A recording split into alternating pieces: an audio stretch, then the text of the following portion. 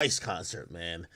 And actually, I'm so mad I missed Ice Spice's performance, but I heard it was just all her twerking with basically her ass out. Sounds amazing to me, right? Anyway, that was pretty cool. A lot of shit to talk about today. A lot of things to talk about, and I hope you guys are down to kick it with me here today. If you guys do want a topic to be brought up, you want my opinion on something, you want me to cover something, please get my attention somehow, whether it's in the way of a Rumble rant, a donation, whatever, or a subscription. You know what I mean? Just make sure your message pop up because I'm always looking for new topics. First and foremost, I'm going to kind of start off immediately because I just seen this shit right now. Did y'all see a few weeks ago? We had a Lil Wayne who appeared on Undisputed. By the way, Lil Wayne is really good friends with Skip Bayless for whatever reason. Lil Wayne, Skip Bayless. You know, he makes the intro songs for Undisputed, and they have a really unique relationship, right? Let me put this right here. And I don't know. I thought it was like people trying to be funny and go viral, so I didn't pick up on it at all. But there were videos and stills of, like, you know, the him being on the debate show with Skip, and I don't know. Like, listen, y'all know me. I got a natural chipmunk face. That's just what it is. I don't know what it is. Like, when I was younger, I don't even know if y'all know what this is, but maybe this is some Caribbean or Jamaican shit. They used to clown me like, yo, I look like I got mums or got bitten by bees. I always had, like, puffy cheeks type shit. You feel me? However, Wayne, who's usually has a very distinct look, he looked like he almost had like 15 acorns in his fucking cheeks. And that alarms certain people because, of course, we love Wayne.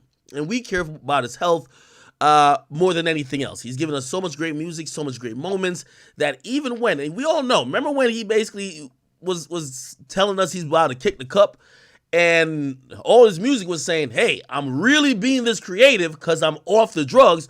But we start hearing about seizures and other things. We were like, fuck it. He's given us enough. We want this man to survive. Also, there was a time that he was actually in the hospital where TMZ actually inaccurately reported that he had died. So we're like, yo, fuck all that shit. You did your time. We want our legends to last until old age. You know what I mean? Obviously, he has a beautiful daughter and other kids, and we want to see him, you know, age gracefully. He's also one of those very dope people who have ran the game, but he don't seem like he's thirsty for attention or like, you know, he can't handle not being the number one guy. He's given Drake his blessings. He's never been a hater. Actually, he's just been in his own world. He's somebody who I think is the definition of dealing with all of that, the height of fame, and maybe losing that, or maybe there's another guy. He dealt with it with class, and I love Wayne for that. Anyway, I just seen this pop up. And Tiger just put this on story, and I don't know. Y'all tell me if I'm tripping. Is Wayne looking a little bit, I don't know what's going on. So he just put this up. Didn't Tiger? Wait, where is it? Oh, it's here. He just put up this clip of Wayne interviewing him. And I don't know, Wayne's face is a little different, don't it? Am I tweaking on phone him? Looks a little bit different. When it comes to them verses and them features, you're already. Voice sound the same. No. It's a certain. Now, you know, I don't want to be ignorant too. I don't know if there's an underlying health issue. I don't know if whatever. I've seen some people say it might be wisdom tooth work, which I don't know. Could you be like 40 and getting wisdom tooth work? I don't know what the fuck. Anyway, actually, Wayne's not 40, by the way. I think ain't Wayne younger than Nicki? Or some crazy shit like that. Anyway, you know, we're only bringing this up because, you know, obviously we care about our legends, especially Wayne. Admit is a me that I turn on for features that I do not know what the hell goes on. Sure. I don't know that guy. Just know that he always comes through. I know when it comes to me, whenever I sing you songs, I'm very selective, and I'm like, 'cause I just know like this one right here is gonna spark some. This is gonna wake. Oh, he had his wisdom tooth removed. Really? Well, this swelling, like he was on. Well, there's a few things that I would look at. Number one, the eyes, but he smokes a lot. You know, somebody gave me some interest in education recently, but they were talking about something completely unrelated. They were like, yo, when you look at people's eyes, the eye color could tell you a lot about people's health. If someone's like the white of the eye, if it's yellowish, that means your liver is failing. If it's reddish, it could mean that you're smoking, or there could be meaning other things. Anyway, obviously his eyes look a little odd, but I think it's just the cheek and the lips. They look a little swollen. I don't know, but apparently I'm gonna take your word from it if y'all saying that he got some wisdom tooth work done like in the last month or so. But the swelling seemed like it's persistent. I don't know if the swelling, if it's normal. Again, I don't even think I've ever gotten my wisdom tooth pulled out. I don't think so. Did I? I don't know. But yeah, I'm just concerned for Wayne because I think Wayne went through a lot of trials and tribulations. And by the way, I think Wayne is also a living representation. Again, I love Wayne, but still, we got to say, face tattoos age horribly. I've never seen nobody who they age great on. Like, oh shit, yeah, that looks amazing when you're like 40 or 45 or 50. Never seen it. And I think even here we're kind of starting to see it. But anyway, somebody said, nah, that ain't that. It's 3 to 5 days max for the swelling. There's some other shit. I wonder what's going on.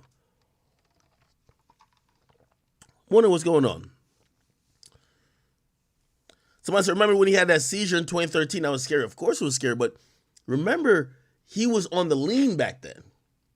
I don't really see, like, by the way, people still do drink, but I don't see a lot of people promoting lean like they used to. I think the last person who kind of like almost disavowed it was like Future. And he probably does sip from time to time, but like there was a time where at least culturally, if you were hearing through the music, people were acting like they did lean all day, all night. Somebody says, nah, he only looked like that because he's eating those Bun B burgers. He's not getting fat. He's not fat. Just to let you know. It's not like he's gaining weight and now he's retaining fat in his face. No, he's not fat.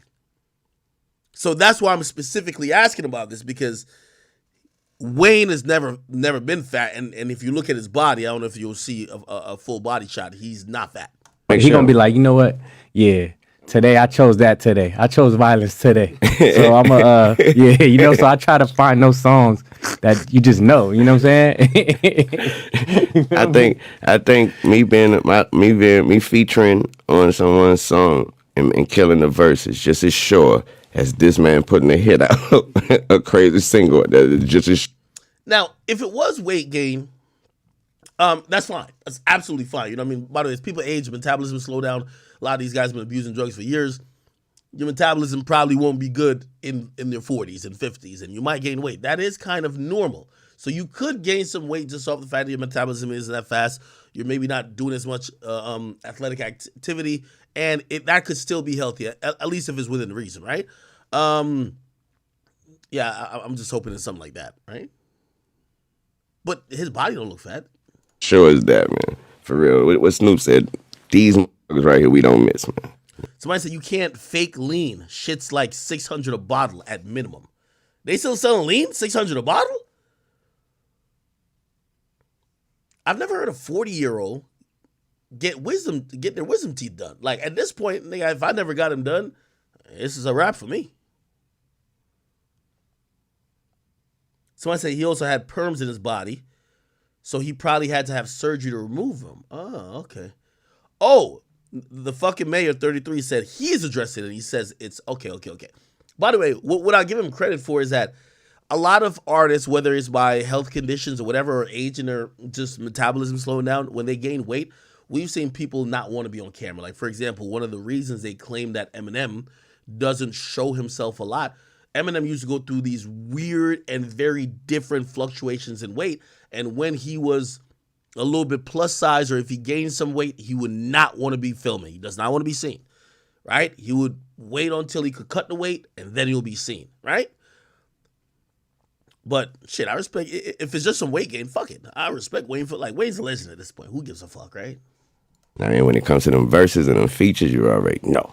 It's a certain, I admit, is a me that I turn on for features that I do not know what the hell. Now, I seen and shout out to the Too Cool to Blog. They had posted some, I think it's a longer clip, talk about Tiger speaks on his formula for longevity with Wayne. I guess Wayne is back doing his podcast thing. I like when Wayne talks. Wayne has such been a, he's the guy who coined, like, I am not the same, I am a Martian. Like, he's always been like this outer worldly, I'm in my own zone type of person. So to hear him even talk, even sports, I like it. But when he's talking with his contemporaries or people who looked up to him or people who came from him, I like hearing that too. You know, and I'm gonna be honest with you. You have to like of the guys who would possibly be in the top 10 rappers of all time, which to me, Wayne is definitely top 10 rappers of all time. Name someone who comes across humbler than Wayne. And I know you might look at it like, no, he wasn't humble when he said best rapper alive. I don't think that was a lack of humbleness. I think that was just him stating his claim to the throne because he was putting in the work. But I think he's super humble. Like, if you watch him and listen to him, I don't never hear, like, in all these conversations about verses and this and third, he ain't never jump out and be like, yo, what? Y'all saying T.I. could go against? Like, he's never done none of that. He just kept it calm. He's super humble to me. For longevity. Somebody said that was shooting at Jay. Part of it was shooting at Jay, and I think Birdman helped make it that when he said, I'm the best rapper alive.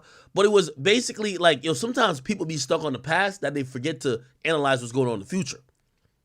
Like, you probably think that LeBron called himself the king, which I guess, like sometimes you gotta stake your claim to the throne. And it's not like a diss to the last guy that held the throne, but niggas will be dick riding and shit from like past centuries and past eras.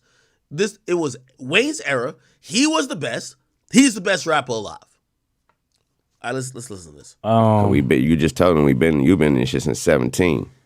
And you already staying in the studio. Exactly. Somebody said no, he waited till Jay retired. First of all, didn't Jay goddamn basically almost like retired like a few times, but anyway, 2005 was the most notorious one, right? Because he went out with a Black album.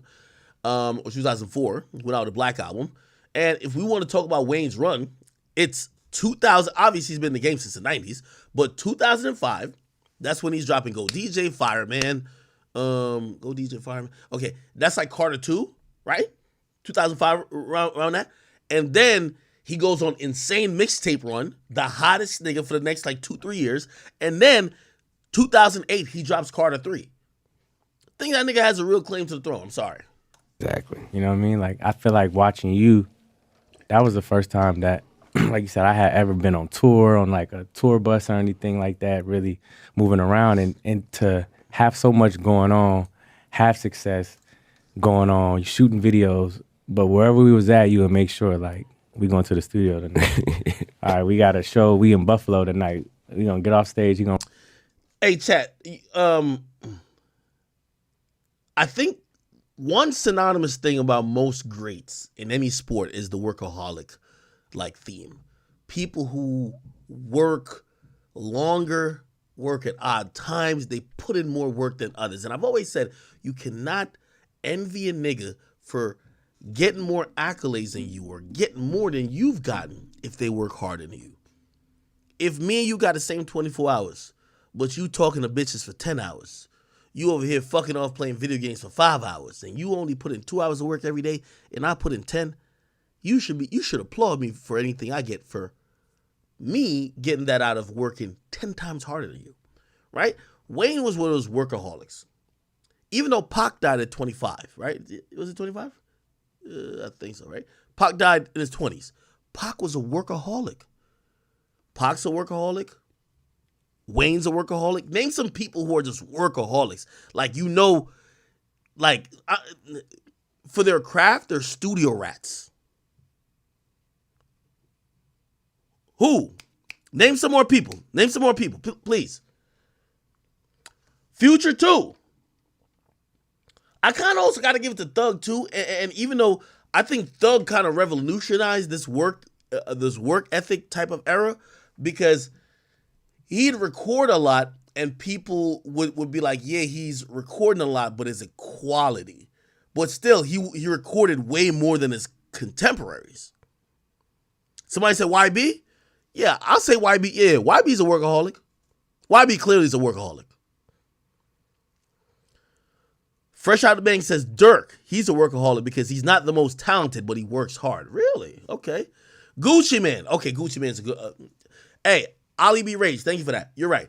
Gucci Man seems like that person, right? Why y'all keep spamming Kobe? Of course, Kobe in basketball, duh. People say Tory. Tory's a workaholic too. You know, I always say, man, hard work beats talent when talent don't work hard. Man, when I first came in this shit when it came to media, I was looking at all these people who were just so well trained on how to be on the mic. They knew how to do intros and outros and segues and whatever. And they were so professional and blah, blah, blah, blah. And I'm like, fuck. Like, maybe these guys are just naturally talented. You know, I was a Jamaican kid coming into the culture or just even coming into doing entertainment, period. And I spoke fast. This is why I had said something to Flacco about like stuttering. And it's not like I wasn't scolding him because I stutter still at times. But when I first came in, I used to speak so fast. And that happens for a lot of like, immigrants who come over here. I used to speak so fast, you wouldn't be able to understand me, hear me, or comprehend me. But I knew what I was saying. I had to learn to slow it down. And, for me, that came in repetition. You had to practice it. Keep going, keep going, keep going, keep going. You know, people always ask me, when the funniest thing, they'd be like, where did that come from? I said, well, I did my intro like 100,000 times. I didn't make 100,000 videos, but I did it 100,000 times. So because I said that 100,000 times, I started speeding it up to get to the rest of the video. So I'm really saying it's your boy DJ Academics. Check it out. But I've said it so many times, I crunched it in like 1 second. That's repetition. Repetition is putting in work. Repetition usually is working. Even if you don't think you're the most talented, you got to put in the reps. And, I never thought I was the most talented, but I always thought I was the hardest worker. And before Will Smith was exposed to be like some gay cuck, I used to he used to talk about The Secret. And he used to talk about, he's like, yo, listen, the thing that differentiates me and someone else, he said the same thing too. He's like, I don't think I'm the most talented person in the world, but if you put me on a treadmill next to somebody else, I'll run till I die. I don't know if they will. And it was about sacrifices he would make to try to make it. So I always took that approach, but I always appreciated the rappers who were workaholics. Wayne was one. We talked about Gucci. We talked about a few others. Anyway, let me finish this clip. And by the way, after this, we're going to get into our first topic because this wasn't the first topic. On rock 20,000 people. You got the studio right after. And if we can't go to the studio, we got the studio bus. Yeah. So it was just more like, it was just a work ethic, I feel like. You know what I'm saying? Just staying consistent and staying obsessed with it and loving it. I feel like a lot of people fall out of love with it. And that's why motherfuckers fall off, or people just aren't as consistent or not as tapped in. Like, it ain't even about like for the money it's or like love. Nothing. It's just the love. It's just the support of the, you know what I mean? Because I get that. It. I get what's interesting about that, what you're saying about the love. I get it from two people that's not rappers. Okay.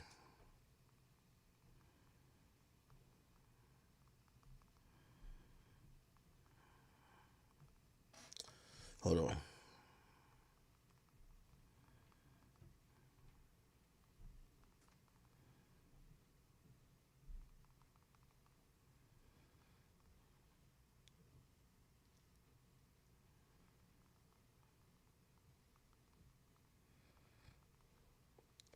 Hold on 1 second.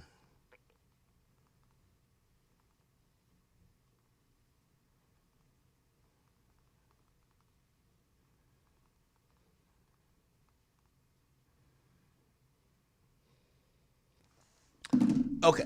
All right. Welcome everybody. That was like a pre-topic. I had just seen Wayne and I was, just kind of concerned about his health based on how he looked. But we are here. I'll give you a rundown of what topics I kind of have got planned for you guys. And if I miss something, you guys could definitely bring it to the table. So, what I do have on my agenda, we obviously have a lot more Diddy stuff to talk about. I also have an interesting angle of how we're going to be speaking about this today. I'm just tired of the frauds lying about why they're not speaking about Diddy. It really bothers me. I hate fraud shit. And I'm hearing a lot of these motherfuckers now, they're copping all type of pleas. Hey, Why would we talk about something where if we talk about it, we don't really know? Man, stop it. That's y'all jobs. Y'all been doing it for other niggas. Why is he the exception? I seen certain people kind of mention lawsuits. Come on, man. Most of y'all have been in this game longer than me and way more, you're way more, complex in how you deal with shit than me. If there was a lawsuit to be given, nigga, I would have got it. Like, listen, y'all could talk about this shit. Y'all just don't want to, but you're being facetious on the reason why. I actually believe a few things. I believe the majority of these niggas who are unwilling to speak about Diddy, I think they guilty too. I'm sorry. Nigga, if you talk, again, I'm excusing anybody who, when these type of topics come about with anybody else, they don't talk about it. But if you talk about these type of topics with every nigga but Diddy, you guilty too, nigga. Especially if you knew Diddy, Diddy signed you, Diddy paid you, you used to make music for him, you guilty too. I'm sorry to tell you, brother. Something ain't right. The math ain't mathing. If you keep in the same energy, because like I heard somebody that was like, yo, well, we don't know if he did it or not. But they don't want to talk about that. Again, nobody ever said for you to say he did it or not. Are you going to talk about how odd and how weird these allegations are? And are you going to talk about how these victims may be hurting and maybe how someone of Diddy's stature and power could be forcing and changing the narrative or preventing people from speaking? You ain't going to talk about that? Nobody wants to talk about it. Anyway, so I kind of got a theory. The majority of niggas who don't want to talk about this shit, either they got maybe allegations that are similar to Diddy, and it is true. Like, think about this, right? Say, let me just make up some shit. Say, I don't know. Say I'm a scammer, right? I'm making this up. Say I'm a scammer, and I scam, I don't know, I scam luxury stores, right? And another nigga I know get caught up for scamming luxury stores. I might not be the loudest voice because I know I'm scamming luxury stores too. Do you get what I'm saying? So like, I'm just watching everybody and I'm like, yo, listen, everybody seems so fake and so fraud because they're not saying the same thing when it ain't Diddy. Let it be another nigga. Let it be another nigga. They got all the commentary in the world. Only with Diddy, they're exercising the most amount. We've never seen when anybody else has been accused where they're like, yo, we can't comment, we don't know. With this, we can't comment, we don't know. And I'm like, really? That's odd. It's not my man, Joe. And by the way, it's not only Joe. By the way, I heard Joe talk a little bit about it recently too. And by the way, I talked to Joe too. Joe flagrantly told me, like, Joe was like, yo, listen, man, you see what happened with the Drake shit. I'm down to speak up, but will everybody else speak up? Because when I speak up, they wrap the noose around my head. Niggas wanted to tell Drake his album was mid. Nobody spoke up. I said some shit. They act like I was the only one who criticized the nigga. So Joe is not opposed to speak, whatever. And by the way, I just heard a clip. Joe was speaking a little bit. But we're not just talking about Joe Budden and one person. There's like, all these media personalities, all they do is gossip. Like, just like I gossip, they gossip too. If it was, put like this, just ask yourself this. If it was academics, what would these pussy niggas say? You think they would give me this grace? Oh, you know what? We should not talk about this. Exactly. So I'm just looking at them and we're going to get into a little realm on why we believe the quietness is so pervasive. Anyway, we're going to talk about that. YSL trial, we got to talk about that a little bit. We didn't talk about I feel like we did a little bit, but we didn't really fully get into the Kanye West trying to buy a little Dirk out. We'll get into that. By the way, Dirk was in some recent shit with Spotify Wrapped. We'll talk about that as well. We didn't get to 6ix9ine thing last time, but 6ix9ine versus Alafoke, like there's actually a whole explanation video from, I believe, Alafoke, and I think 6ix9ine too. I need a translator for that. We got King Von's sister kind of speaking about some shit. Blueface, he's in some drama. We'll talk about that. YNW Melly mom just announced she got an OnlyFans. Holy. And Bad Baby, she pregnant. Also, Honeycomb Bra, he apologized to Jay Prince. And Suge Surf, New Jersey native, actually took a plea in his RICO case and got sentenced. All right? So, I feel like we have a pretty decent amount of topics. If you didn't hear a topic that you cared about, you should probably. Brittany bitch says they named Dirk in the O Block trial. Hey, Brittany, come on, send me the info. Like, yo, don't hoard the info. Send the info over here. By the way, it's harder to track the O Block federal trial without having someone in court because transcripts won't be available for weeks after the trial. You can't film the trial. And, you know, sometimes they'll be very tight with seating and who could be there. So basically, a lot of these federal trials, it's hard to document as opposed to the YSL trial. We got mad videos, mad people up in the YSL trial, okay? All right.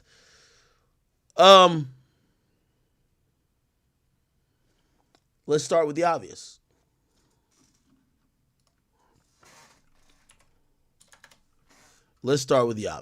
So,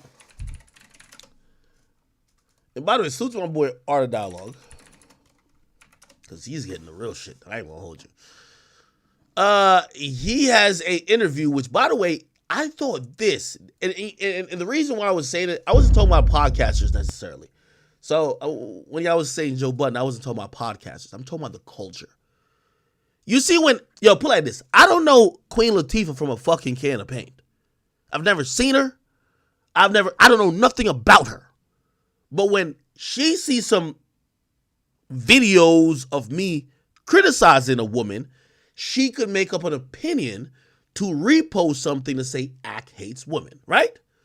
You see a lot of these other motherfuckers, I don't know them, but they could just see a couple clips of me and say, oh, okay, we'll make this opinion about him and we'll make it public.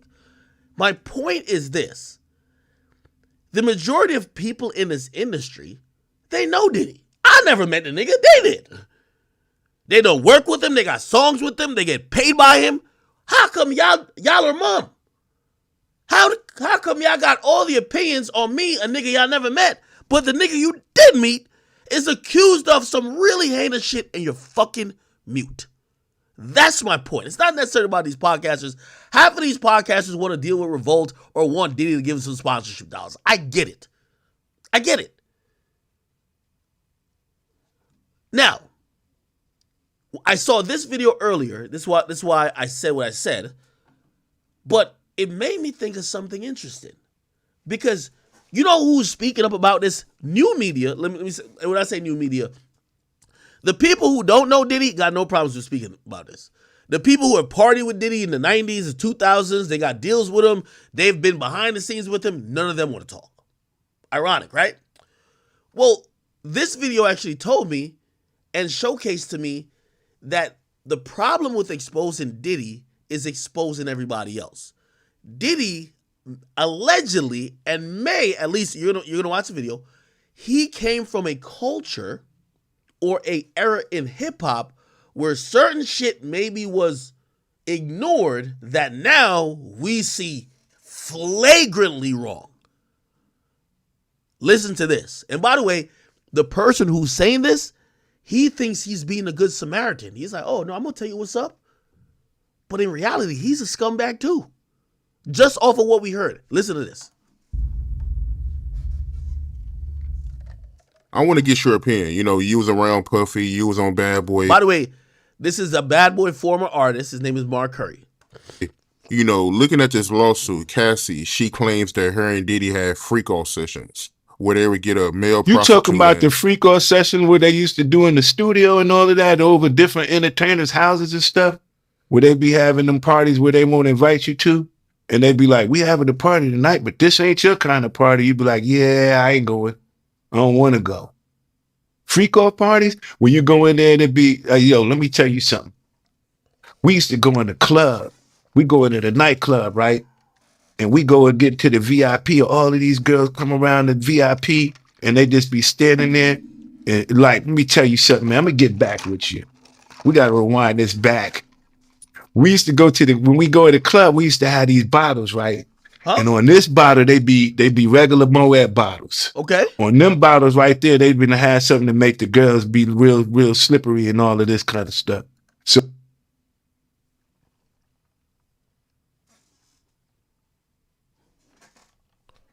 What?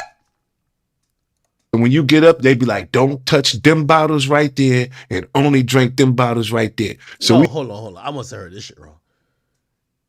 It's no way this. You know what's so crazy? I don't know what Art Dialogue is paying these niggas. These niggas is admitting this shit that like it was cool. and on this bottle, they be regular Moet bottles. On them bottles right there, they've been to have something to make the girls be real slippery and all of this kind of stuff.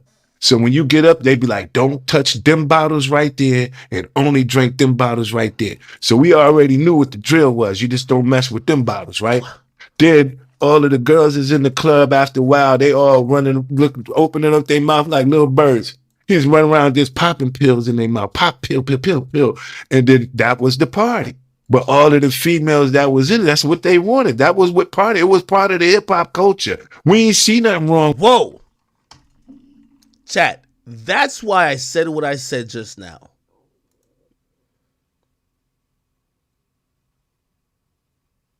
That's what I said just now. This is one of the first people who's saying part of hip hop culture in the 90s. It's not just Bill Cosby culture, hip hop culture.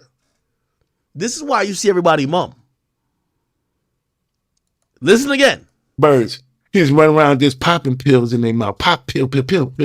And then that was the party. But all of the females that was in it, that's what they wanted. That was what party. It was part of the hip hop culture. We ain't see nothing wrong with it until Bill Cosby got in trouble. He did what? What? That was what party. It was part of the hip hop culture. We ain't see nothing wrong with it until Bill Cosby got in trouble. He did one too many. Man, look. You know what's so crazy about this? Self-awareness is lacking.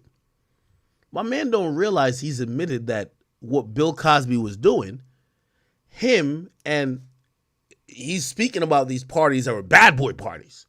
He's saying the Bill Cosby parties, allegedly, bad boy parties was just like that. This is what I'm talking about, self-awareness. Bill Cosby's in jail, nigga. nigga, I get what you're trying to say. By the way, this is why everybody is quiet. And by the way, I'm not mad at him because he's telling the truth. But you know why everybody else is quiet? Because everybody else seemingly may have been on some bullshit. Wrong with it until Bill Cosby got in trouble. He did one too many. He did one too many. That sounds like he's saying what Bill Cosby was doing, we was doing. He just did it too much. It doesn't make what y'all were doing any better. That was the party. But all of the females that was in it, that's what they wanted. That was what party. It was part of the hip hop culture. We ain't see nothing wrong with it until Bill Cosby got in trouble. By the way, this is another reason why I believe that all of these motherfuckers, right? And by the way, here's the funny thing about this too. You see all of these motherfuckers say they can't comment because they don't know if it's true. They can't comment. Man, all of them got Bill Cosby jokes. Ain't it ironic?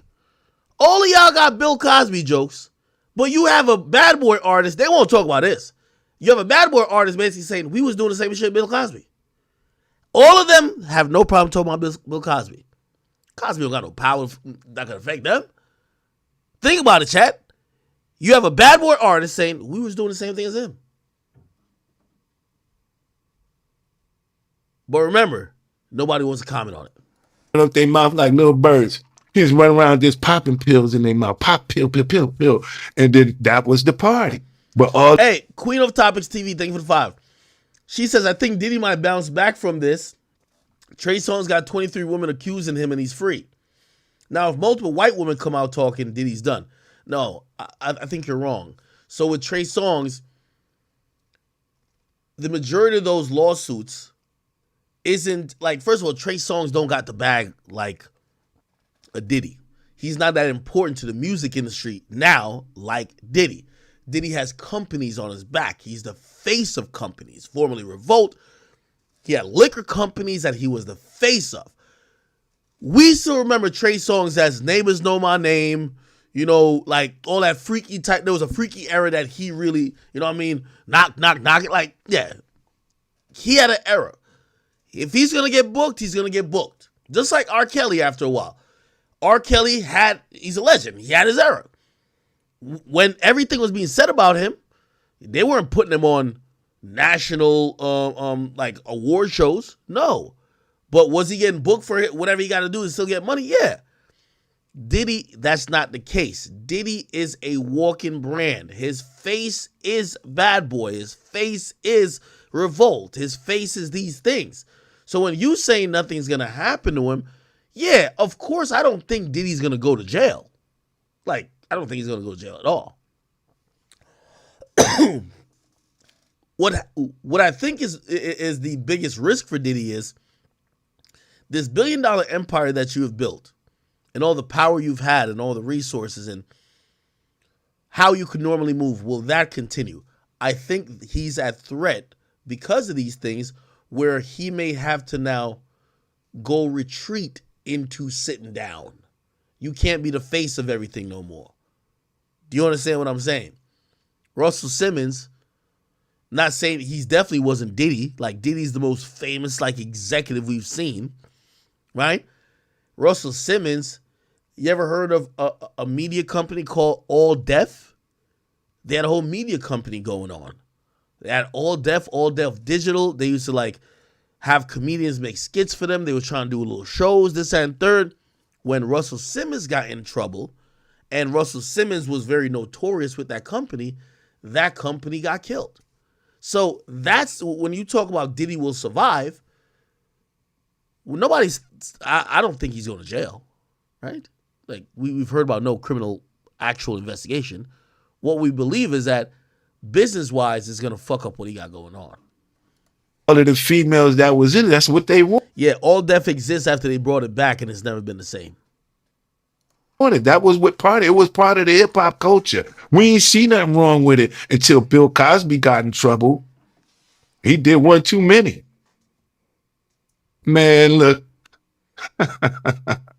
Let me tell you something, I don't mean to cut you, this funny. I used to, you know, we used to be on the road, you know, you'd be like, yo, let me go to my Puff room, see what they doing. And you knock on Puff door, he'd be sitting there damn near butt naked.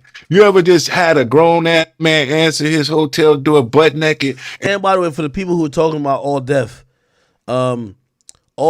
Digital, all their assets were acquired. It went dead for a while, and then it was acquired by Culture Genesis, a Santa Monica-based digital studio that was backed by T.I.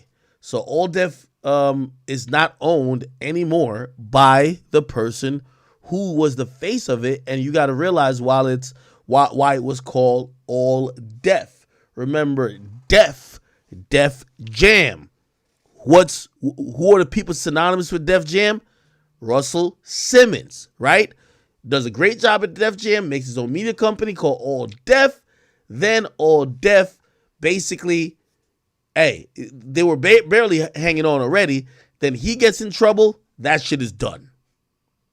So again, it's the businesses and corporations that rely on the good face or the clean face that you need to maintain. And they'd be like, come on in. You be like, I'll come back. You ever close your eyes, you be like, I guess you're not presentable. And then walk away, because see, what happens is... Wait, what is he talking about? You ever just had a grown-ass man answer his hotel door butt naked, and they'd be like, come on in? You be like, I'll come back. What? You ever close your eyes, you be like, I guess you're not presentable. And then walk away, because see, what happens is, if they be like, come on in, and then you come on in, they be like, this man just came into my room. I'm sitting there butt-ass naked. I told him to come on in, and he came on in. You be like, so what's going on for the day? Acting like you don't notice he there naked. You be like, bro, put some clothes on.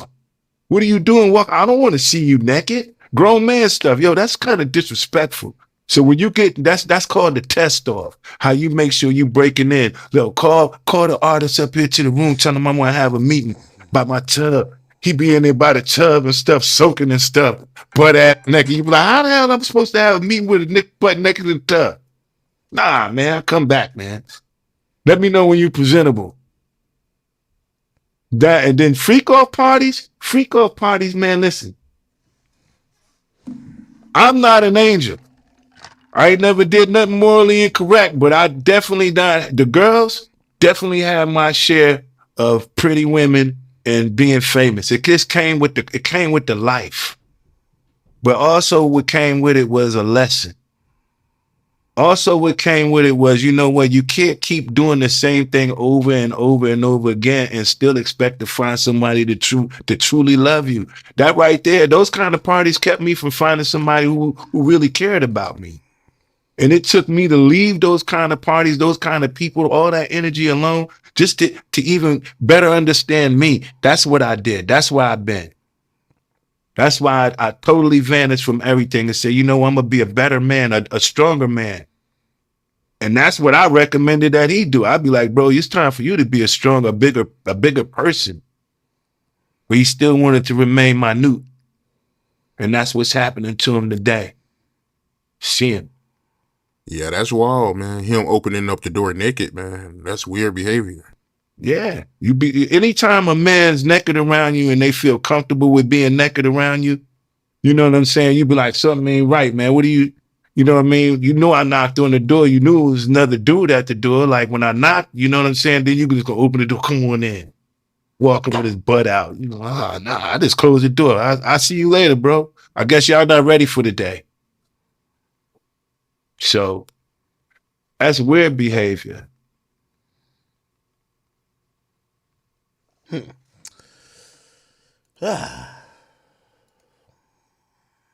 Interesting. My man Gene Deal, who got an interview every day now. I see somebody He mention that. putting his hands on his baby mom. Watch this.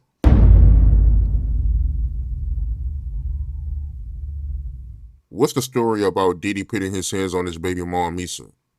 Well, Mase was, you know, young, drop dead gorgeous. She was trying to make her way in the business, doing fashion, and she was a stylist. And I don't know the semantics of it, but Eric Sermon I think he dropped her off at one time. You know what I mean? He dropped her off, and I think either Puff heard about it or seen it.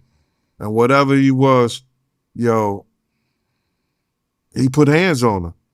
You know, I mean, to the point where is that nobody was helping her. Now, this is a story that was told to me, bro, by somebody who was there. You know what I'm saying? And they said he put hands on her. Mase was running from him so hard, trying to get away from him, she tried to crawl up under a car. You know, Puffy was, you know, Mase was like I said, she was a talented, beautiful girl, bruh. And if Puff didn't get his way, you know what I'm saying, he always did that play fighting stuff. You know, he always he start off like he play fighting with somebody. You understand? And then as soon as the girl tell him to stop, or whatever like that, then she hits him hard. That's when it started going on. And like, I can't really say that per se, you could hear stuff and you could know stuff, you know, because he'll come running out the room sometime, laughing and joking and stuff, and they chase him out the room, then they go back in the room, and then you hear stuff. But to witness it per se, I'm never going to witness a man being violent or doing anything to another woman and not interject and stop it. I don't care what you paying me. I don't care who you are. I don't care what I'm doing. I'm not going to do it because I'm not going to risk my livelihood for you being an asshole. So, no. You're not going to do it in front of me. Not like that. Not to that degree. Not to that degree. And it's always been this rumor that he started messing with Mase when she was underage. Is there any truth to that? I think Mase was 17. In the state of New York, I think 17 is legal. So I think she was 17. Or she could have been 16, but she didn't have Justin until she was of age. So it was rumors, like you said, that she was younger, but then he didn't get her pregnant, I don't think, until she got old enough to have, she was of age. Y'all call it grooming now. But he was young too. Speaking of Misa, what was that situation between her and Suge that had Diddy mad? Oh my God. My man.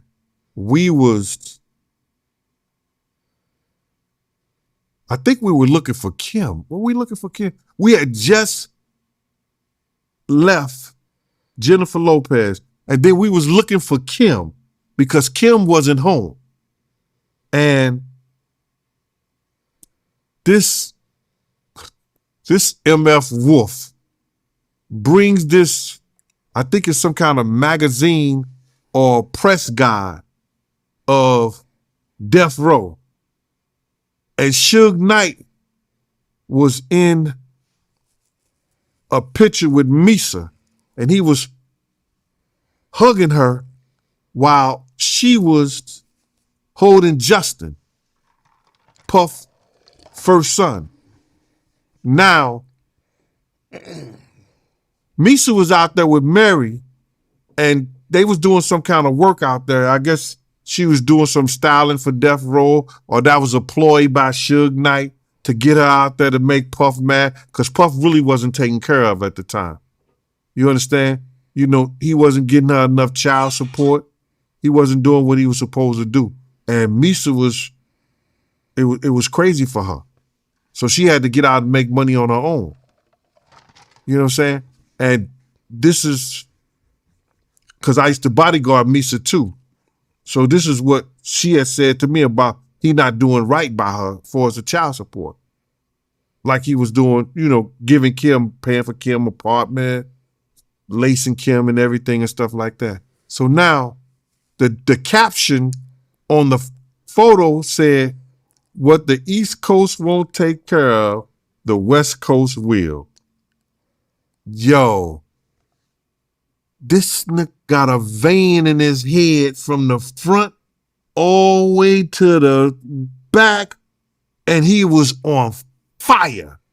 I mean, I'm glad Misa and him wasn't messing around at the time, because had they been, he'd probably be in jail right now. That's how mad he was. That's how mad he was with that thing.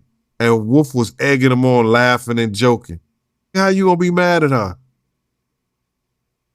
But I guess because his son was out there with him, and his son was right next to his friend, used to be friend, now enemy. Wow. Hey, by the way, thank you guys for the donations. Someone says, yo, Diddy is a real life, yo, Trez, thank you, brother. He said, yo, Diddy's a real life Lucius Lyon. Does all the dirt and pulls all the strings. I ain't gonna lie, he kind of comes across like Lucius Lyon, right? D Gambino, thank you for the 2. He says, yo, Act, be real. Did Diddy threaten you in the DMs yet? I don't think so. I'm gonna actually read this comment here, and I'll read this other comment, which I just seen sent by Anything But the Norm. Thank you for the 20. She says, I wouldn't sleep on Brother Love. I think after all the smoke is clear and Mr. Love is back, please don't sleep on this nigga. Forget about the car bomb. He's going to try to put a WWE SmackDown on you. Now, I agree with you in a little bit, but I'm going to say this. The great thing about all this shit coming to light, I'm telling you, Diddy is going to survive this. But Diddy's going to survive this, and he's going to appear on a PR level like the biggest simp. Because if it always happens, the biggest misogynists, when they realize they're about to lose their bag, they become the biggest simps. Like, the biggest gangsters become the most peaceful niggas. That's how it goes. People will switch to the opposite realm. I think what this is going to do for Diddy is that some of the tactics that maybe people never spoke on for whatever reason. Because put it like this. Nigga, I ain't even going to lie to you. If I was Kid Cudi and that nigga left a car bomb onto my shit, nigga, I would have went live with this shit, nigga. I'm going viral, nigga. And I would have said it was Diddy, nigga. I'm dry snitching, nigga. Diddy did this shit, nigga. Fuck you got going on, Diddy. Diddy, why the fuck you put this bomb on here, nigga? The bomb even had a little speaker before, right before it blew up my car and said, take that, Playboy. Of course, I think Diddy is going to change his whole fucking... By the way, I think he was trying to change already when he was said Brother Love. He knew this was coming. I think Diddy's going to act like, when you see him next publicly, he's going to act like he's a saint. I wouldn't even be surprised if he turns Muslim or some shit. He's going to act like he wouldn't hurt a fly. Now, again, that's all facade. Like, you know what I mean? Like, anytime I see these niggas, like, switch to another person, I'm like, nigga, I know you. Like, what are you talking about? Like, so I definitely think it's going to be a facade, but right now why it's important is that people are watching him. They're like, damn, nigga, this is what you was up to? So every usual tactic that Diddy used to be up to, he can't do right now. If he used to do it. I don't know if he used to do it, but he can't do that shit no more. Used to run down on niggas and bully him. Imagine if right now there's a story that Diddy running down on a security guard, anybody, maybe me, anybody covering it. Bro, you look crazy right now, nigga. So I think that, obviously, I don't think he's done. But I do believe that when y'all are thinking about the traditional ways he used to act and handle things, he can't do it right now. It's too hot. It's like your biggest op getting smoked. You can't turn up at the crime scene or like being seen like driving through the ops. No. You got to stay clear of all of this. So I believe that if Diddy was supposed to be employing some of his old tactics, right now would not be the opportune time to do it. That's why a lot of people, and including the people who are being silent, because I talked to them, they said, yo, Diddy is taking names. He's taking names that whenever this shit blow over, and it will. They try to throw, you remember like last week, they tried to throw Jamie Foxx into the mix, like, nah, take Jamie, not me. Take Jamie. He's an A-lister. Take him. That shit ain't work. You ain't realize? They tried to give us Jamie last week. They wanted Jamie to take oh, shit. You know what I mean? It didn't work. So now Jamie, like, it was supposed to be like, oh, shit, fuck what Puff did. Jamie's the... Nigga, we forgot about that.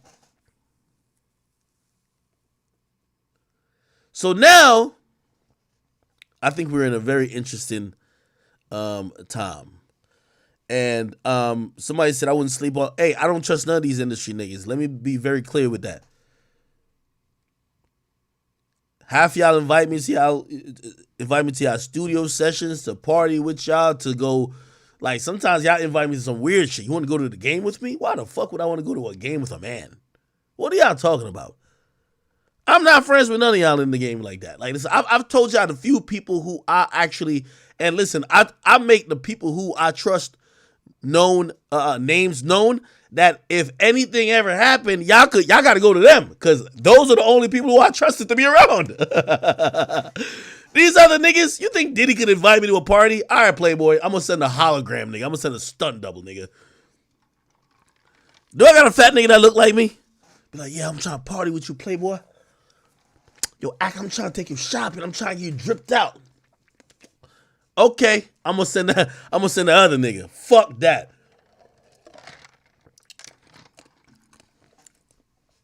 Chat. And I'm gonna be honest with you, I see a lot of y'all give me so much credit. Like, y'all be like, yo, you're the only one speak. Well, one of the reasons, and it's not like I'm brave or nothing, like, I don't think that's what it is.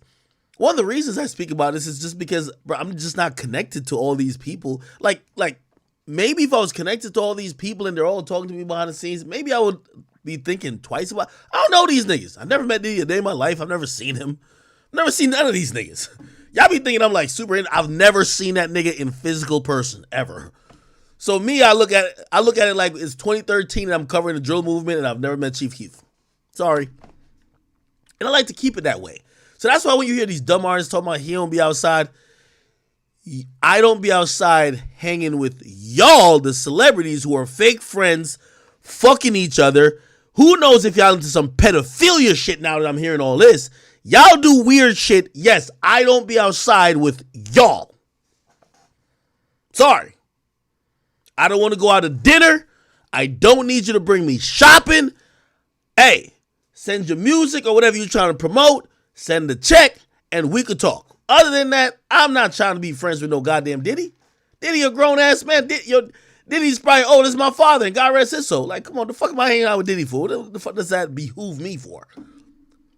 But in the industry, it's all about, again, remember when they used to criticize me for this? There's some dick-sucking ass things they used to criticize me.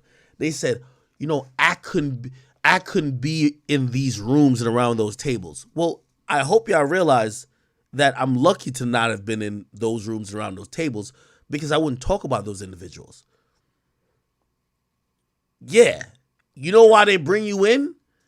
I know this from media. People bring you in to control your voice, to shut you up, to coddle you, to, don't put out this real quick.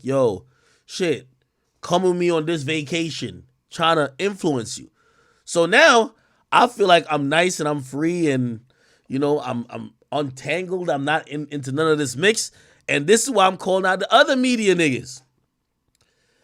If you have the opinion that you can't comment on Diddy because you don't know what happened, you don't want to make assumptions. If I see your ass make assumptions about the next nigga who getting some shit like this, and chat, we got to watch them all.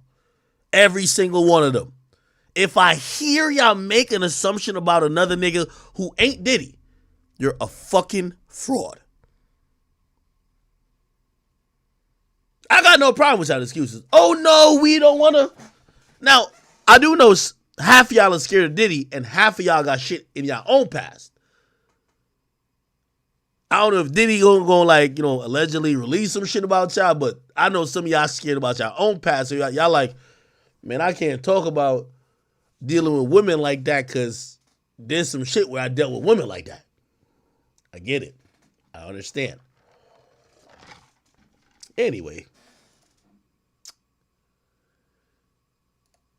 Chat. And now we get to the jokes, okay? Listen. I don't know if he's guilty. I don't know if he's innocent, but fuck it. We gonna have some fun. I ain't gonna like these other bitch-made niggas who's just like, oh, we can't really talk about nothing. No, nigga, I got my jokes ready to give, nigga. Fuck that, okay? Diddy or not Diddy. Hey, niggas said this is when they realized Diddy was an evil nigga, bro. They call it surviving Diddy, bro. We should have seen the signs. Here we go. Fam, Puffy just told us to go to the store in Brooklyn and bring him back a cheesecake and walk. Yo, Diddy told these niggas, walk to Brooklyn, nigga, and get me a cheesecake. Fam, Puffy just told us to go to the store in Brooklyn and bring him back a cheesecake and walk. Nigga said, say what? To go to the store in Brooklyn and bring him back a cheesecake and walk. See me on TV, some punk ass bitch, yo. It's crazy. If I walk to Brooklyn, I'm going home. That's where the I live, y'all. I'm not walking to Brooklyn. It's crazy. Holy, that's my boy Chopper City. Yo, this was a golden reality show. Yo, chat. Y'all remember this reality show right here? Even though Diddy did have a classic line on there. Making the band fight Diddy. When Diddy came in, Freddie. Y'all remember this? Disrespectful. What you gonna do? What you gonna do? Break that. Break my now. Break my now. Come on, let him in here. Let him in here. That's my boy Freddie P from Miami, man. You don't want to squabble with no nigga who don't get a lineup. He don't give a fuck about his appearance. He don't get a lineup. It's time to squabble. No, break my no. Move, Bentley. Yeah. Ain't this Farnsworth Bentley? Hey, chat, if it's one nigga who know all the niggas who Diddy done sucked off or fucked, allegedly, I don't even know if these things are true. I think Diddy's a man of God. I don't think these things are true. This is allegedly. But if it's one man who know Diddy's secret, is this nigga right here. Go for a walk, dog. I ain't finna risk my outside, homie. I'm right here. You a thug, you do it anywhere. Go walk. Go. Let us get it off. It ain't gonna never be right. Bring that in here. Go walk. This finna turn into some real Go for a walk, man. I ain't going nowhere. Can you go for a walk? Go for a walk, man. Just go for a walk. Yeah. Be smart. Yeah. Please. Be smart. All right, well, be smart. Oh, so I'm so gay, can beat my gay ass. Right here. I'm right here, too. Right here. All right, gotta get that cig. You gotta smoke that cig. Gotta finish that cig before you get it in. All right, here we go, Chad. Nah, this was the best reality show, man. I ain't even gonna hold you.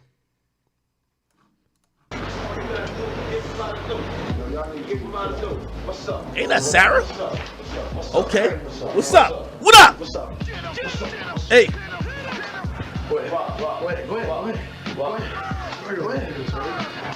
Nah, this was a real reality show. Niggas actually squared up.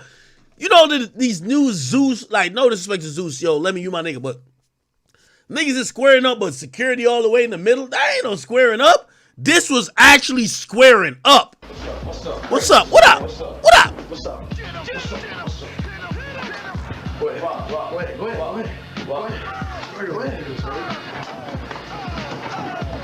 Oh! Damn, the fruit of the looms is out. Not the fruit of the looms. He said, nah, you trying to wrestle. Yeah, that's how a fight goes in the hood. 2 swings, I missed. I don't got hands. I ain't Floyd Mayweather, Javante Davis. Time to try to choke you out and slam you. Let me tell you something. Let me pull my pants down. Right there, you go. Let me show you something. Go ahead. I got my pants down. I can't take this no more. Oh, shit. Not the choke out. Not the... Oh, nah! Nah, this is a crazy still right here. Nah, this is crazy, Chad. Yo, take that, Playboy. Yo, Playboy.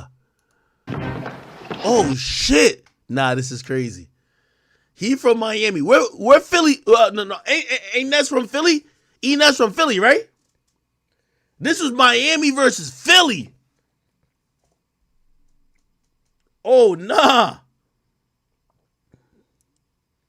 Nah, they was getting active, chat. Oh, this from Philly? Hey, I know some Philly squabblers, so I ain't gonna give Philly the L. I can't give Philly the L. Philly really, Philly get busy. This was just, matter of fact, I think it was the Air Forces. My man slipped. He slipped. He slipped. Oh, nah. Nah. If you're wondering how we got here, let's rewind 12 hours ago. Be like, yo, you're probably imagining how we got here. It all started 12 hours ago. Right here. Bad. Yo, no security, no nothing. Sorry. Okay, guys. Come on. I'm definitely glad people broke it up because I got a lot of love in me, but like when I snap, it's like a whole nother Fred that comes out. Yo, this Freddie P from Miami. I'm tired of talking. For real? Hey, this how y'all Opalaka boys give it up? This how y'all niggas from the 305 be getting it in? For real? Whatever. You won't see me, dog. You just mad because you smoke. You came up with air. You come the ass out of here. Get your ass whooped and trying to make fun of ass. What ass did you whoop? Let me tell you, that one hit in your face you whooped. I don't give a it was a slap in your mouth. You ain't get I eat that Eat it again. That's no better than that. We all heard. You know what I'm saying? Yeah, his top 5 is a little different from mine. My top 5 is Drake, and Drake. His top 5 is me, Dylon, and Dylon. My boy. We out the hood now. Yeah. We discuss it over. Okay, anyway. I felt like getting that back at him. I think this one Diddy pulled up. Basically, ain't saying he don't want nothing to happen to us, and he can't afford for nobody to get hurt. I can't have nothing happen to y'all. You know what I'm saying? Where we at right now? Yo, Playboy, I can't have nothing having y'all. I think Told me we gonna go to office. I put on some pants. Yeah. Who won?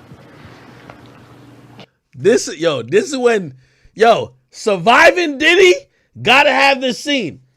Niggas was getting choked out fighting for their life. They just walked to Brooklyn for a cheesecake. Niggas is squabbling. Diddy came in. I got to make sure y'all live to make me some more money. Yo, but who won, though? Who won? Yo, no, fuck that. Who won? Look when Diddy say who won. You know what I'm saying? Where we at right now? I think before we got it off our chest, Is it over? Is it over to you? on my side it's over. Before we got it off our chest. Is it over? Yeah, it's good. So I have your word on that. Yeah. Do we have a meeting today at some point? We got 4 o'clock. Okay. Just call me now, please. Call me. We're gonna go to the office. I put on some pants. Yeah. Who won? Watch. Cameraman, who won? Yo, cameraman, who won? Who won? It was 2 rounds. He won the first round. I think it was decision on the first round, and then Fred won the second round. Rule number 1. Right here. This is when I realized Diddy is like that. Right here.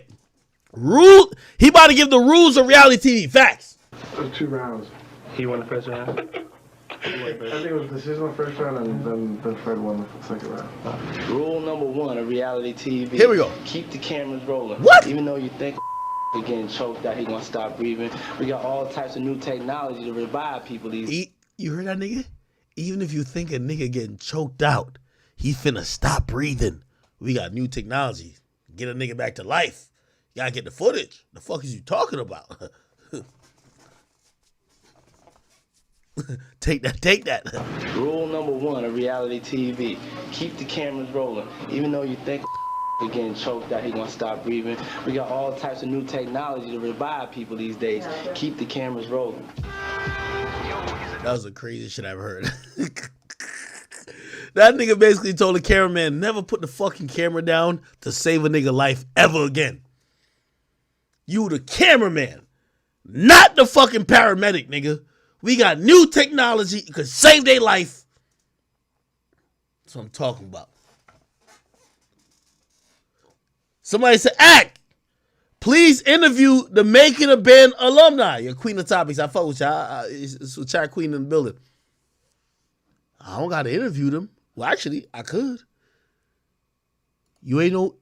You remember that nigga who I just showed you? Oh, my bad. The nigga who I just showed you? Who is choking my mans out? Freddie P? Freddie P choking him out? Remember, he and the nigga getting choked. I had to walk to Brooklyn for the cheesecake. You know they exposing Diddy now. What them boys think about this?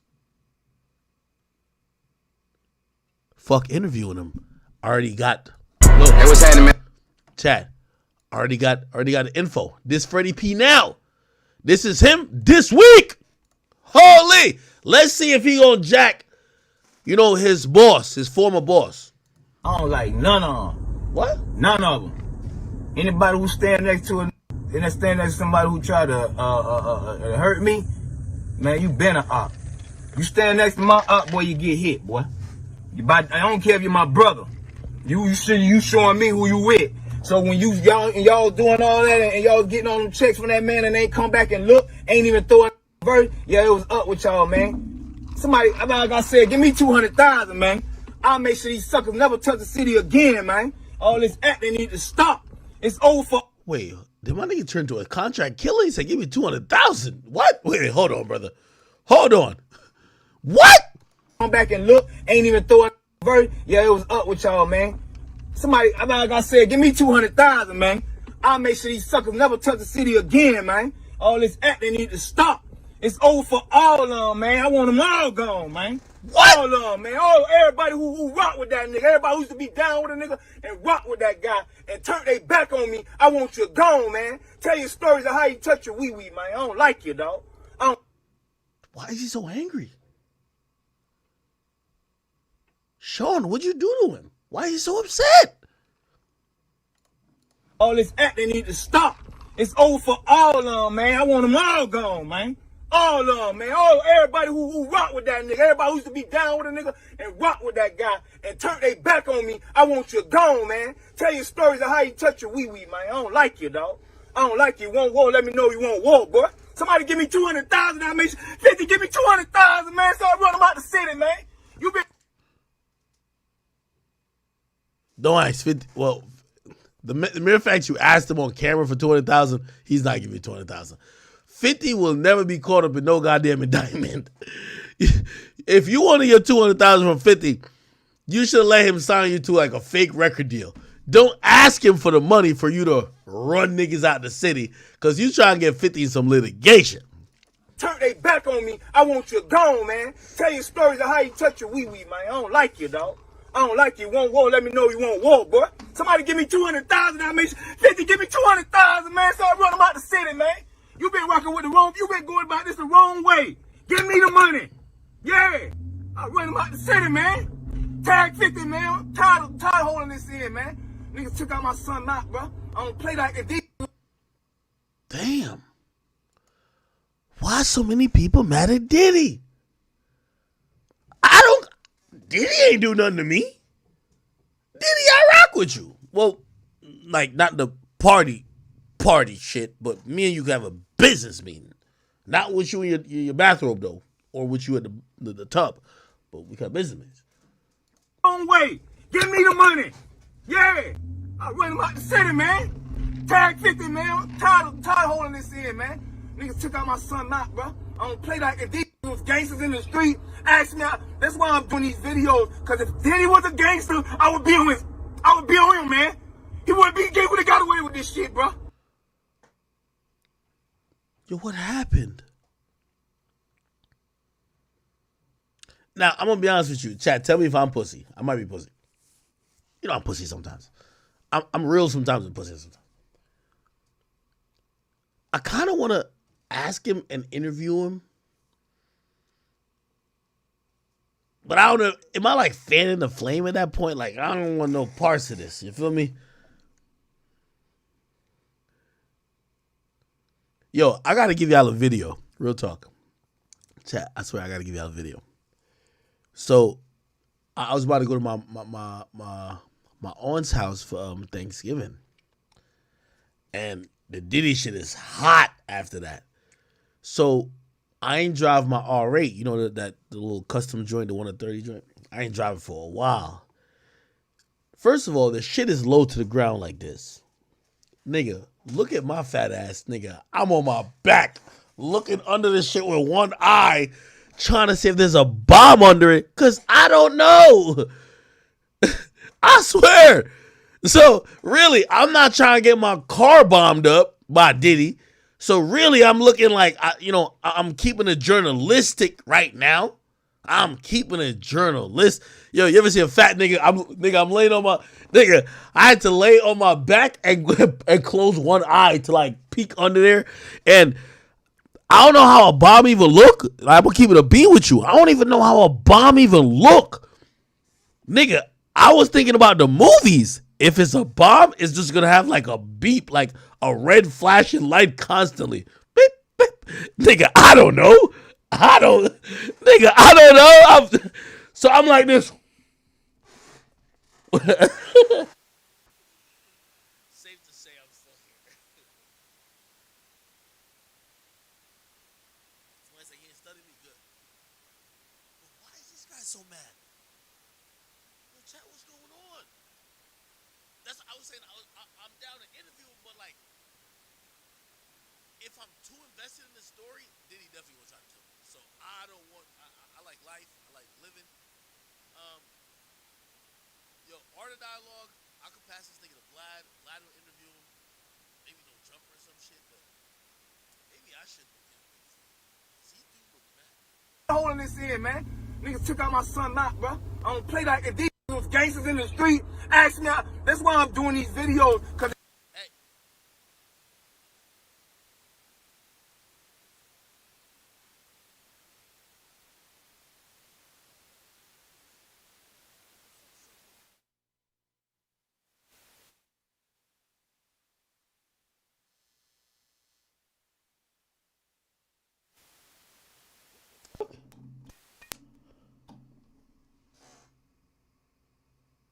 Am I good?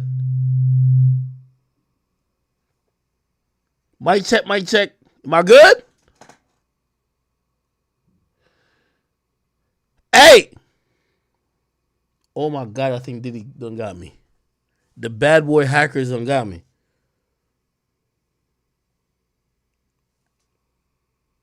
I'm good?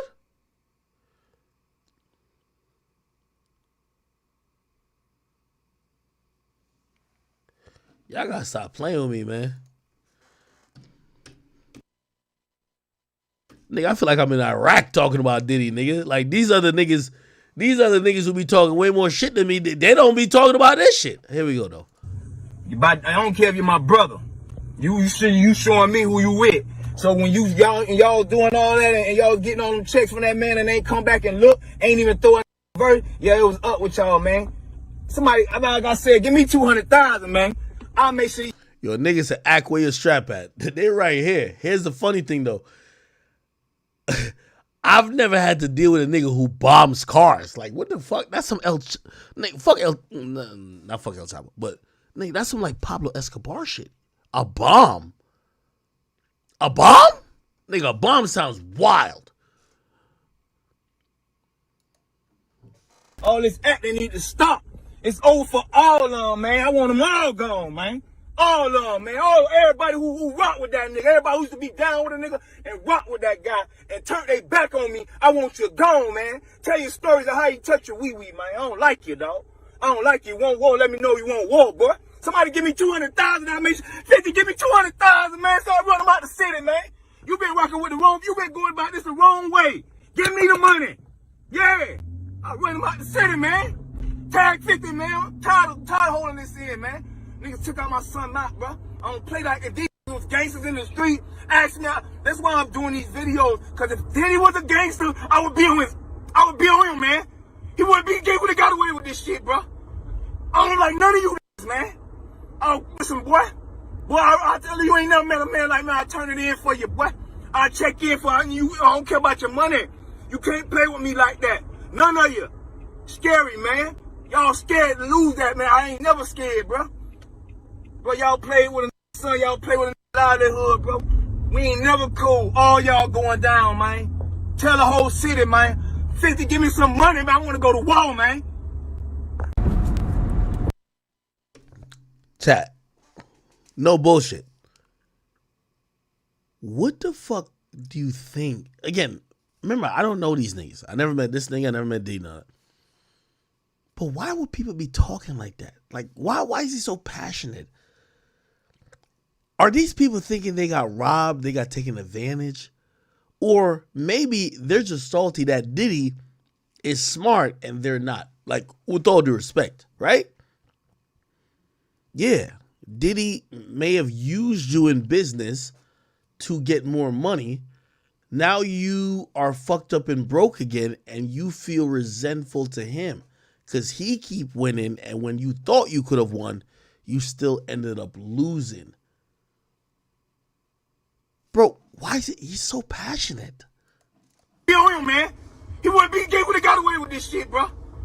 I don't like none of you niggas, man. Oh, listen, boy. Boy, I tell you, ain't never met a man like me. I turn it in for you, boy.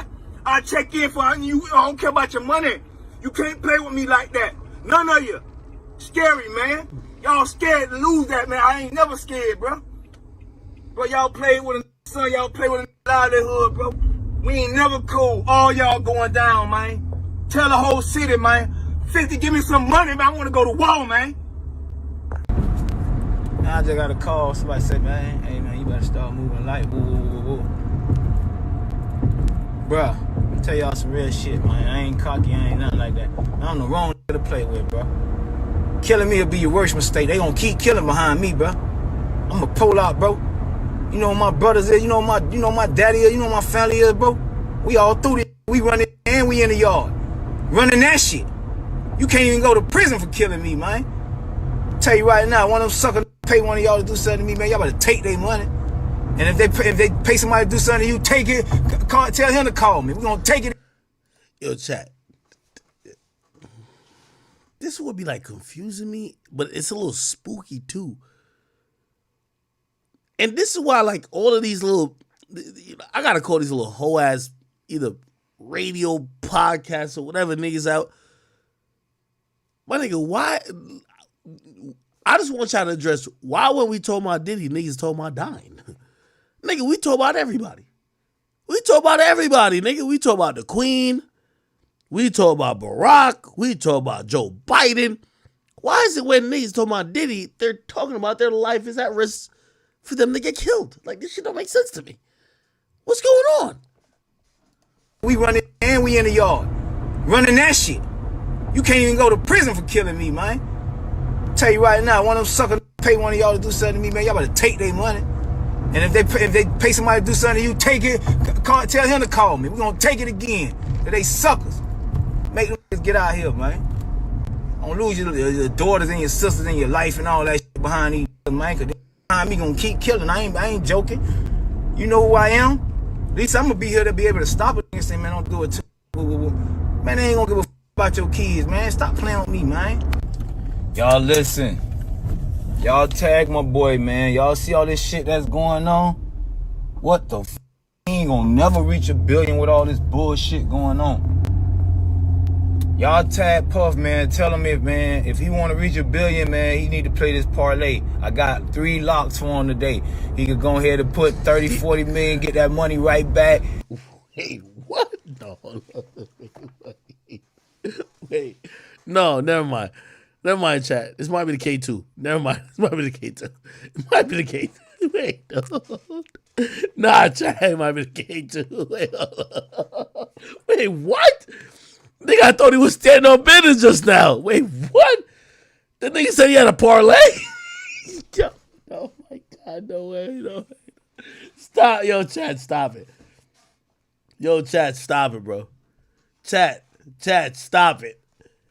Bro, this nigga seemed so mad. I was just like, yo, like, how mad he was. I was like, yo, bro, I'm gonna keep it a bean with you. I might have to, like, you know me, chat. Chat, I'm so glad I'm not gangster. If I even felt that nigga Diddy was about to do something to me, I snitch on that nigga before it even happened. You know me. I'm nigga. Listen, that's the good thing about being me. These other tough niggas, they living in whatever. Me, I'll tip the cops off. Hey, I got this weird ass message. I think it's from Diddy. Fuck that. I'm snitching early. I'm a civilian. I can't wait to tell. You notice all these niggas, they got to be very careful with threats to me. Yeah, if you catch me and we start squabbling, that's one thing. But if you throw my, you finna get me killed, nigga, I'm snitching on you, you motherfucker. I'm gonna make sure you go to jail. Shit, I'll figure out what a government agency, if Diddy was playing with a nigga like me, I'll figure out what government agency investigating him and we getting that nigga locked up.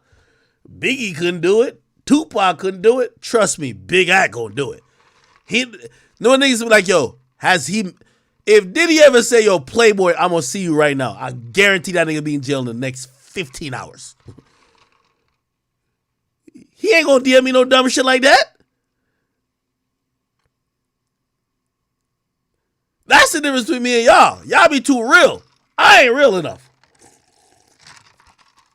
That nigga DM me. He hit me over Carisha, but yeah, that's his bitch. I get it. That's a side chick. He hit me on some shit like, yo, Playboy, just remember we gotta see each other, nigga. And remember what I did to Kid Cudi? Oh, hell no. That's a fucking threat. We gonna get you out of here.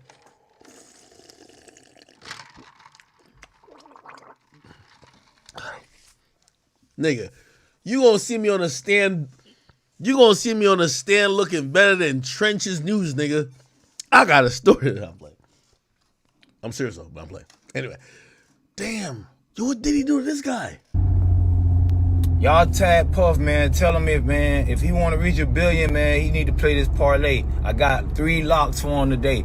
He could go ahead and put 30, 40 million, get that money right back. He need to play this parlay because this pussy ass ain't never getting no big check no more. Suck ass. He deserve it. And he tell you he need to play this parlay. Everybody telling you he a billion. That ain't no billionaire, man. I wouldn't get that billion all that. He got no more juice. All right, man. Yo, chat. Just like the amazing opportunist I am, I'll be cutting Freddie P's live where he's begging for money to go to my sponsorship that I'm getting money. Listen, people, you know, if you're into parlays and all the things of the sort, I need y'all to be playing with Underdog Fantasy. Underdog Fantasy is the place where I personally play. You know what I mean? Last time my man Stephen Wardell Curry kind of let me down, but it's okay. Okay? Also, Lillard, you my guy. I can't believe you couldn't get 20 points. You let me down too. But if you guys do care about fantasy sports, I play against my friends. Sometimes I just want to figure out who I could pick to go above a certain number or below a certain number. I do it with NFL for sure. Which, by the way, Dallas Cowboys, disappointment. Y'all fucking suck. I do it with NFL, NBA.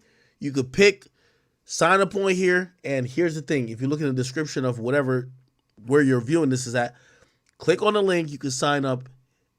It will match your deposit up to like $500. All you got to use is promo code academics. Yes, we're not into the parlays that he's trying to give Diddy. We're into the parlays that's going to give Big Ac the freedom to do what he got to do, okay? It's basically the easiest site to use. All you got to do is sign up, use promo code academics. The first $500 is on me, okay? It's Big Ac. I told him it's going to be $1,000. Next time I give this announcement, I want it to be $1,000. They wanted it to be $100. I said, no, it's Big Ac. You can't tell my people to sign up and you only match $100. They said $500. I want it to be $1,000, okay? Again, it's only for people who play fantasy. If you don't play fantasy sports, if you don't know what that is, if you're not interested, it's not for you, okay? But for the people who play fantasy and who do like, maybe parlays or whatever, holla at me, okay?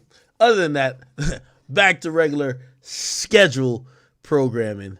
By the way, the link in the description, play.underdogfantasy.com/P-academics. Anyway, I just did the best ad ever, and I had to piggyback off this nigga. This is great. Yo, Underdog. I did that, didn't I? Okay, anyway. Thing he got paid on walking people through the door and extorting 90% of their deal just to walk them through the door. Nah, that's... Hey, for the people who say it's a legit app, no, it's a legit app. It's for fantasy sports, though. So it's all about, like, you have to bet on sports players getting a certain amount or not getting a certain amount. It's definitely legit, okay? Yeah. Nobody needs you no more. Khaled the new parasite. Nah, I'm finna end all of Khaled, Ross, everybody stand Snoop, all you niggas, man. Somebody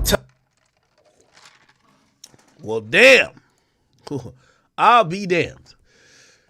Damn. Now, I wasn't done yet, chat. Was not done. People brought me back to a time. If you don't remember who this is Mase, but he was in his Pastor Mase era. So there's a time that Mase was, a legendary rapper. He was from the Bad Boy camp, but he realized that everything he was singing about and the content of what he was doing was, as my man Andrew Tate calls, haram. So he wanted to become a pastor. While he was up at Hot 97, not Hot 97, 106 in Park, they asked him about him becoming a pastor, and they asked him about Puff Daddy. Keep in mind, this is after the death of certain people who Diddy cared about, and they asked him, maybe Diddy will do a gospel album as well.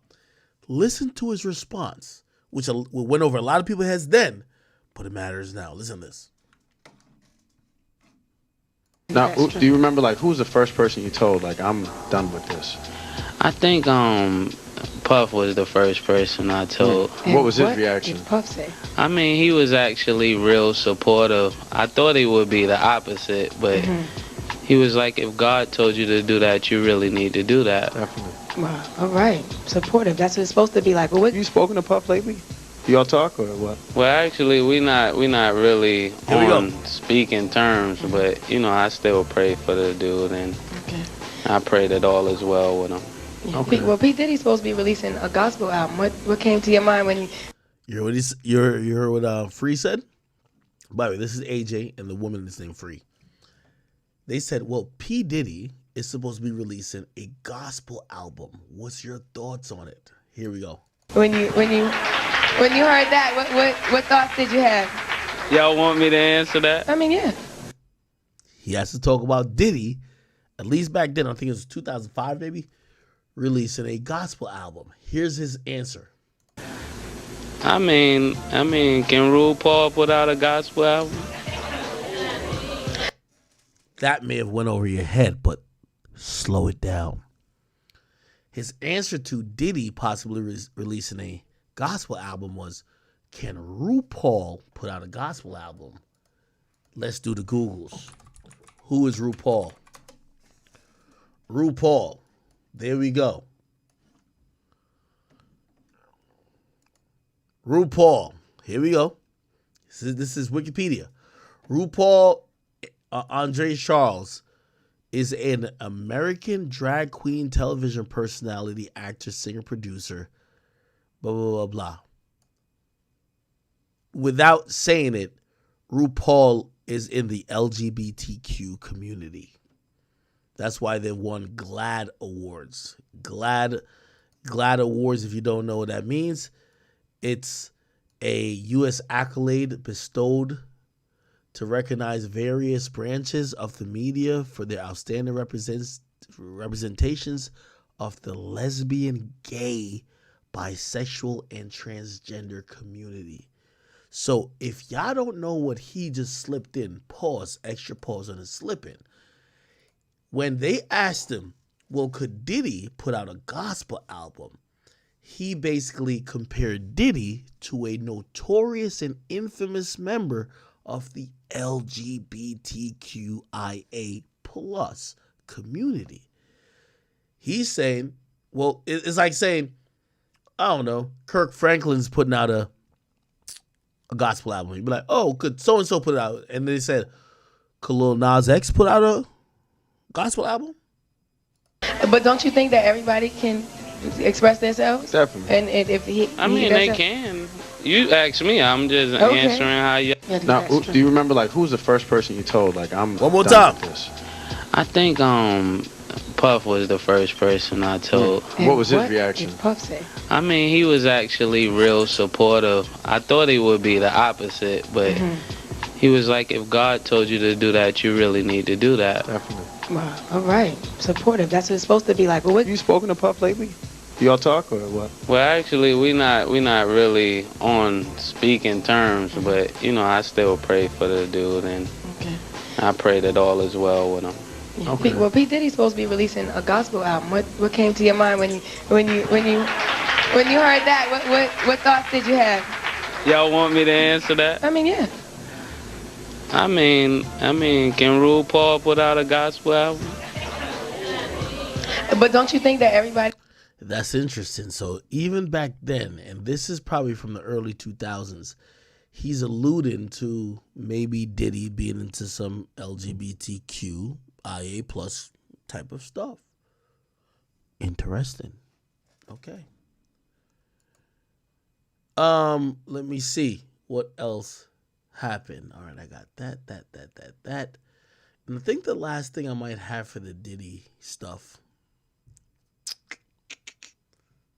Is this the last one? Give me 1 second. Oh. This is a Young Miami special.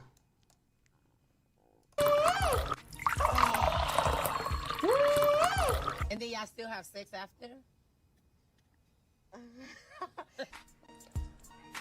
Oh. You can pee on me in the shower. You can pee on me like once you come in. Like.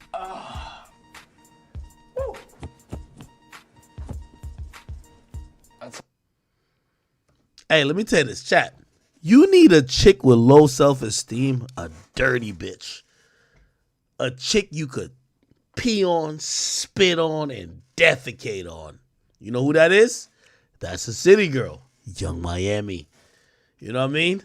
P. Diddy. Highlight the P. Okay? You heard her. Told you see Diddy like you never seen him before. You seen Diddy like you never seen him before. That's why the city girls are down bad. You get what I mean? Anyway, the last thing about, treating artists and this and third, I'll throw this into the mix. I don't know if you guys ever heard this before, but this was a heated debate and a heated argument between the Locks. If you don't know who the Locks is, we got Chic Luch, we have Styles P, and of course Jadakiss. And basically, I think it's all known now. They wrote one of Diddy's biggest songs, and when they wrote the song and when they dealt with Bad Boy, their publishing was taken by Diddy. Now, again, remember, publishing is what's going to get you paid years later when you're retired.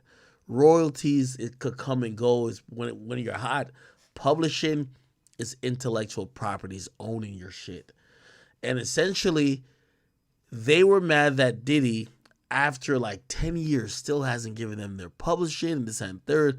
Number one, I will say this, to be fair to Diddy.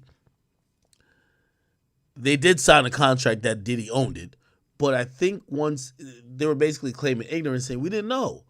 And they were like, yo, we're trying to get it right. And I thought you fuck with like the culture. Why would you want to steal from us? Because people realize over time, if you take someone's publishing, you're stealing. Especially if they didn't know what it was when they signed it over.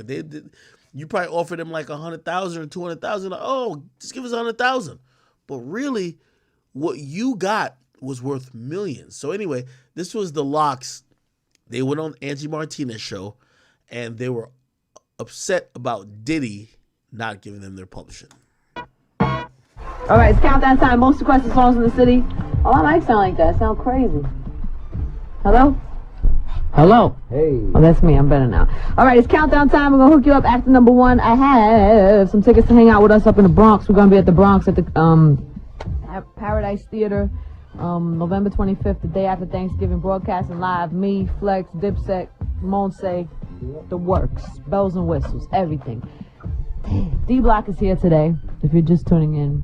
You didn't really give an announcement. You didn't really tell people what it was, and we've been getting wind of it from other places, but you didn't officially give me what the word is. Do you want to do that? Tell me what exactly. Go ahead, SP. Come on, SP. Give me exactly what the word is, man. It's only half a word now. See, because we went ahead it's half of the business done. The word was we ain't trying to work till we fix, we get what we do. That was the word. And that's on. Go ahead. And from when we was here, we got half of it fixed from just being here. The phone. Let me skip to Jada. Jada was hilarious during this. After a few years, and after 10 years and 12 years, and you become of age and have kids and have a life ahead of you. Stainless steel, Okay, so this is Jadakiss explaining that, yo, Diddy has robbed them, and they feel so passionate about him that they're thinking that if they have to commit murder, they have to kill this nigga to get what's they feel is rightfully theirs. It's worth it. This is them explaining it, and Jada is going to speak on it. That's one of the things that's worth it. So, me personally, I can't sleep sometimes. Like I lose sleep. Like I be ready to just black out. Like how long have you been? Have you had the conversations with Puff about trying to buy it back? He's so much of a gangster with the paperwork. He'll tell you one thing, and then he'll tell his lawyer or people that represents him something else. And then it never happens. And this is amazing. I mean, and you've been trying to do this for years? For years, Ange. We on our, we've been quiet and all that. We on our 7th or 8th lawyer for this. No security guard can stop. How much money are we talking? How much money are we talking? Off a skyscraper. We stainless steel, the double door joints. That nigga said no security guard can stop a refrigerator off a skyscraper. The stainless steel joint with the double doors. We talking no. I couldn't even tell you. I mean, estimated you couldn't. A couple mil. A couple million? I would say a couple mil. I can't even say. I'm not even sure. We paid a couple mil to get out. We paid almost $3 million to get out. To get off Bad Boy. Yeah, we had no $1 million budget. We did one album there, Inch. We did one album. We did Money, Power, Respect there. This ain't for albums. This is for life. This is for life, too. This is why it's worth killing. It ain't like when this contract's up. So if this is for the rest of your life, if you make a song, you have the way it stands, he gets money no matter what? If we make a Give It To Me or in the club, he's going to make more off that than we are. And people don't understand. That's worth throwing it all out the window. That's worth saying, wake up saying, yo, I'm tired of this, man. I'm literally tired of this. Like, people, yo, it's a hit, and people, people been calling us since like you guys can't do this, and you know it looks like a gimmick and it looks like a game, and it look, this is our life. Like this ain't no joke. Like we from when we came in. Give me 1 second. I'm gonna grab some water. It's worth throwing it out the window. When we came in the door, we ain't no greedy dudes. If you know us, Ange, anybody who know us, we hard workers, we chilling, we humble, we the streets like. But we ain't trying to go rob nobody for nothing or say, yo, hit us with something. But yo, dog, we made one album with you. Years ago, we came in the game. We paid $3 million to get off. Close to $3 million. I gotta pay him $300,000. You made, Lord knows what you made off the Benjamins. Every time I put out a solo album, he gotta get an advance of $300,000. What kind of? That's crazy. How That's do you what the get people don't see. Like, and to me, it's like, yo, come on, dog. You on MTV, VH1, $1 million parties, Sean John, Justin's, this and that. We did one album with you, dog. You Benjamins, Lord, No Way Out from the Benjamins sold something crazy. You made something crazy. You made your money back off of that. And when we came in the door, our advance was between the three of us was like 100 G's. And you charged us $3 million to let go. And you had a publishing for half of 10 years now. And we've been trying to, we've been quiet. You know, people be like, y'all wild, or y'all but behind the scenes, you've been dealing with this for a long time. We're on our 7th lawyer. Is that Puffy on 11? Puffy's on 11. You want to talk to him? Hell yeah. Okay, should I go now straight live, or can I get to, let's just go live. Let's go. Hello? Yeah. Hey. What's up? What's up? I mean, Hey, yo, check this out, man. The last time y'all did this, man, y'all did the whole campaign, let the locks go and all that. Y'all ain't want to be down with Bad Boy, so we let y'all go. Y'all want to be down with us, we let y'all go, we keep it moving. But to get on there and portray like somebody got to go and steal and rob and be shysting y'all, that ain't really correct, you know what I'm saying? First of all, I'm at my office right now. I'm always accessible. Y'all ain't got to get on the radio and do certain tactics and do certain things to ever holler at me. Dedicates, last time I saw you, I told you, let's get together, let's talk. You know what I'm saying? I told you I'm accessible. I said if anything don't come, if there's somebody standing in the way for you expressing yourself, or any of y'all expressing yourself, y'all can come get at me directly. You know what I'm saying? All that throwing the refrigerator and you gonna kill, y'all ain't killing nobody, man. You know what I'm saying? We businessmen. We all mature adults here. All that right there, I'm at my office. Y'all can sit on this interview with her and talk as long as y'all want to talk about it. Or you can take the invitation I gave you before. But it's not even getting there because of your get on the radio, whatever tactics. I ain't your enemy. Dog, I ain't your enemy. You need to bang like that on cats that's coming at you. I ain't your enemy. Just yesterday we got a note from your office about killing saying you don't have no idea of none of this or none of nothing. Just yesterday, your lawyer told us that. I see you at the show backstage. You said find out what it was. But don't sit here and portray like Puff took nothing from y'all. What is it? What is it? What do you call it? If it's 10 years, what do you call it? And don't say we can come to your office or do none of that, because we can't do none of that. We can't handle it no other way but with lawyers, and you know that, so don't get on the radio and act like a tough guy or none of that. Wait, you know how we can settle? You acting tough. I'm in my office, so why don't we stop talking on the radio? Now, you want people to stop talking because you just don't want to know the truth, dog. We made one record with you, Money, Power, Respect. It's 10 years later, and you still got half of our publishing. Now, there's no way you can make it justifiable that you deserve half of our publishing. You ain't saying nothing to my face. We just at the concert. You ain't saying nothing. What are we going to do? Saying it to your face? Get sued? What do you want us to do? We can't touch. We can't be violent or none of that. We can't even have. You saying all this, dog? 2 years ago, levels in Miami. Let's real recognize real. Y'all know where the office is at. There's a big sign on it. I'm gonna be here. The whole National Guard's downstairs too. Cut it out, man. We can't talk in this. I'm a grown ass man, man. You're a coward. And I don't take nothing. You're a thief, you're a coward. Don't say you're a thief. Okay. You're a thief. Come to the office, man. Come to the office so we can straighten it out there. Yo, how we just 3 guys you don't even mess with. You had your Ace Boom publishing. You call me whatever you want. You want. won't let his publishing I'm go. at the office. You won't let your man's publishing go. We're going to argue in front of New York. That's the way you want. Do you own your man's publishing, dog? Ain't nothing to y'all, man. Do you own your man's whoever publishing? New York could believe it or whatever. I don't Do really you care, own your man. man's publishing? I can sleep good at night because I ain't never You did nothing to can't- y'all. And if y'all ever want Dog, you had a whole bunch of artists that I'm here. Puffy. That's it. Dog, you had a bunch of artists whose careers never went Hey, yo, right with dog. you, dog. Hey, Be for real, dog. Look at the list. You, but, look at your list. we don't want to be violent. You the artist that did best for yourself. Look at your list, dog. Look at all the artists you dealt with.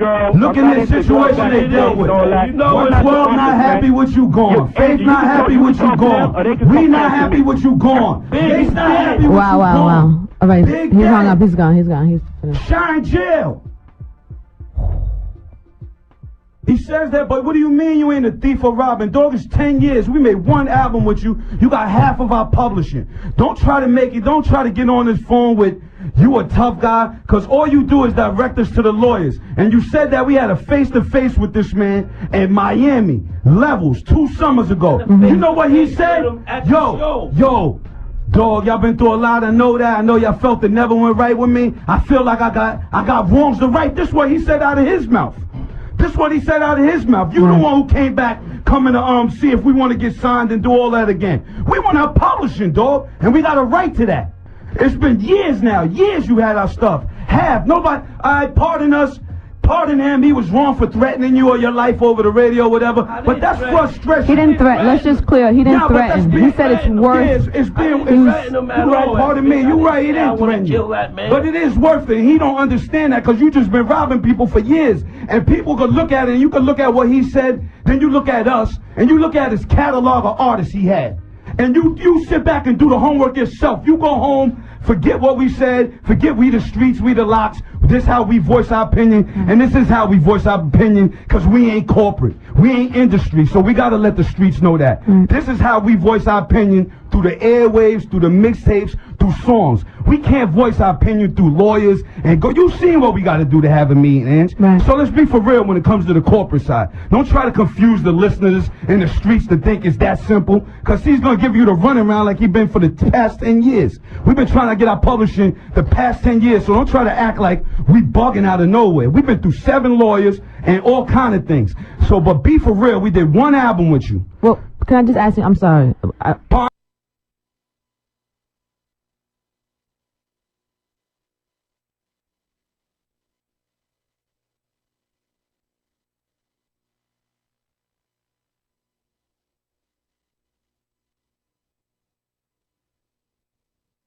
On how the parents talk to the kids. Been robbed. That's cooning. No, it ain't. That's cooning. No, it ain't. Because you bring it, so you see, because why I say that's cooning is you turning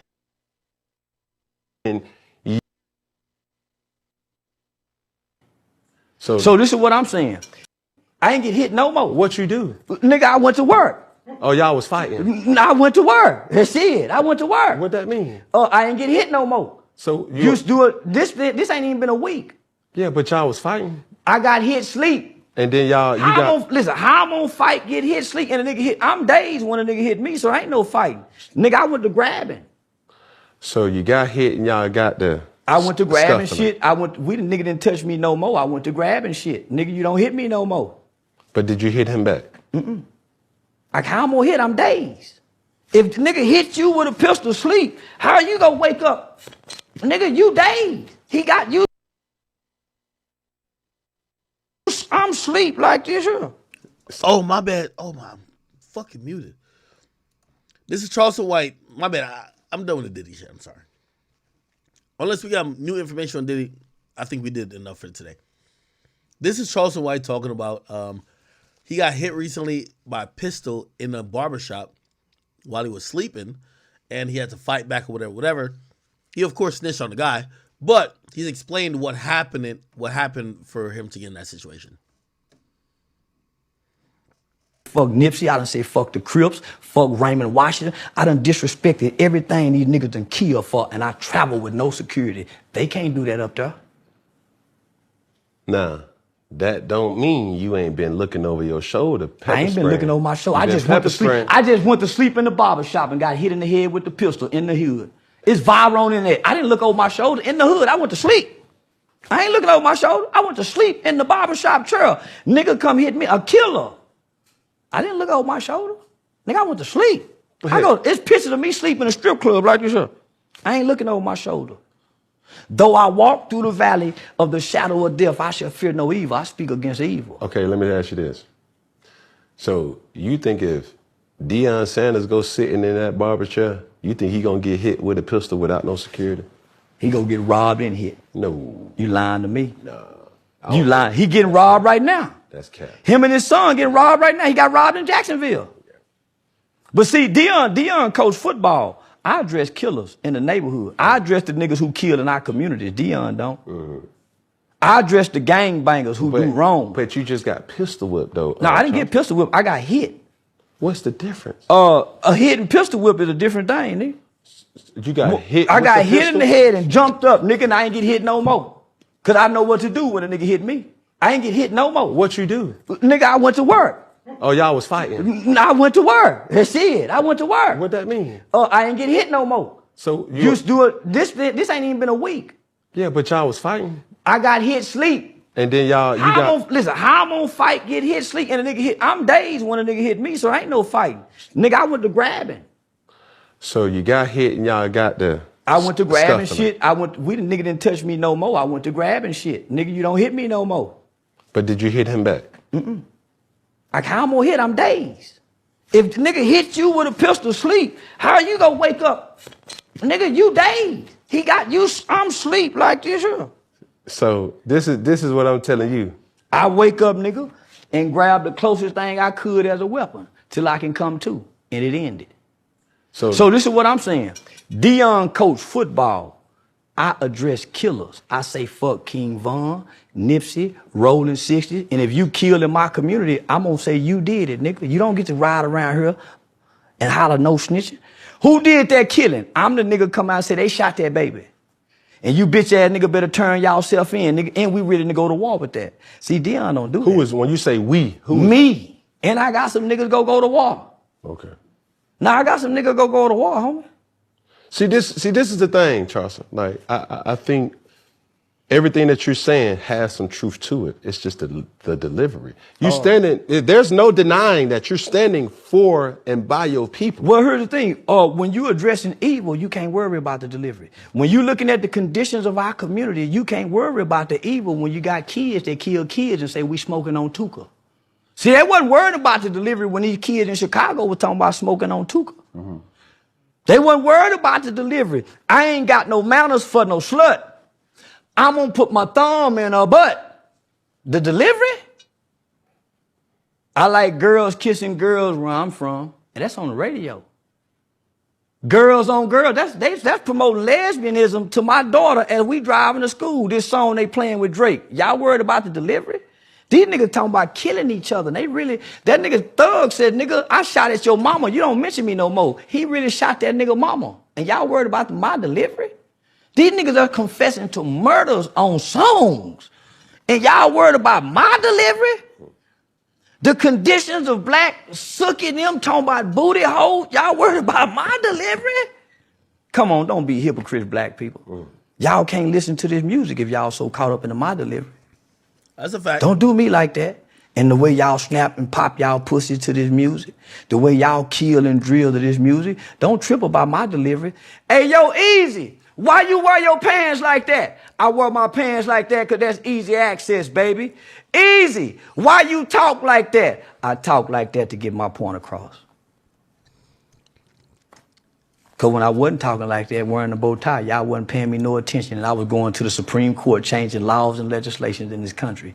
I was working with over 50 U.S. congressional members, from Ted Cruz to Mark Rubio, Senator John Cornyn. I was on the front page of the American Bar Association Journal.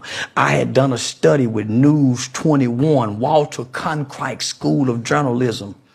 Y'all wasn't paying attention then. So, nigga, I gave y'all what y'all want. A ignorant motherfucking nigga that talk like them rappers. Now y'all listening. Now y'all paying attention, huh? I got y'all attention, checkmate. Now let me tell y'all what y'all need to hear. We fucked up as a race of people since y'all so caught up into my delivery. 5% of children now are catching HIV from ages 13 to 21. What y'all worried about? 85% of the new chlamydia, all the new cases of teenagers. What y'all so caught up about? Nigga, only 35% of most kids in inner cities can read on or above their grade level. What the fuck are y'all talking about? These kids can't read. Come on, my nigga. So if we gonna be real, let's be real. I'm not bashing the black woman in her BBLs. I'm not bashing the black woman because she wearing eyelashes. I'm not fucking with the sister because she got too many baby daddies. I'm addressing men. Boys and men, from Deion Sanders and his son to black people following a cult-like man, but won't support local. How can black people give all this energy to one man and all these other black coaches from high school to college? Why is it just this one man? And we abandon hashtag HBCUs, just like we abandon no justice, no peace for George Floyd. Are we still mad about George Floyd? Are we still mad about police shooting? Is that why we not kneeling no more? Are we still boycotting the NFL? What happened to all these things? What happened? Nigga, because I'm still stuck on Tamir Rice while y'all stuck on my delivery. I'm still mad why ain't now motherfucker tore up the country behind Tamir Rice. Baby Tamir Rice at that. Since we so in tune. See, I know a kid by the name of Dacian Steptoe who killed a high-ranking police officer by the name of Officer Garrett Hull. They called him Rambo. After he killed Officer Garrett Hull, rather than them taking Dacian Steptoe to jail, they executed him on the spot. Broke his arm in two. This is why I like Charleston White's like very intricate, because there's a lot of times he's just cracking jokes and he's talking bullshit, and then he'll start making a point, and it's usually the uncomfortable point that no one wants to talk about. So when I see celebrity niggas, from football players to basketball players to rapping niggas, I say, man, them niggas can't talk to me, homie, the kind of work I done put in. Them niggas ain't got no business saying a motherfucking thing to me. Nigga, I really been feeding the community. Nigga, if you go to my city, nigga, if I talk to mayor, listen, these niggas just be talking. So now, nigga, I really get offended. That's why I say, fuck Deion. That nigga lived in Dallas, Fort Worth for over 20 years. That nigga ain't known for doing nothing in the community, my nigga. Nothing. Fuck his son that's been favored that get to drive a Rolls Royce, nigga, when half the kids can't even pay college tuition where we from. Let alone drive a Rolls Royce and not pay parking fee. Robbing, my nigga, that's what we doing anyway to our rich cousins. If we go be real. The poor black and the rich black don't get along, so let's play like we don't.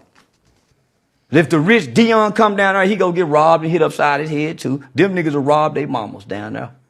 Let's just be real, homie. But I ain't left them people. I still go back to get my haircut with them. I still pass out turkeys. I still give them Christmas toys. When they call to get their kids out of trouble, I'm still there. I ain't left them yet with my stardom. Deion left. I ain't showed up in a bunch of kids' life and promised them that we go grow together. And my first chance I got, nigga, I left them and took the money. You know what I just did? I just left this whole group of kids right here with some more abandonment issues because they were seeing me as a father figure. Y'all just see him as a coach. They were seeing a daddy, a father, just the presence of that man. Just the presence of that man in them boys' life, homie. And you take that from them? You take that from them? You take the limelight from them. You take all that from them. You strip them from that. And now they back in the dark. They back in the dark.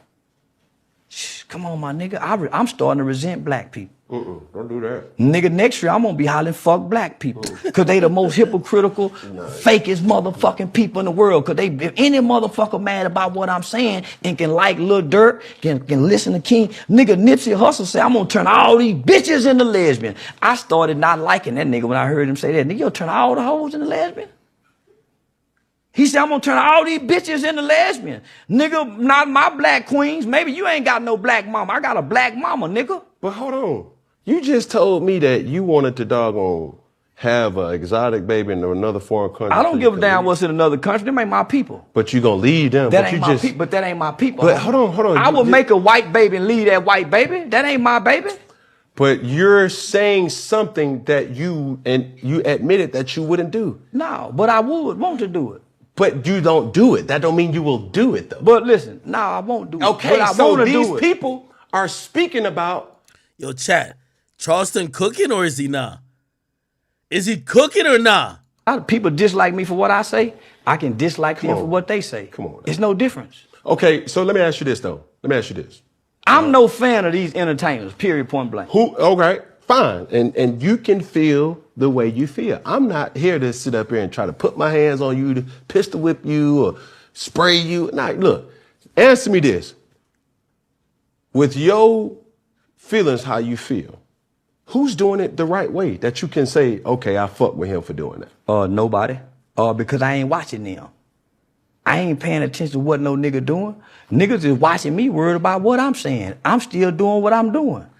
Niggas is hearing me say shit and caught up into what I'm saying. Nigga, I ain't watching no nigga to know what they doing. I just know I'm doing it right. And I've been consistently doing it. And that's the key, consistency. Since a lot of niggas start, but they don't keep doing. I ain't stopped. Every city I go to, whether I'm doing a comedy show or anything, nigga, I make it my business to go to the community to give money directly to poor people. I make it my business. Every city. So I hear a lot of people talking, and I'm saying, well, shit, nigga, I ain't been doing this rich. I just got rich. Nigga, I was doing this poor, with no car, in the rain, feeling shame, feeling less than. Because I understand it's obedience over sacrifice. See, just a lot of people make sacrifices to help other people. I'm operating out of obedience. I do it even when I don't feel like it. I do it even when I think. Is he cooking, Chad, or nah? Think I hate something. Man, I hate these niggas, God. I still go do it. Because it's obedience at this point. But I'm a natural man. I don't like Dion. I don't like his son. I don't like them niggas. I don't like them rap niggas, homie. Because from my standpoint, I fight white people. I've been bucking the system. I killed the white man, homie. I've been doing things to white. But you didn't kill him. But I led the charge. Yes, sir. And the newspaper described me as the smallest of the bunch, but the brains of the bunch. I put the gun in his hand. I'm the dictator. But it still don't matter. It's a different. Larry Hoover didn't kill nobody, but he's in there for all them murders because he said go do it. I'm the dictator. Nigga, if I say do it, he get done. The little bitty nigga with the big mouth. If I say do it, it get done. I've been like that since I was a little bitty boy. I'm the general. Nigga, I ain't this brazen online and ain't this brazen. I'm a general in real life, homie. If I got a problem, the whole city want to know what I'm mad about. But I ain't brought harm to my people. I ain't sold dope in the black community. I went across the railroad track because I was trained. I was trained, not taught. I was trained by the old niggas. You go across that railroad track, nigga, and do something to them. You don't do it here. I ain't shot no gun at no nigga. I ain't had no fight with no nigga and kicked him in his face. I ain't done my people bad. All my crimes have been predicated across the railroad tracks. All of them. So I'm a different kind of nigga with a different kind of spirit. So I reign supreme over certain kind of niggas that want to talk to me that's been hurting niggas all their life. All my crime been across the railroad track, and I take pride in that. See, most niggas don't know what it's like to stand over a white man and watch him die and look him in his face and watch him take all his last breath. Nigga, that's a picture in a vivid, I can't get out my mind. So every time I get mad at white folks, that picture come up. Every time I get mad at white people, nigga. So can't no nigga talk to me. Dion, nigga better keep playing football, nigga. We been snatching white folk purses, breaking into white people houses, beating up old white people because they won't let the purse go. Doing white girls bad in the name of doing them bad. Nah, homie, we been vicious to white folks. And then I don't speak with this to try to boast and brag, but that's the side of me that rides when my people got a problem with what I say and overlook what I do because I'm watching what y'all do and listening what y'all say and y'all just as hypocritical as y'all think I am. So you... Nigga might have some bars still. You might, yo, Chad, is he cooking? The man been in my city for 20 years, brother. Have you ever met him? I've met him. I've actually talked to him after he got his toe amputated. Yeah, I met him. Did you say anything? Did you say fuck Dion in front of Dion? He was still at Jackson State then. Did you say fuck him then though? It wasn't no reason to say fuck him. Did you say fuck King Von in the presence of King Von people? Yeah. Yeah. When you did that? It's on camera. What's the boy named 600 Breezy? We stood toe to toe, 600 Breezy, in his face. I ain't gonna quit disrespecting nothing about King Von, nigga. In his face. And went to Chicago and did an interview around the corner on DJU from O Block. You went to O Block? I went around the corner at DJU. No, I went, listen, You we on rolled through N-Block. O Block. However we got there, I don't know nothing about Chicago. But nigga, we went around the corner from O Block to DJU was a DJ, ain't it? Ain't DJU a DJ? You lying to me? And they wanted to kill that nigga for not letting him backdoor me around the corner from O Block. Let me tell you something.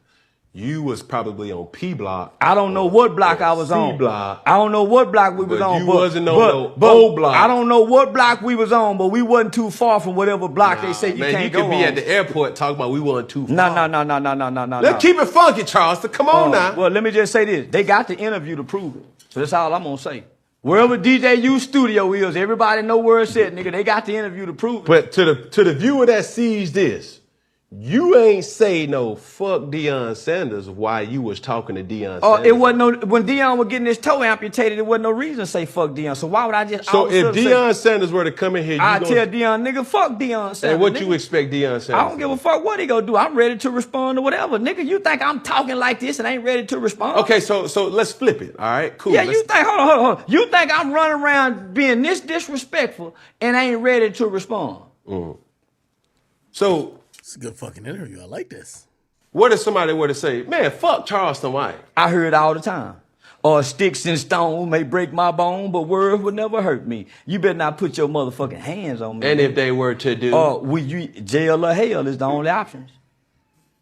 You gonna do that? Jail or hell. You gonna take it? I ain't never been beat up real bad, nigga. I talk a lot of shit, and I've been talking this all my life. Man, you remind me of my cousin. I've been talking this shit all my life, and nigga, when I was in an institution, a nigga better not touch me. And I can squabble. You can fight. And I'm dangerous. You can fight. And I'm dangerous. But can you fight? And I'm dangerous. You can shoot a pistol. You can shoot a gun, but can you fight? I'm telling you, I spent 7 years locked up, homie, and as much shit I talk. You ain't found one nigga that been in all them Texas prisons to come out and say, nah, man, we used to beat that nigga up. But you good with words. You can talk your way out of ass whooping now, Charleston. No. They'll pay a nigga $20,000 to say he whooped me.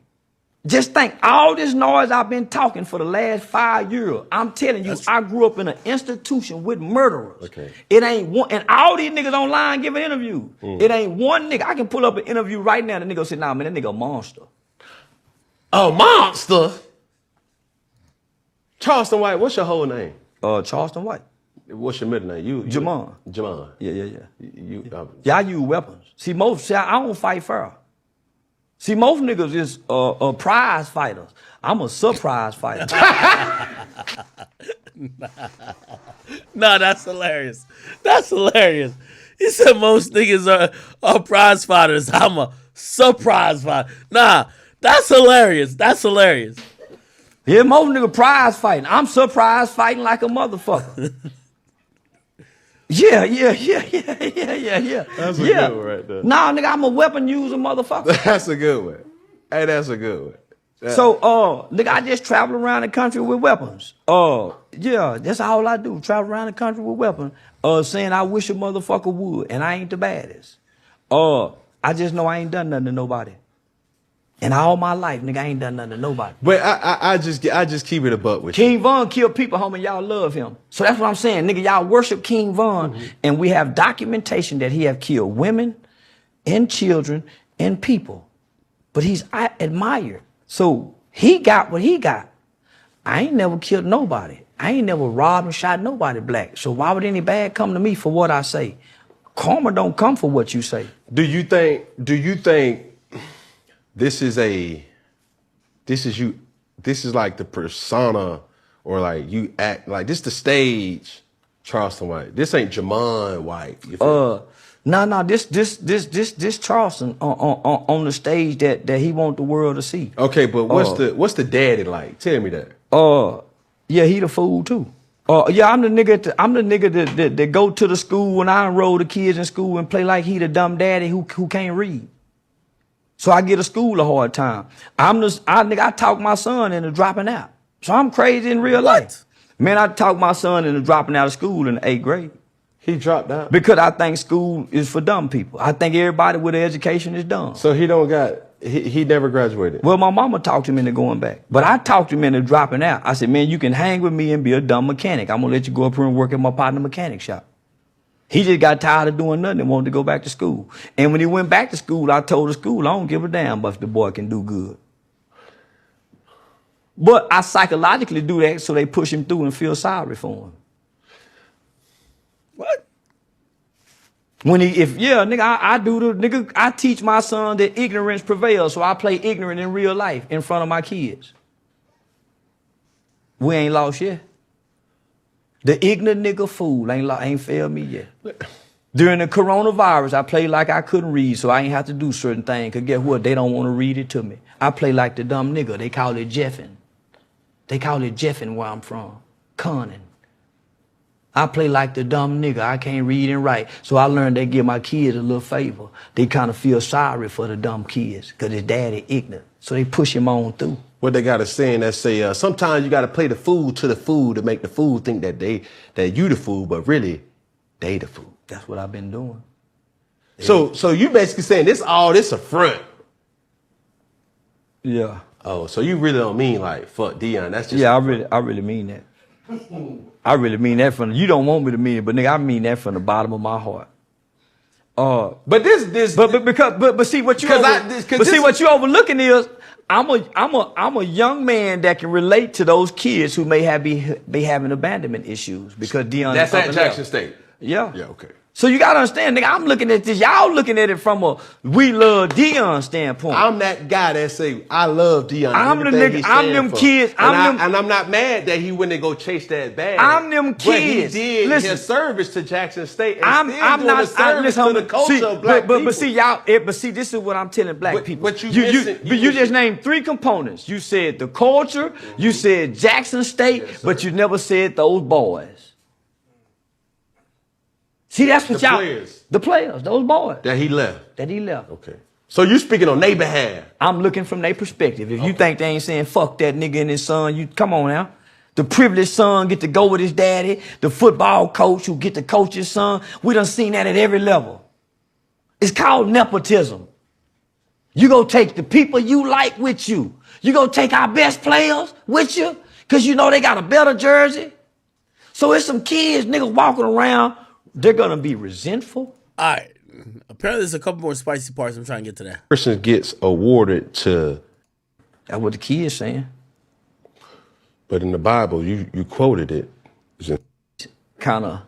It's a big part of who you are and how you engage the world. So naturally, I'm going to sympathize with the players who may feel abandoned by their father figure coach. Right? So... I share that abandonment that these kids may feel because I don't play football, right? So I can't put my fit from all this black support. They couldn't get this from their white support. They couldn't get this from them. He ain't no good coach. No, he wasn't no good coach. Oh, cap, boy, now you talk. But you have to look. It's not the players. The white folks will sit back and let Nick Saban go get a bunch of niggas to run. They ain't finna let no black man go get a bunch of black people to come take over a team in a predominantly white school. They're not finna do that, fam. Oh. Think I done spent all this time thinking of this crazy ass shit and you go delete it? Come on, man, shit. Aiden Ross. Confused. Lizzo. Fat. Dwight Howard. Sick. Soldier Boy. Weird. Charleston White. Oxymoron. Nah, you had part of that word right. You can leave out the oxy. Yeah, oxymoron. Nah, I'm you can leave out the oxy. Yeah, I'm what you like. I'm what you like but can't love. I'm an oxymoron. Yeah, I'm what you like but can't love. You like the bravadiness. You like the harsh, brutal truth, but you can't love the truth because the truth hurts. And the truth don't care about people's feelings, and neither does God. I'm going to say it again. The truth don't care about people's feelings. So I try to tell the truth and not consider people's feelings. So I seen Be what they want us to be against black people. Cooning. Yeah. Yeah, I had a great opportunity to do that. And you don't think you've been doing that? Nah. I take my money and give it to the black people that people don't even know exist. So, can we keep it funky? Yeah. Like, I'm talking about real funky. This the Funky Podcast, eh? That's what Funky it is. Friday, just keep it funky.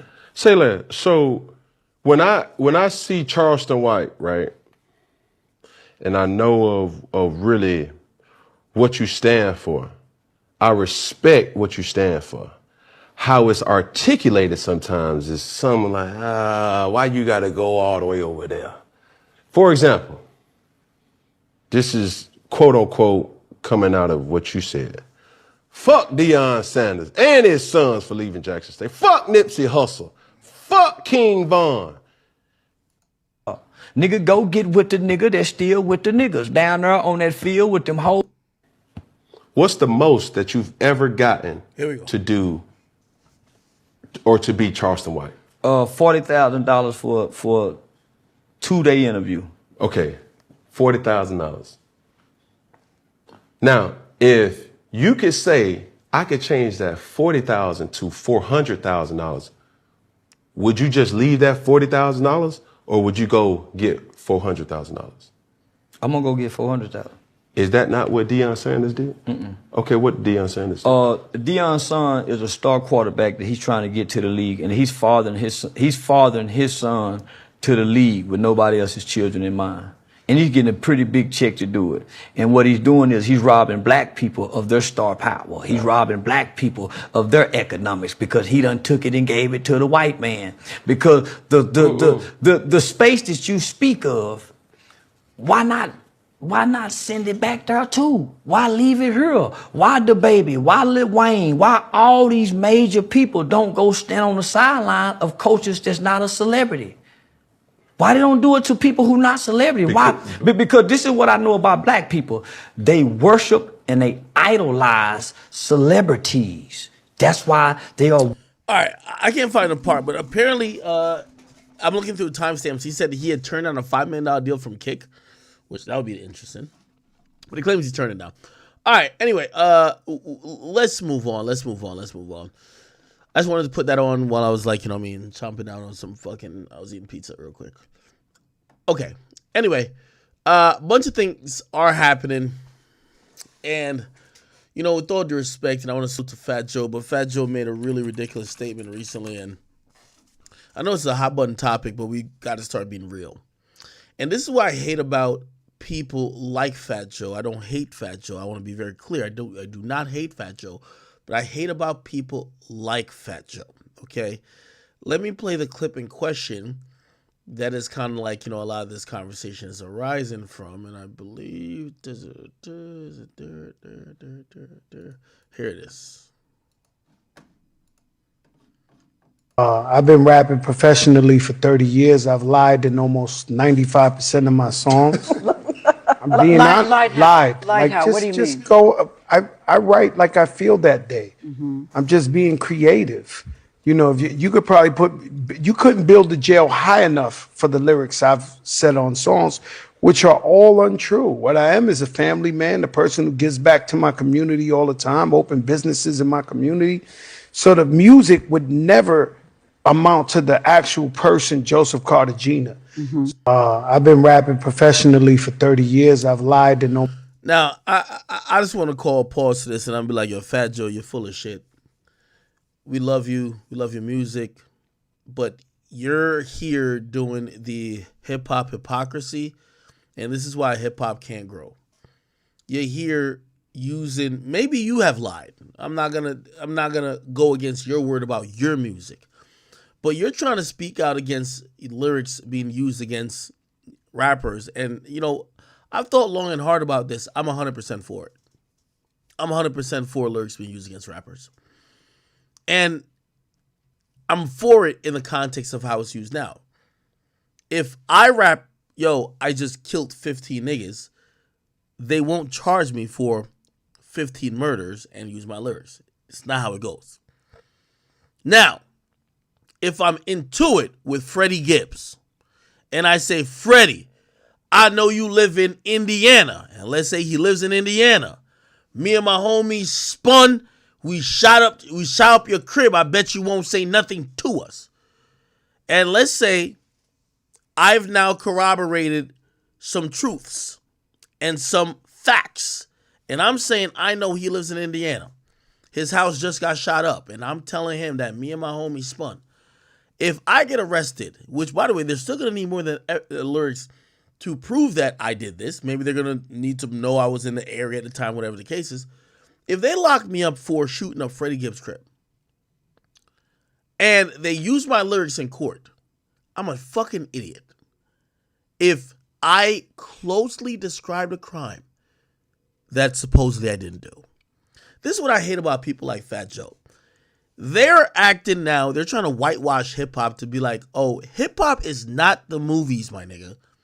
You niggas is rapping about actual shit. Unfortunately, I'm not saying it's good that this is the case, but unfortunately, a lot of rappers come up off of the realness of hip-hop.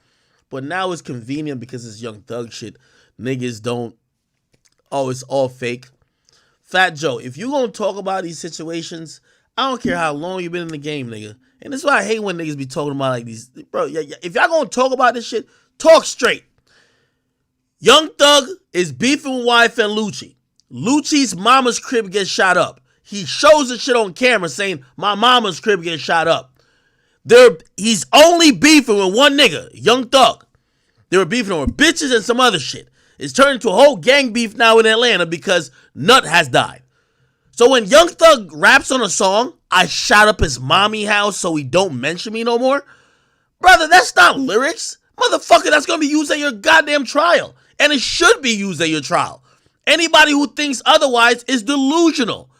When are we going to, as a culture, start putting blame on the actual rapper? Young Thug, you were a fucking idiot to rap about shooting up a nigga's mama's house when his mama's house just got shot up. When you the only nigga that anybody knows he got beef with. You're not rapping at that point. You're making a fucking confession tape. Because it's over a good beat, it's not confession. It's one thing if you're saying, yo, you did some shit you never did. Some shit that nobody knows about. Some shit that maybe does not accurately portray one crime. But you literally described an actual crime that's being investigated that you're now taking credit for. I'm sorry. That lyric should be used. These rappers are now trying to come out. Fat Joe, listen. Good for you if you lied to 95% of your lyrics. But if the 5% you told the truth in, my nigga, and that 5% relates to an actual crime, you're an idiot. And you should be charged. And those lyrics should be used. I'm sorry. If music is art and expression, and even if you did do shit, you should be able to code it and not make it so fucking relatable that a white guy who don't even know how to do a two-step could motherfucking figure it out and charge you for a fucking crime and claim your lyrics as a confession. I'm sorry. Fat Joe is trying to do like he's doing a pandering shit. Everybody who says, oh no, they shouldn't be using lyrics. Bro, they're not using any lyrics. The lyrics has to directly connect to a crime that, by the way, lyrics in most jurisdictions, lyrics could never start up an investigation. The lyrics comes afterwards. They're already investigating you for shooting at this nigga's house, and then you rap about you shooting at the nigga's house.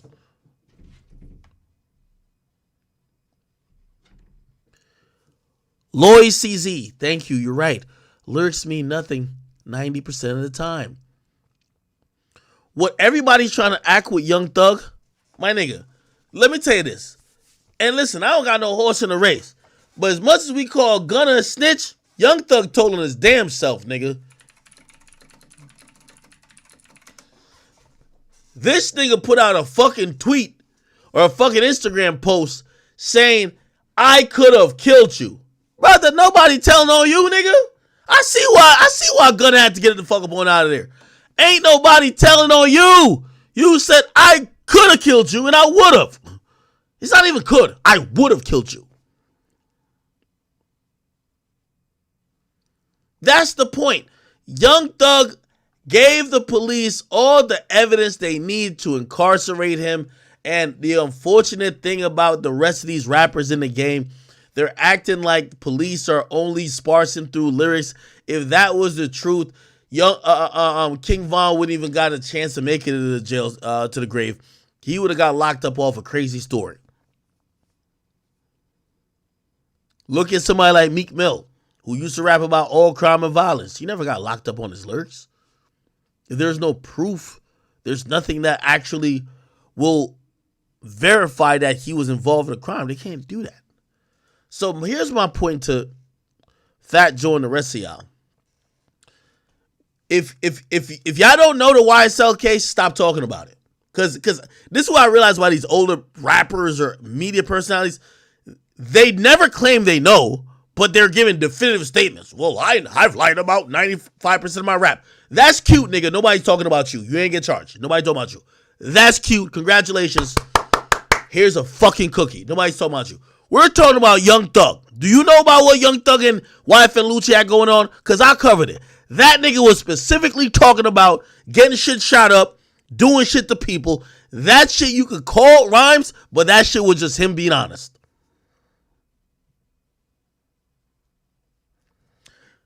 ESPN's 365 said, who cares if he's guilty? We gotta lie. Fuck it. Ooh, I love them lyrics. Free Thug. See, that's another thing. You know how many niggas who actually are criminals that rap about crime that we all just turn a blind eye to because their music might be hot or whatever the case is?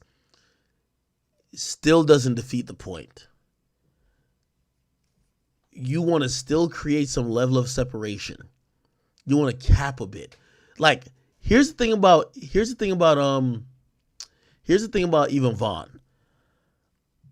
Vaughn gonna cap a little bit. Vaughn gonna be like, oh, word? Oh, Duck? Nah, me and we squash our beef. We ain't had no beef. Like, he's still trying to cap it up in public a bit. The rest of these dudes are admitting, like, listen, nigga, if you put this on your Instagram story, you shouldn't be surprised why you got locked up. You said if you ain't like what that nigga did for his mom, you would have been killed him. Where'd you think this was gonna land you? So I'm calling what Fat Joe is saying as good to know. I'm glad to know you were lying, but Young Thug wasn't lying. Okay? You ain't Young Thug. You were lying. I'm glad you were lying, but Young Thug was telling the truth, and that's why he's charged. So don't be trying to bring lyrics like everybody's just rapping about some fictional shit. You were, not Young Thug. Anyway, have y'all seen a new scandal? Basically, there's a bunch of people mad because they said in their Spotify Wrapped, which is a yearly list of the top songs and top artists you've listened to for the year on Spotify, they're saying that Lil Durk appeared in their list. And some of these people are claiming they never listened to Lil Durk, including this Karen right here. She's saying that Lil Durk polluted her list of favorite songs and was the top rapper or musician she listened to, but she never listened to Durk ever. She went on a rant about it, and she said this. So mad right now. Whoever hacked into my Spotify account and listened to Lil Durk for 21,000 hours this year, I hope you rot. You have ruined my entire life. I woke up this morning so excited for Spotify Wrapped, and I literally log into my account, and all I listened to was like Noah Khan and Taylor Swift and just like some cute granola stuff with a little bit of like SZA sprinkled in there, and I wake up this morning to literally all my top songs and my only artist being Lil Durk. Like, I thought I logged into the wrong account. I don't know. Like, this is not me. Who did this? Who did this to me? Hey, I got intel on this. So there's a leak, and I talked to my people at Spotify. What happened is there's a YoungBoy fan page, that spammed Dirk's music, which, trust me, it doesn't make sense. They spammed Dirk's music bots to a whole bunch of random people. That's what I was told. Okay? And supposedly this was to make Dirk look bad because obviously videos like this is going to get made. Except, I don't know. I don't even know how it makes him look. But apparently it was a YoungBoy fan page who did this. I'm so upset. Who the By the way, does anybody have her @name? Because I want to see her follow-up message to it. fuck? And Lil Durk? I mean, I just like, I don't listen to him. So mad right now. Whoever hacked into my Spotify account and listened to. Somebody said it's promo. It's not promo. I spoke to multiple people. I spoke to Dirk's team. They said they didn't know what the fuck this was. I spoke to people from Spotify. They showed me certain shit. And I spoke to some other people. And it was basically, at least at the time of me saying this now, this was done by a NBA YoungBoy fan page. Don't know. Does anybody know her name, though? Because I want to go to her @name. Someone said, why would we have her @name? I don't know. Like, it's one of the chicks complaining. I want to see her, like, next post or whatever.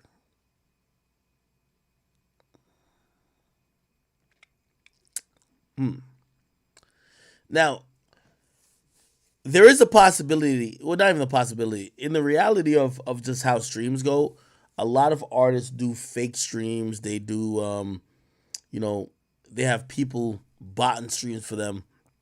And we've seen this before where some of the botted streams won't be just random new accounts. They'll have access to random people's accounts and they'll use those accounts like while they're sleeping and shit like that to just run up streams, you know? I don't know if that's what this is, but looks kind of sticky. Someone said, Dirk paid Act to say this to clean up the bot rumors. No, not even. Not even.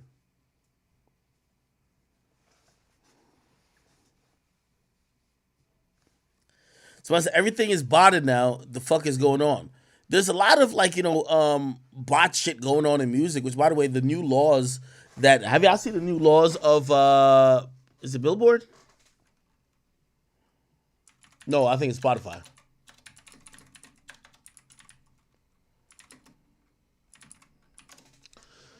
Spotify is now, they put out saying they're changing their royalty model, right? And now they're saying that they want to crush streaming fraud and include a minimum payment threshold. This is what they said, though.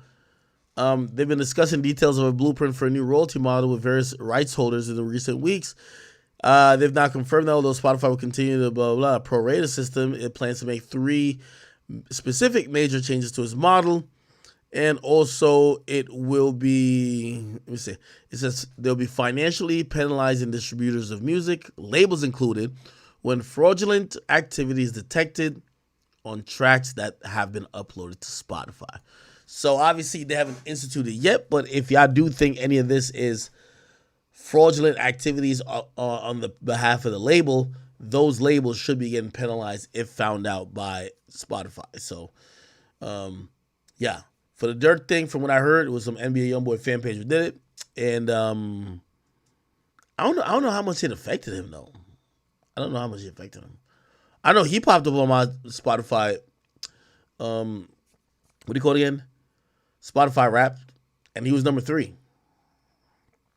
It was Burna Boy, Drake, YoungBoy, then I believe Gunna and Young Thug. But yeah, this is going to continue to happen at least for a while. All right. Yo, chat, man. I kid you not. Give me 1 second.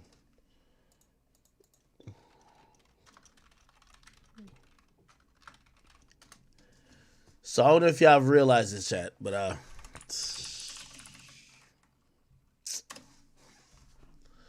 you know who started OnlyFans? YNW Melly's mom. So YNW Melly's mom has announced that she's going to be starting the OnlyFans. And I got to be honest with y'all, man. Like, this shit is perplexing. The reason why it's perplexing is because I can't understand why she's doing this. Your son is fighting for his life. How much, you know, there's certain mothers in hip hop, and you probably could name a few. I won't name all of them. That I feel like their son became stars, but they also wanted to be stars as well. Blueface's mom is one of them. The situation between Melly's mom and Melly, I always thought was interesting, but I never thought she'd be doing shit like this. If you're wondering if she's doing this for money, this can't be a money play. Like, no way, no how. Well, let me see.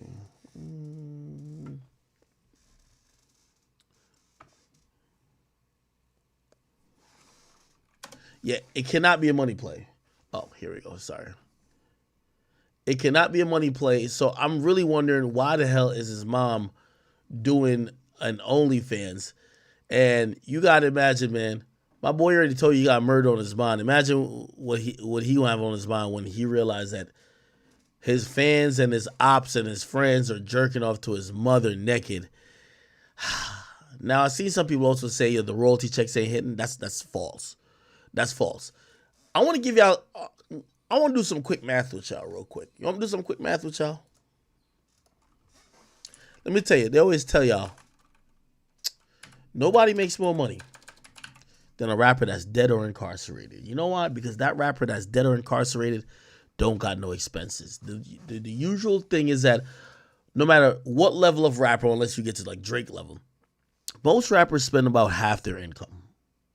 Okay? They're not saving for a rainy day. They spend about half their income, at least. Right? So usually once they get a little cold and now they're used to spending a certain amount and they're not making a certain amount, that's how they get to be broke pretty quickly. To do a little math on, like, you know, people who are controlling the estates of certain people. Let's look at a few rappers who have passed away. You want to do some pocket watching? X. And by the way, I'm going to be honest with you. Like, I don't, you know, Cleo, she seems like an amazing woman. I would never like disparage her or anything like that. But if you ask me the difference between Cleo, Jameek, who's YNW Melly's mother, I don't know who controls or I don't know Juice WRLD's mother. It's that these other estates is making a shit ton of money. So for example, you want to know how much money X brought to the table in this last year, right? By the way, remember, X is dead. So all the money goes to his mom. Now, let me just go into display capture mode. And I got my calculator. Now, this is only on Spotify. $3.3 billion. Okay? Which is, I'm going to show you. Okay.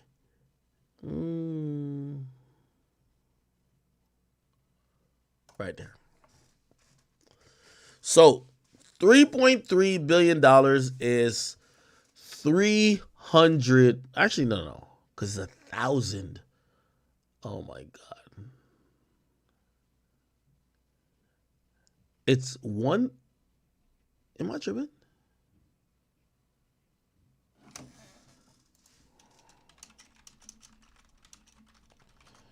My bad. That liquor is hitting me, chat. Okay. So 3.3 is times, it's going to be 7 zeros. Okay. Times another 1,000. Oh, fuck. 3.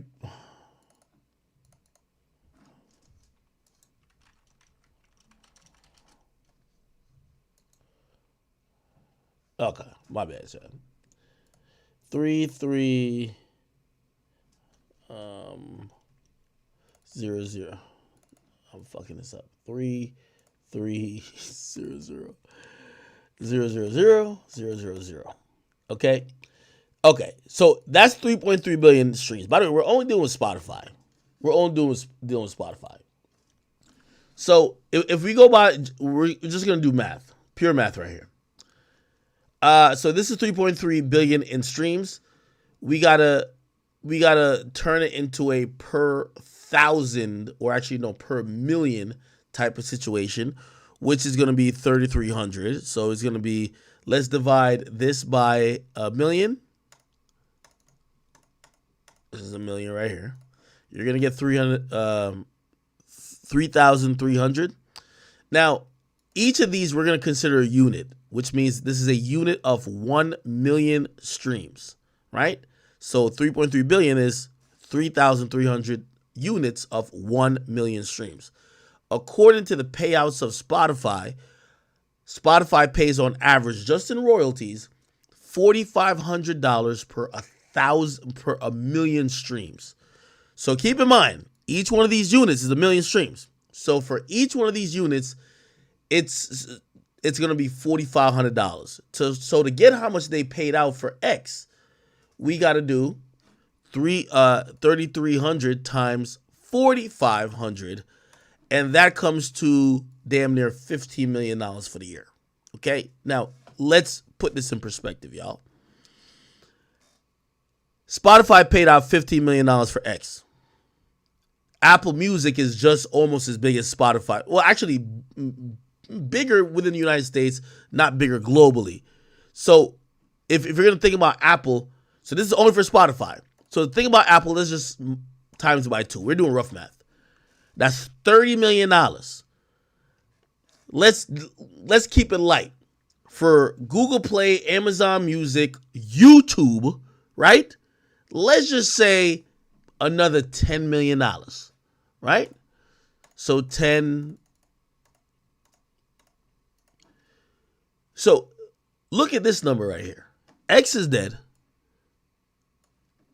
His estate, I'm not saying they got paid the entire thing, but his catalog has generated $40 million for the year of 2023. Keep in mind, this is 5 years after his death. Now, because X signed to Empire, and because of how their deals are, I would imagine that no matter what number comes out of this, X is going to get, and I'm going to be at the very lowest. I'm going to say 60%. Usually it would be 70 or 80, if you ask me, because he owned his masters. But let's say he gets 70%. So this times 0.7. Look at this ridiculous amount of money. $27 million. That's probably going to go towards the family. So Cleo's going to collect that, right? Even if we minus it by 2, which we're saying that's for taxes, that's still $14 million. Like, bruh, motherfuckers is caking, right? And if you ever look at like Cleo, nigga, she looks like she's worth $50 million. Like, X's mom be looking like that. You get what I mean? Which, by the way, she deserves it. Don't, you know what I mean? Don't let me, like, I'm not hating or nothing like that, like shit. You know what I mean? She gave birth to the nigga, right? This, you know, without doxing, this is a, I can't say the building, but everybody knows it's a distinct building. All of these condos right here is at least $6 million. Birdman lives upstairs. She's living a life, right? You know, obviously, you know, God rest X's soul, but trust and believe, Cleo ain't finna make no goddamn OnlyFans anytime soon. And if she did, is literally just because she must want to show some skin. But the money is coming in a boatload. Put it like this. There's so much money coming in for X, she can't spend the money in time. That's a fact. Right? So then I go to YNW Melly. X is a different situation, right? But YNW Melly. Now, here's the thing. YNW Melly's not dead. He might come back out. Right? I actually don't. I had his numbers last year. What was his numbers last year?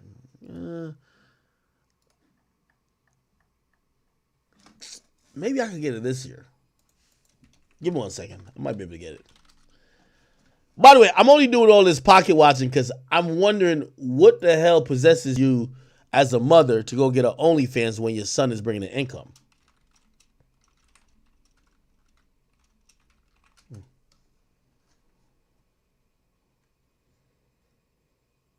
Give me 1 second.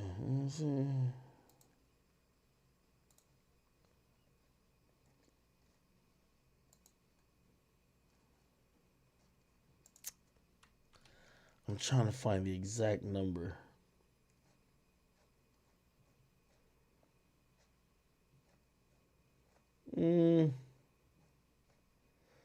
I can't find how much he was streamed this year.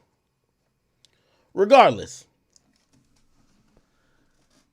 it's not to the tune of where you're seeing X, right? Like, again, I'm telling you, at minimum,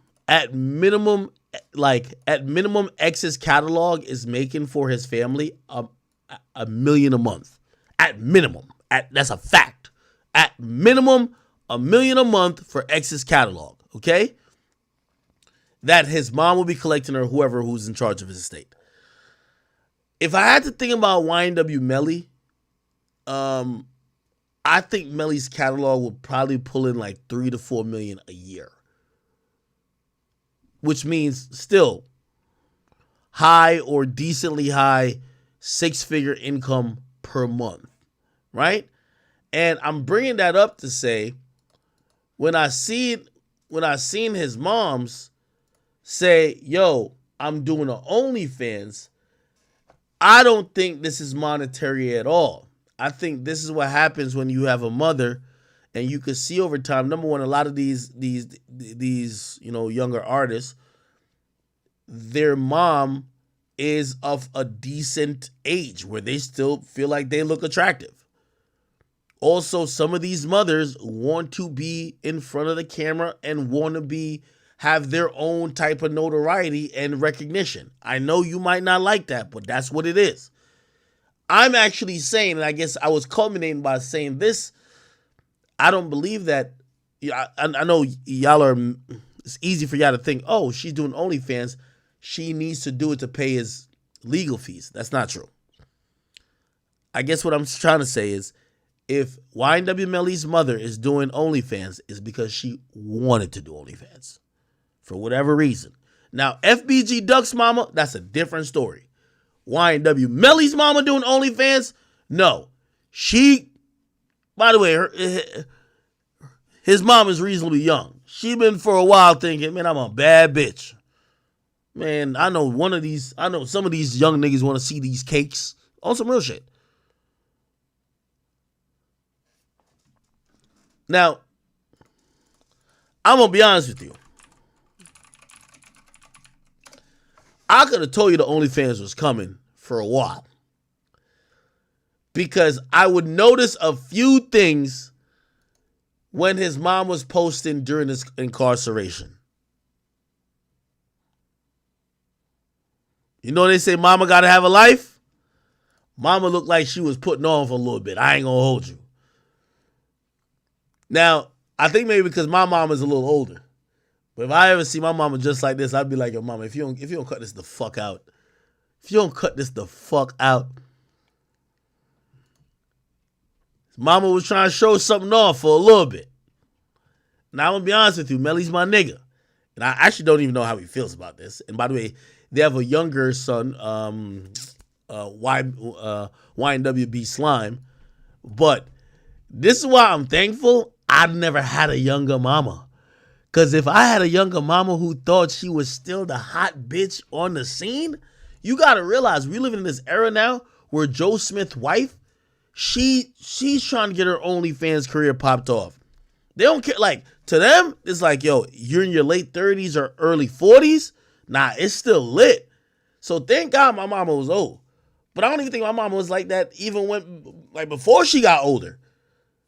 But this is Melly's mom. As I said, certain things could have told you maybe the OnlyFans was coming. You know what I mean? Look. You come from me about a nigga, man. You bitch back for that about niggas who. Yeah, I see my mom put this song on, man. Shit. Fuck out of here. I don't even find attractive. I don't know that nigga. I just seen them on the. Nah, not my mama. Oh, hell nah. Oh, hell to the nah. Photo shoot. Pause. Yeah, mama gotta have a life. Oh my God. Yo, I ain't gonna lie. This type of shit would probably, it would devastate me, dog. Hooked on, yeah, I got you hooked up. Waiting out the cell in my head, I need more drugs. Wait, how old is the mom?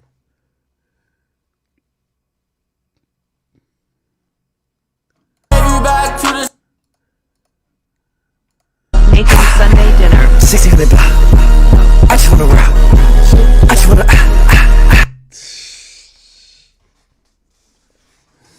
Yo, Melly, if it's any consolation, I'm with you, gang. I don't look at your mama, nothing like that. You know what I mean?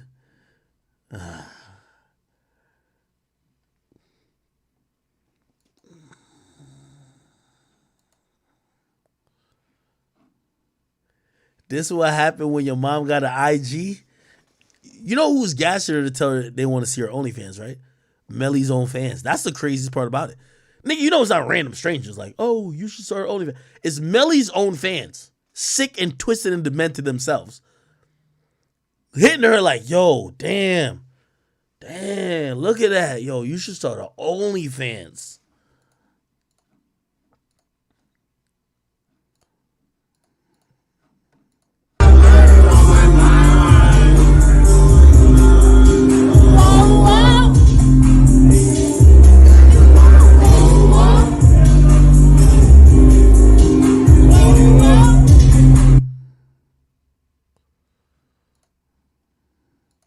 Now, mama been waiting to pop out. I kid you not.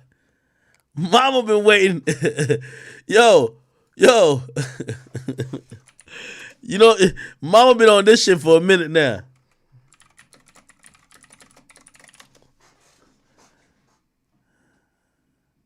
Mama been on this for a minute. Take me out, coach. Oh, we ain't gonna talk about this. Take me out. It's my turn. It is. You told me it was my turn. You can talk all that you want to, yell and scream. You lost. It is my turn. You lost the game. My turn. It is. You told me it was my turn. You can talk all that you want to, yell and scream. My turn. My turn. It is. You told me it was my turn. Mama's on it. My turn. Yeah. It is. You told me it was my turn. You can talk all that. My turn. It is. You told me it was my turn. My turn. Yeah. It is. You told me it was my Yeah. turn. Melly locked up. She said, yo, fuck all that. My turn. Yeah. It is. You told me it was my turn. You can talk all that you want to, yell and scream. You lost. It is my turn. You lost the game. It's my turn. Take it long. Nah, for real though. Mama been patiently waiting. She been patiently waiting. I'm telling you, I swear this is not for money, bro. I ain't even trying to get, because y'all know I'm locked in with my man Track over there. Bruh. Melly pays, yo, this, I don't want to tell nobody business. Melly gives everybody a check. When his money comes in, you gotta remember, he locked up, bro. When his money come in, everybody gets paid. Everybody gets a check. Everybody's good. This ain't no situation where the money not coming in. Everybody get a check. But, as I said, I don't think this is necessarily that. Is, mama want to have her life for herself. You feel me? Mama been trying to show off for a bit. Peace that you cannot buy. Send me in love that you cannot mix. One is the joy that you cannot. Shit. I ain't gonna lie, man. You ain't gonna lie. My mama take a picture like this, I'm hacking her Instagram and deleted that shit. You crazy as a motherfucker, nigga. Like, they gotta make another app for, like, parents. Like, if me and my mom on the same app and she posting this, I'm deleting it. I'm hacking your shit. Oh, hell nah.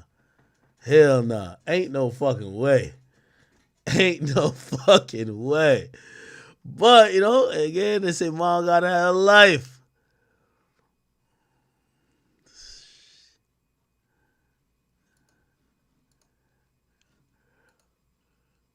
Low-key, mama been trying to show up that, like, she been trying to show up for a little bit still. Oh, man. Yo, I'm fighting for my life. My mom on the gram doing this. Oh, no. No.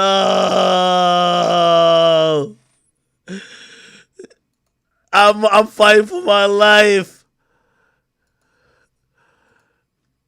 Oh, no.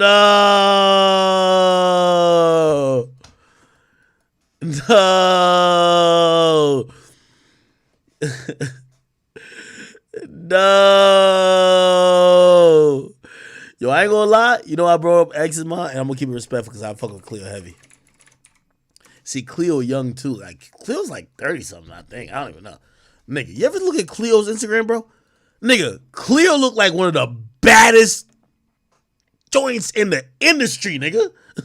Like, I swear, Cleo be giving. I'm like, yo, I swear, yo, nigga, I can't even bring myself to follow her. I'm like, that's X's mama. I can't do it. That's my man's. Bro. That nigga would choke me out like T.I. in my sleep. Like, my nigga X would be like, nigga, what the fuck you doing, nigga? Yeah, nah, X, I love you, brother. I love you. But his mom giving it up. Real rap. Nah, I can't. Yo, when I look at mothers, like, mothers is like, come on. Mothers is off limits. Real talk.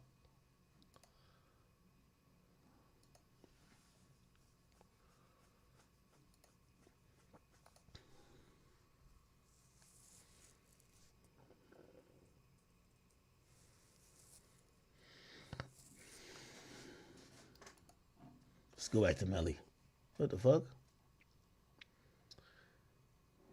Now, as I said, I understand Mama Duck because I think the funds wasn't funding like that. And no disrespect to her, but, you know, she was making it do what she got to do. I think YNW Melly's mom, I think she be looking in the mirror sometime like, yeah, I know my son locked up, but I think I'm a bad bitch. Yo, these little fans he got, they got to come catch a load of this. Yeah. You know what I mean? I think that's what his mom's on type shit. You feel me?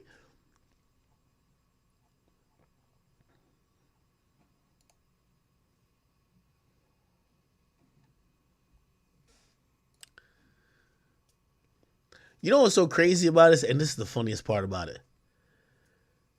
Yo, it's like fucking with a chick who you know her daddy crazy or some shit like that. You know that her daddy might kill you. Nigga, imagine fucking with a nigga's mama where you know her son might kill you.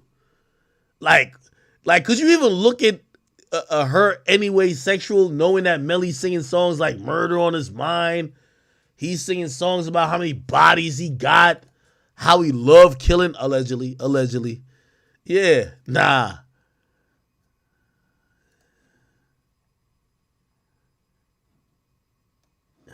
Yeah. No, you can't. Y'all lying like hell. Yo, I hate y'all. Y'all be trying to cap. I ain't gonna lie to you. Nigga, if you could get a boner to Melly's mom, you a sick nigga. Melly basically telling you that, nigga, he'll kill you, nigga. She said, I got a special treat for y'all. Damn. She said, let's play. Yo, I swear it's only for like attention and stuff like that. Bro, she does not need money like that. I'm telling you. And honestly, if you look at the money this is probably going to make, won't equal to what her son's bringing in music. I'm telling you. Facts. But, hey.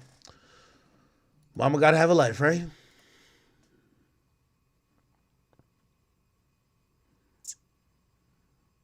I don't know what I would do if my mom was on some shit like that. Fuck. All right. Let me see.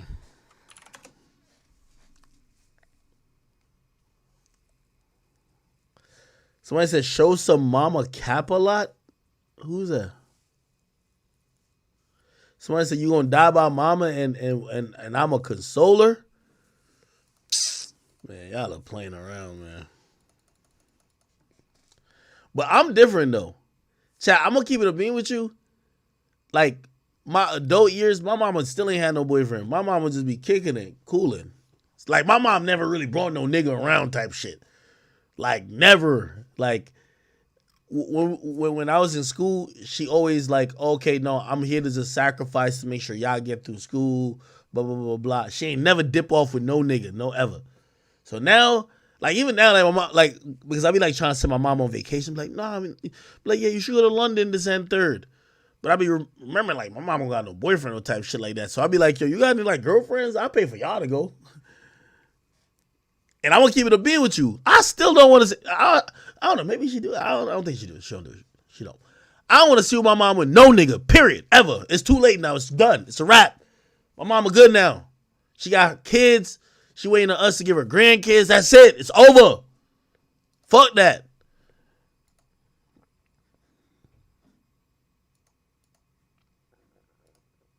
Anyway.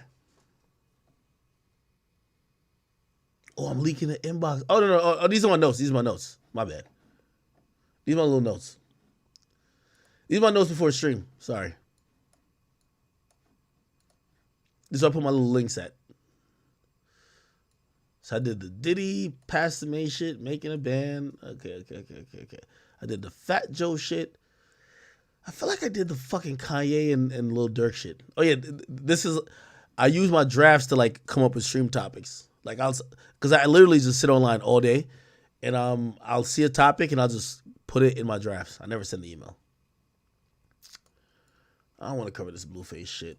King Von shit is old. I don't want to get into some Guala Guala shit with the 6ix9ine shit. Hey, do we have any people who speak Spanish? If y'all can help me out with this Alafoki and 6ix9ine stuff, I would love to talk about it. But it's just, I feel like, bro, I've been watching this shit. I'm like, fuck, I kind of understand Spanish because I took Spanish for a while, bro. Like, I just haven't taken it enough. I did the Lil Durk getting the Spotify shit leaked. I did the YNW Melly. Oh, okay. Hey, I want to clap it up, bro. I ain't even gonna lie, I gotta clap it up. Real talk. I want to clap it up. Bad Baby is now pregnant. And I'm not clapping it up necessarily for her being pregnant. I forgot how old she is. I think she's definitely of age, but is she 21 yet? Bad Baby age. All right, she's 20. All right, cool. You know what I mean? At least she's over 18. I'm only clapping it up because y'all know what type of movement I've been on recently. Listen, man, I'm glad the niggas is getting to come up from fucking these chicks. You feel me?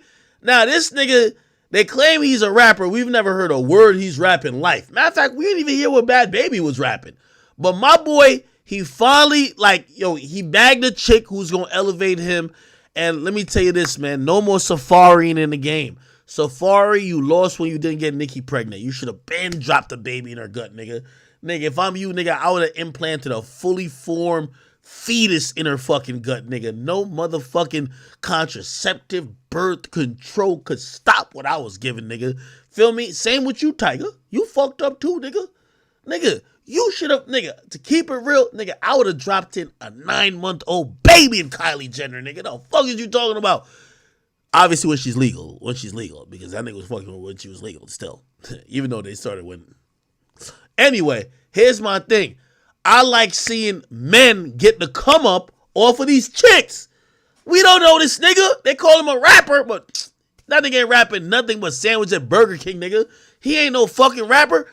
He just basically landed a chick who got the bag. She made $50 million last year, and now he been fucking for gold. He finally got her pregnant. Salute to that man, bro. Finally, some brothers coming up off of these chicks, man. You know how many times I be on the shade room tight, salty, and say, like, damn, these bitches just keep coming up off us niggas. We work so hard. They get the proceeds. Finally, a ain't shit nigga getting a come up. This is what I was trying to celebrate about the DDG shit. Don't get no chick like Ruby Rose pregnant. Nigga, get Halle Bailey pregnant, nigga. We gotta start, we gotta start using our dick as a prized possession. Fuck up, not down. Fuck up, or actually, no, fuck everything, but impregnate up. Don't impregnate no scallywag that's beneath you, a chick that's gonna have you in child support, court, family court. We ain't trying to do that no more. That's just a dub. Come on, man. Let's start using our dick wisely. Impregnate up, and even I don't know how old is this nigga? Is he of age too? Right? Like they both of age. He 32. I don't know nothing about that, my nigga. I don't know nothing about what they. Whoa, for real? He was. What? Nah, y'all lying, right? Well, he 32, she 20? How y'all know he 30? Y'all niggas don't know he 30. Yo, chat. I'm all for fucking up. Catch me with like a Adele. Come on, man. You see, us niggas, we've been so conditioned that we need to get the bag, we need to get the resources, and then we basically sell it all to a girl who broke as shit, comes from nothing with a pretty face. Women don't move like that. Women treat their pussy like a goddamn investment stock. They don't be just, you know what they do? they'll fuck all the broke niggas, right? They'll have them niggas stretch out the pussy, but you know who they usually have a child with is the nigga with the bag, the nigga with the mansion, the nigga with the multiple cars, the nigga with the private jet. You know what I mean? They're gonna be the guy of highest value, quote unquote, or the guy who can provide the most. Us niggas, once we get a little something going on, we give the girl the kid that got the prettiest face. The prettiest face and the best pussy. Superficial shit, man. That shit don't last for too long. 5 years later, you looking at the other girls who look better than her. Or you looking at the other girls who got tired of it. Like, you know what I mean? Women use and capitalize off their resources very well. Most of them. Now, the rest of them that fumble the bag, we call those idiots. You feel me?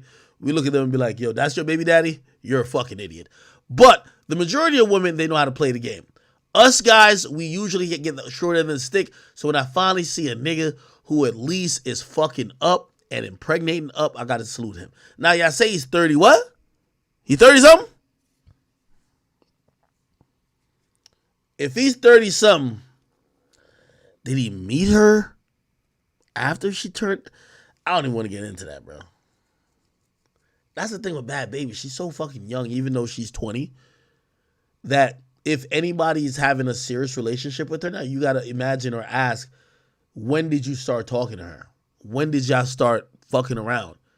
Did you have you done something illegal by grooming her? Somebody said he's a groomer. I heard she used to fuck Chief Keef. I thought Keef was going to get her pregnant. Nigga, didn't she have Keef like tattooed on her hand? Nigga, a couple months ago, she was tweeting about Chief Keef. Don't be mad at me, right? Bad Baby Chief Keef. Oh, shit. It said earlier this year, Bad Baby slams pedophile label over Chief Keef relationship, maintains he didn't groom her. She says, I'm going to tell the real every time, no matter what terms we on. I know what it's like to have your name ruined with lies. Just because he knew me before I was 18, don't mean it was like that. Y'all wouldn't understand how we were, and that don't mean he groomed me either. Okay, W Bad Baby. At least she ain't not trying to throw a black nigga under the bus. You know how these white girls usually are, man. As soon as they don't got no more use for you, man, they cry a few words, and the words usually start with R. So she's white, and she's keeping him being. She's protecting Keef's name, saying, yo, he ain't grooming me. I bet. I'm in a new relationship and happy as fuck. I don't care to go feeding into the bullshit, but me and Sosa characters got played with badly today. I'm not okay with it. He knew I wouldn't do no spiteful, weird shit like that. Oh, okay, I like that. Most women do spiteful, weird shit. And I was more mad about how I looked like a weird bitch. I'm going to let y'all in.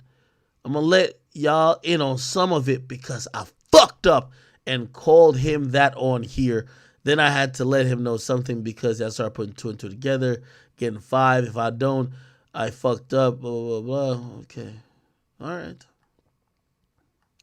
Yeah, so basically she was saying, yeah, Chief Keef fucked the shit out of her, but he didn't groom her. He just fucked her after she was 18, and he's not weird or he's not a pedophile. Okay. She cleared his names. Now, she did say that she got 6 tattoos of the nigga. Like many people out there, Bad Baby, not Buddy, has regrettably gotten a tattoo inspired by an ex. In the case of the 20-year-old rapper, she got 6. She joined somebody on Models High podcast, and she said she got 6 Chief Keef tattoos. That's why I got to salute to this nigga even more. Nigga, you know she got 6 different tattoos of another man, and you still nutting her? That sounds like securing the bag to me, right? Yeah, shit, nigga has to put his ego to the side, man. See, I have one guy that managed to make it 6 times, 5 or 6. She said in the podcast. So I have Chief Keef's birthday, his last name, his nickname, and I even have CK on my ankle. Then I have his last name right here. Actually, I just covered his birthday, and then I have so on my ear, and then I have Keef on my wrist. When she was asked why she covered his birthday, she responded, she's sick of his shit. She went on to note that she's planning to get all of her Keef tattoos removed. I'm just tired of being delusional. I'm so over it. And then she said, it's been a long run. I would say we're pretty close, but I've known him for a minute. I feel like I'm kind of wrong in a way because I just walked out without rhyme or reason. I mean, I had a little bit of reason, but I'm like, damn, bitch, you stop talking to me. I don't mean to sit here and put him on blast. Noting that Keef is one of the only people I could say I really took to and really loved him. Okay. Is this the nigga right here? Tell me this is him. Yo, thank God. This is giving regular niggas a hope, man. This nigga got 40,000 followers. He posing in front of her cars. Yeah, this nigga look like a Section 8 baby. That's what I'm talking about. Finally, broke niggas getting a come up by fucking. Hear that nigga Drake, man? This dick ain't free.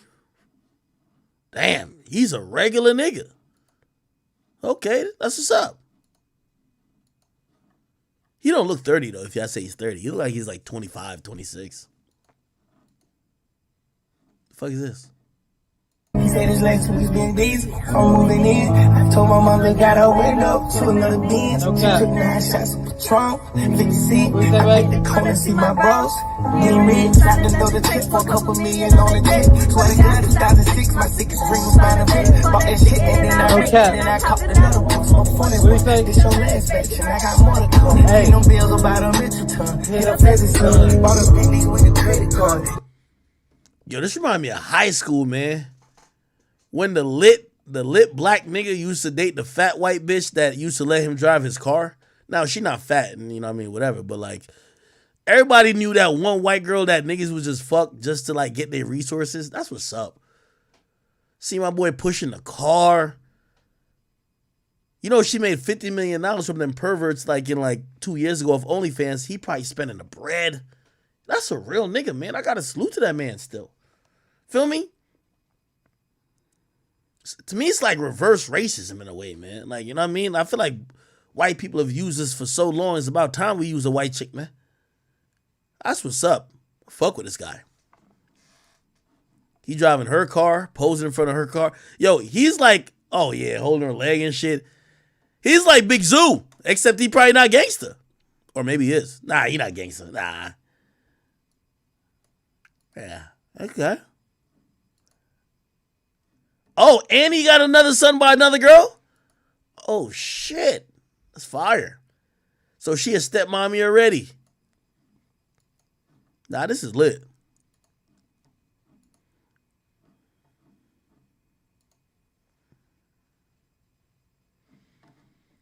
Yeah, chat. I look at shit like this, I'm like, this is like reparations.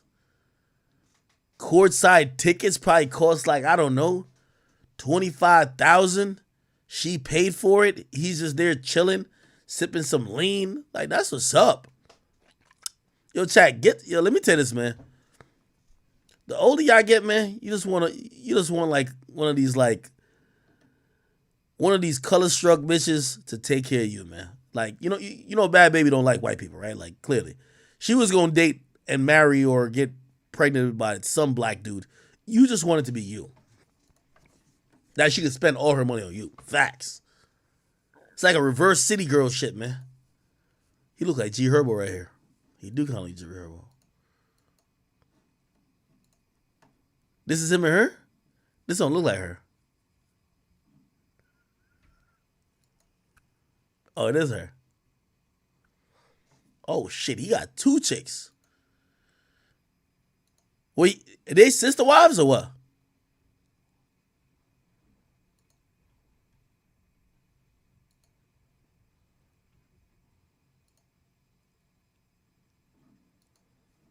Yeah, my boy won. Congrats to him. He just got to be cool with playing the Big Zoo position, man. Shut the fuck up. Stay out the way. Play second fiddle. Spend the money.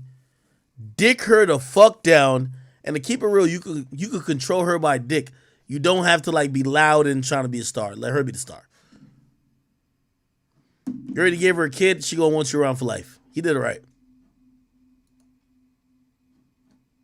Okay. Salute to my boy, man. We're going to call this reparations, man. Reparations. About fucking time. Oh, I still got this shit going on.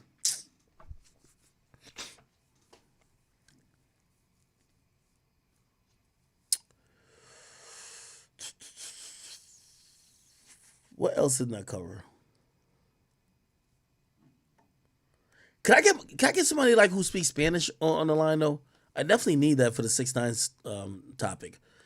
Other than that, we do have Honeycomb Bra who apologized to Jay Prince. Remember he said he slapped the fuck out of Jay Prince Jr.? Now he came back around and he apologized. He says, I just talked to the big homie Jay Prince, which is the father, for like 4 hours straight on FaceTime. He's really solid as fuck and always wanted what's best for me. And he was always there for me my whole bit. I really love the OG, and he really stood on business. And standing on business, righteous, heartfelt type shit. You know we rocking like cut off stockings. I just being brazy most sometimes, but I apologize to you for real.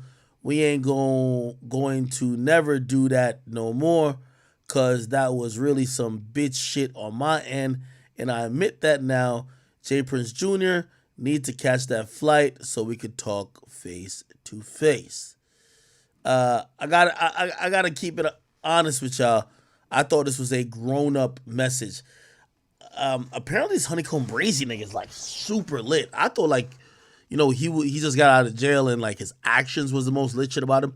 People been fucking with his music. His music's been mad viral, mad trending. So he's been doing his thing. And I kind of mentioned him in the realm of like, shit, I said like Gucci Mane in 2006. Like he been restoring the realness, if you ask me. He been pulling all the real nigga hoe cards. You know what I mean? You know, a lot of these rap guys come in and they say they gangster, but when you hear them, they only try to pick on the non-gangster people. He been picking on the gangsters. So I've been looking at him and giving a lot of respect. Anyway, it looked like he's acknowledging that when he called out or he said some stuff about Jay Prince Jr., he was wrong. And I think that's also an adult way to handle it too. You know what I mean? You know, the fans and people in the middle will make you feel like if you're not, quote unquote, stand on business, which means standing on even you being wrong, you're not a real dude or whatever the case is.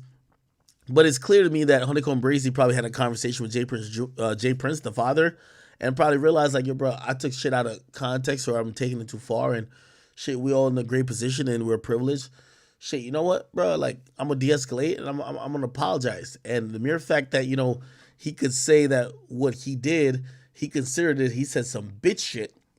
A lot of times, I know a lot of people who end up in a jail or the penitentiary, or they end up in a grave of the penitentiary, and it's because they're unwilling to admit that maybe they did something wrong or maybe they didn't move in the way that was, you know, to promote either the peace or everybody keeping it cool. They usually just double down and be like, yo, whatever I did, that's what it is, and blah, blah, blah. But he showed difference, so I got to salute to Honeycomb Bra. I think he's going crazy right now in terms of the amount of motion and heat he gets. I'm hoping he doesn't get incarcerated back again, but based on some of his actions, look like it's taking everybody for a ride, which never usually ends good. So hopefully he kind of could rein it back in. All right. Let's see. What else is going on? Suge Surf. If you guys don't know Suge Surf, some of y'all who might not know too much about him may have known him for the last like year or two, like he was on the Joe Budden podcast a little bit. But he's a New Jersey rapper, very big in the battle rap community. He was sentenced to mandatory 5 years in prison after pleading guilty to the RICO charge, which is a state RICO. Now, I'm going to be honest with you. This was a little shocking to me because you know how we talk about RICO cases a lot. State RICOs, they're usually not as forgiving. No. Federal RICOs aren't as forgiving as state RICOs. And let's look at Bobby Shmurda and them. Bobby had gotten 7 on a favorable plea for a state RICO. So when you hear about a federal RICO, you usually imagine more. However, somehow Suge Surf was able to get 5 years in prison after he was targeted in a RICO case that accused him and 41 other men of organized crime. All right. His real name is John Cox. He took the plea earlier this year, but he just got sentenced. And the plea was guilty to conspiracy and also possession of firearms and ammunition by a convicted felony. Apparently, he will have to serve the entire 5-year sentence as ordered by the judge because there's no parole in federal prison. But I do think it's 85% off. He will also have to agree to 3 years supervised release, and he will be fined $15,000. All right, he was facing up to 30 years, so 5 years from 30 years, like, come on. You know what I mean? He's doing his thing, right? He's definitely getting off way easier than many people would think. Yeah. So they're saying that he had a leadership role within the gang. And I think that's what's gonna, unfortunately, in the African American or just like cultural community, because he's not getting 20 years, people are gonna be speculating, what did he do to get 5 years? Because 5 years is reasonably light, given what they kind of had him for. But we didn't hear anything about cooperation or anything of the sort. Even though I'm pretty sure somebody's gonna try to speculate that to be the sort, right? We'll figure it out. We will figure it out. Hey, speaking of which, also, I think we're going back to Diddy shit a little bit. I seen this video. I should have kept my link. But there's an attorney that was speaking about the settlement that was done by Diddy when it came to Cassie. And they're kind of explaining it like, yo, maybe Diddy did not pay out of pocket this whatever amount of money to settle. Let me see if we can find it. I'm gonna find it in a second, chat. Oh, here we go. So this attorney, her name is Simone Redwine. She explained how Cassie could have received the money without Diddy actually writing a check. Listen to this, chat. Her attorneys were really brilliant. They didn't sue just Diddy. They sued his corporations. They sure did. And they sued his corporations and sued in her capacity as an employee. When you do that, it triggers commercial liability insurance. Yeah. And it triggers another policy called directors and officers. Okay. And we know he's a director of these companies as the CEO. So now you got two policies. What happens then is it takes away Puffy's ability to settle. It's not his choice no more. So it's no longer personal accountability. It's his organization. It's his organization. And it's no different than like if you hit somebody with your car. Mm-hmm. Let's say you have State Farm. State Farm gets to decide to settle, not you. You could say, I didn't run the stop sign. That's not true. They're lying. If State Farm says, we don't care, we did our investigation, we're settling. That's it. That's what happened here. So because they added those claims, the corporate insurance carrier got to say, read over and say, her attorneys were really brilliant. They didn't sue just. Here we go. Oh, hell no. We giving her the money. We're hearing you. Diddy's public reputation is done. It's done. Yeah. And if he wants to be able to leave anything to his children, he needs to walk away from all of these corporations. Damn, he can no longer be the head of his corporations.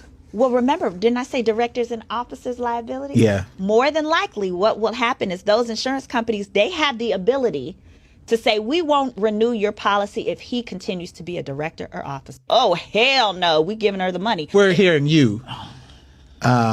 Diddy's public reputation is done. It's done. Yeah. And if he wants to be able to leave anything to... She's making a compelling argument. Obviously, it says she's an attorney, so I'm not going to necessarily put my word against hers. But I will say this. If anyone's dealt with insurance, insurance don't move in 12 hours. That's my thing. If anybody's dealt with insurance, if they got to pay any decent amount of money, they're not moving in 12 hours. No. That's not how it goes. Insurance usually says we'll pay if we really need to. What she's saying does make sense, but with how quickly it got turned around makes me feel like it wasn't insurance. You get what I mean? With how quickly it got paid makes me think it's not insurance. The insurance don't care about the hit to Diddy's personal reputation. Diddy does.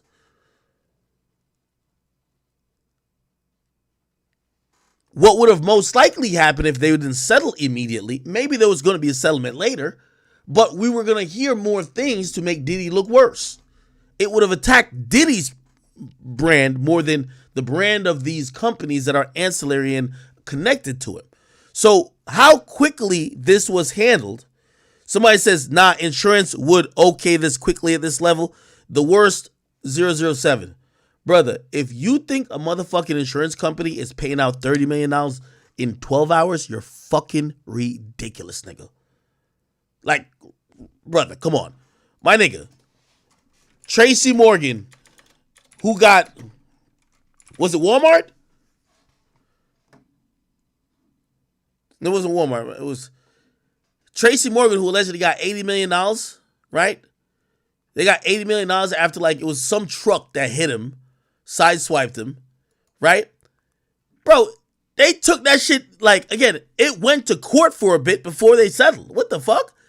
Nigga, they're not just paying as soon as the shit hit the news. The way this Diddy lawsuit thing got squashed made it seem to me like it was more of a PR thing for Diddy. If you're believing what this woman is saying, which I do believe, they wouldn't care about Diddy's reputation because they wouldn't cover Diddy again. So they don't care if it takes a day or it takes 15 weeks or you got to remember, the insurance company is going to look at it like this. If she brings us to trial, what could she realistically get versus what could we settle for now? Time is on their side because these civil suits are going to take a very fucking long time. This shit got squashed in 12 hours. You tell me another situation where insurance is paid out in 12 hours.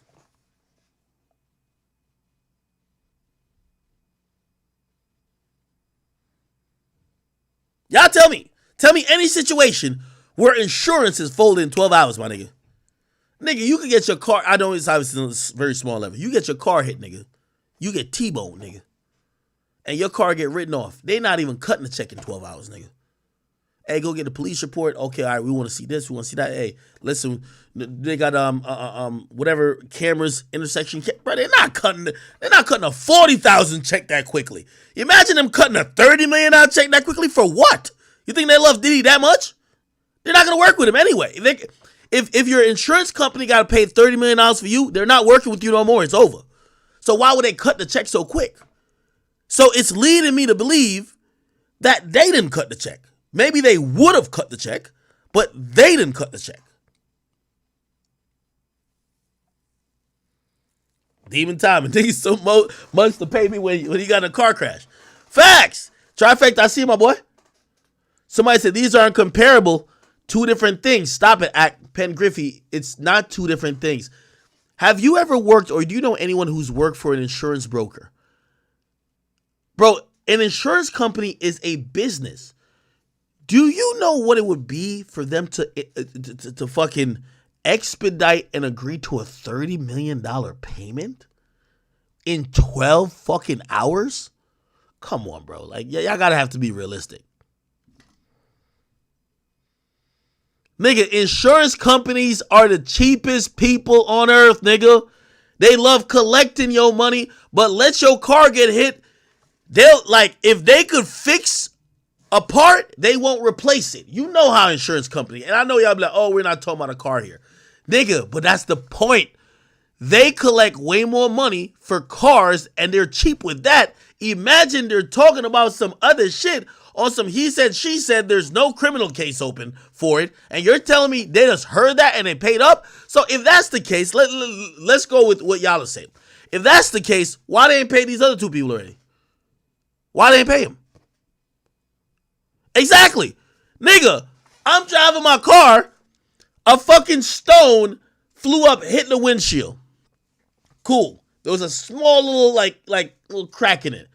I didn't notice. I kept driving. Over the next month or so, the crack went all across the windshield. I didn't know that once the crack started, it just kind of keeps going. Now, wind ain't coming through nothing like that, but the hairline crack gets bigger.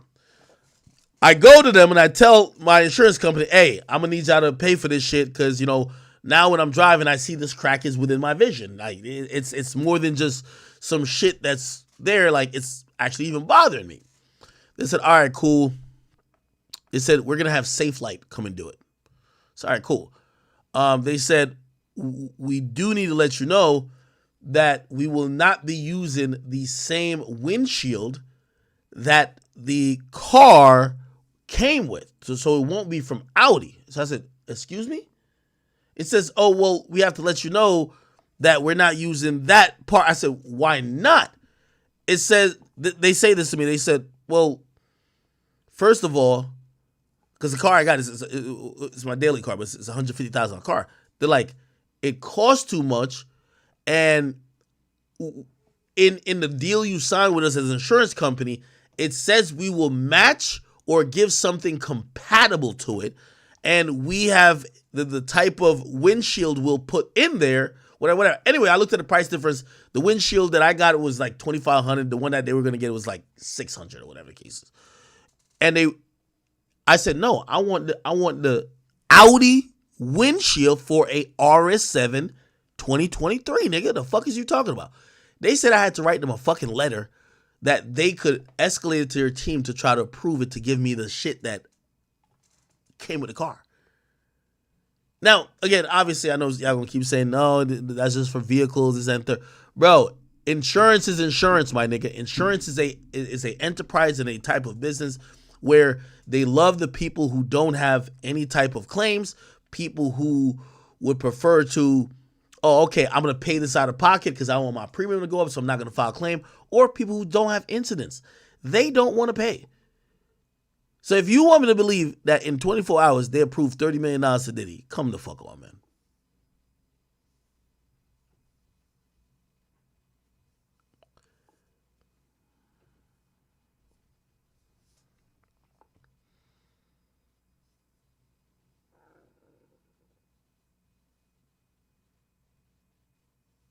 Somebody said Diddy expedited the letter.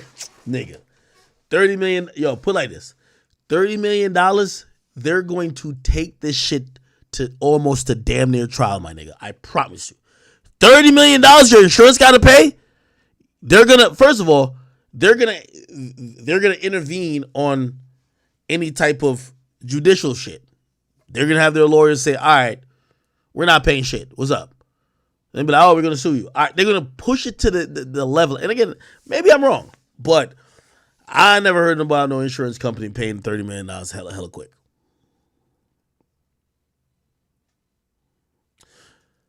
What I believe is, I think Diddy, and it may not have to be Diddy himself, I just don't think it was an insurance company. It could be Diddy, could be a Diddy-backed fund. It could be something that, has maybe some vested interest in the brand of Diddy. That's the only thing I could think about. They have some vested interest in the brand of Diddy. They made the payment.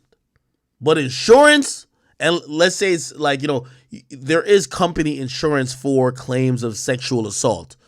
Nigga, fuck no. And especially if, and by the way, I'm not disrespecting this woman because I think she's giving valuable insight.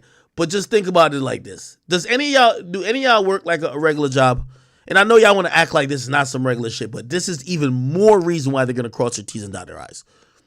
If y'all work a regular job, for a company's insurance, even for workers' comp, my nigga, for them to pay you, my nigga, they want evaluations, they want this. Nigga, when it comes to shit like that, they're going to ask for HR shit because you got to remember, at least according to her, she's saying that Cassie father's an employee to some of the companies. Okay, nigga, they're going to be asking for mad shit, nigga. They're not just be like blank check. Because, nigga, if that was the case, nigga, I'd file a lawsuit right now saying, did he touch me? The fuck? I want my money too. The fuck going on? To his children, he needs to walk away from all of these corporations. Damn, he can no longer be the head of his corporations. Well, remember, didn't I say directors and officers liabilities? Yeah. More than likely, what will happen is those insurance companies, they have the ability to say, we won't renew your policy if he continues to be a director or officer. Oh, hell no. We giving her the money. That's Diddy. They sued his corporations. They sure did. And they sued his corporations and sued in her capacity. Let me see. He need to come back the next week. Let me see if I can find. I want to find their full clip of this. There's a YouTube right here. I didn't get slapped already. Nah, I got to tell this story real quick. I know she in the middle of something. But we met at OU, Texas. Legal stuff real quick. Sure. All right. So we want to get your opinion as a legal scholar. Mm-hmm. We appreciate that you went through all your scholastic endeavors so you can come give us some knowledge today. Yeah. Hip hop right now is going through their Me Too movement. All right. The first, I guess, case to drop is Diddy. Yeah. How was that settled so quickly? Okay, this is fascinating to me. So that one was settled so quickly, I believe, because her attorneys were really brilliant. They didn't sue just Diddy. They sued his corporations. They sure did. And they sued his corporations and sued in her capacity as an employee. When you do that, it triggers commercial liability insurance. Yeah. And it triggers another policy called directors and officers. Okay, and we know he's a director of these companies as the CEO. So now you got two policies. Hey, I will say this about suing companies. Yo, my brother, worked at I ain't trying to dox him nothing like that, but he worked at this hospital for crazy niggas. One day, one of the crazy niggas, I think they were doing something. One of the crazy niggas went crazy and hauled off and punched my brother in the eye. Dislocated his eye socket, fucked up his entire eye, broke all the bones around his eyes. He couldn't work for a year and some change. Okay? He's since gotten, I think, 2 or 3 surgeries in reconstructing that orbital bone. He got one at first to make sure it was whatever. Then his eye was it was kind of lagging down. He had to do another thing where they put a metal plate on, this shit sounds crazy, right? Okay, cool. Now, they did pay him for the time he was out, which that's kind of like workers' comp, whatever. Now, he decided to sue. It's all right, yo, what's up? I'm working for this shit. This is not part of the job where the crazy niggas just fucking haul off and punch the fuck out of you. They told him, after all the shit he'd been in pain and suffering for 2 years. You know what they told him? The first settlement offer they offered him and said, here's $20,000. $20,000? Nigga, what? His whole way of life is altered. In the year or whatever he couldn't work, couldn't do shit. He's suing them. Cool. Lawsuit filed. They've came back a couple times with settlement offers. Not too much different from the 20, but they're inching up a bit. But they're also using the fact that, and his lawyer even tells him, for you to, they're down to drag this out for 7 years. So if you're looking for a payday quickly, we could try to, approach it that way to just get the biggest check in the quickest time. But if you're looking for the ultimate paycheck, you're going to have to wait. They have a lot of time. They have a lot of resources. They get sued a lot. They're not trying to cut no motherfucking checks all the time. Because here's the thing about cutting checks. When you cut the first check, the second person who wants to check is right there with their hands open. What happens then is it takes away Puffy's ability to settle. It's not his choice no more. So it's no longer personal accountability. It's his organization. It's his organization. And it's no... I don't believe that at all. Keep in mind, again, what she's saying is right. I don't think it's applicable to this scenario. Why don't I think it's applicable? Because the lawyers of Sean Combs' enterprise, of Bad Boy Records, of the other related companies did not give a statement about the settlement. You know who did? Diddy's personal lawyer gave a statement about the settlement.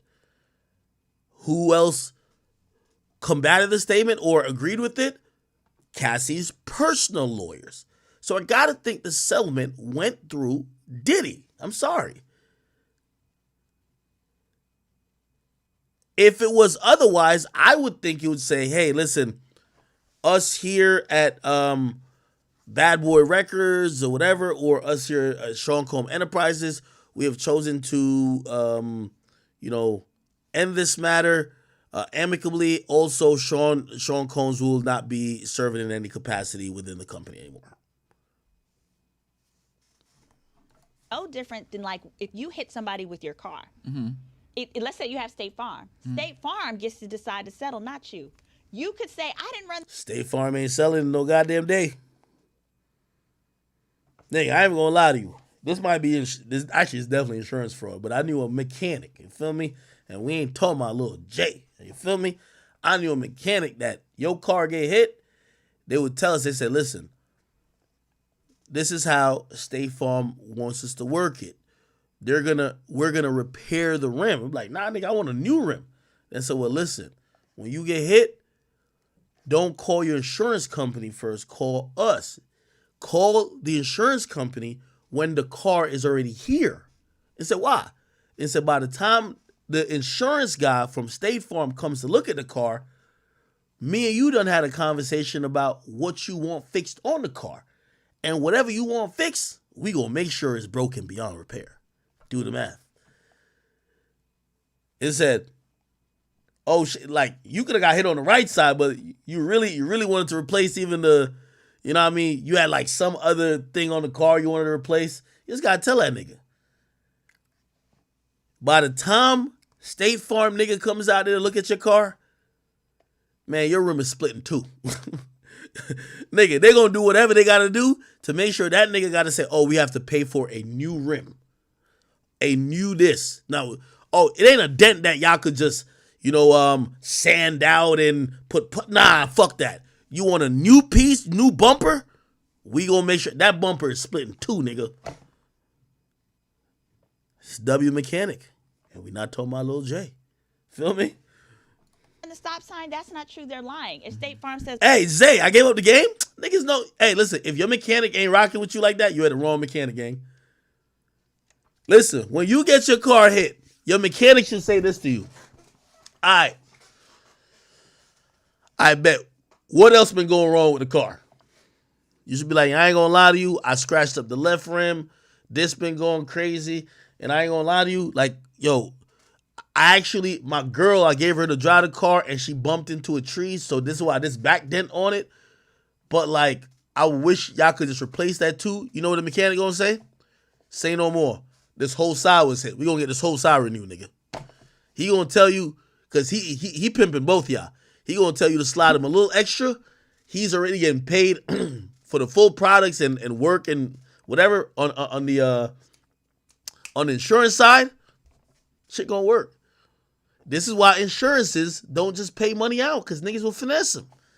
They usually do their due diligence. But that's why the only niggas who get to do that is that the ones who know the insurance good, because here's the thing too. The nigga that they sent out from State Farm, he's in on it too. You ain't know that, right? He got to be in on it because the nigga at the body shop gonna slide him a little something off the books. Remember, the only person paying is State Farm. All right, yo, here's your little $250 right here, gang. All right, hold that down. Write that report up good that they could send me the check. Blah, blah, blah, blah. Come on, everybody know the game. because we don't care, we did our investigation, we're settling. That's it. That's what happened here. So because they added those claims, the corporate insurance carrier got to say, read over and say, oh, hell no, we giving her the money. Because if they don't, right? So also her lawyers, they get to write a letter, it's called a demand letter, and they get to say, we are demanding the limits of your insurance policy. Oh, yeah, that means that'd have been crazy. Yeah. And here's what's wild. If they read over it and they realize, based on these facts here, it would be reasonable to give that. If they don't give it to them, and let's say the policy is $30 million, but they go to trial and the jury gives her $250 million. Correct. They got to pay $50. Yeah. And that discovery process and trial would have been They got to crazy. pay the $250 million, and they got to pay the extra for all of his attorneys. If his attorneys alone cost $1 million, they got to pay that, even though it was only a $30 million policy. So basically, because of the facts and because it's now a corporate policy, Diddy don't have the right to settle anymore. I'm with her with a lot of shit she's saying, except how quickly they move now. Like what she's saying in theory makes sense, right? But you play it out.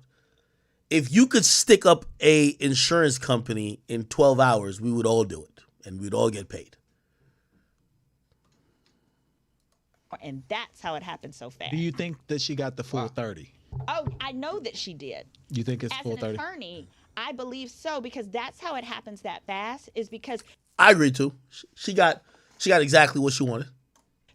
when you give them the policy cap, there's nothing to argue about anymore. Wow. Right? Yeah, no, you're right. I didn't know it was that deep. It is. That's the only time it goes that fast is you take away what is there to argue about. And what's even crazier is the other reason it went, because it went that fast, she didn't have to sign no confidentiality. Agreed, and that's what's crazy. Cap. That's the cap part. That's the cap part. Nigga, if you think Diddy didn't have Cassie sign a confidentiality agreement, you're out of your fucking mind. Nigga, she probably had to sign that shit in blood, nigga.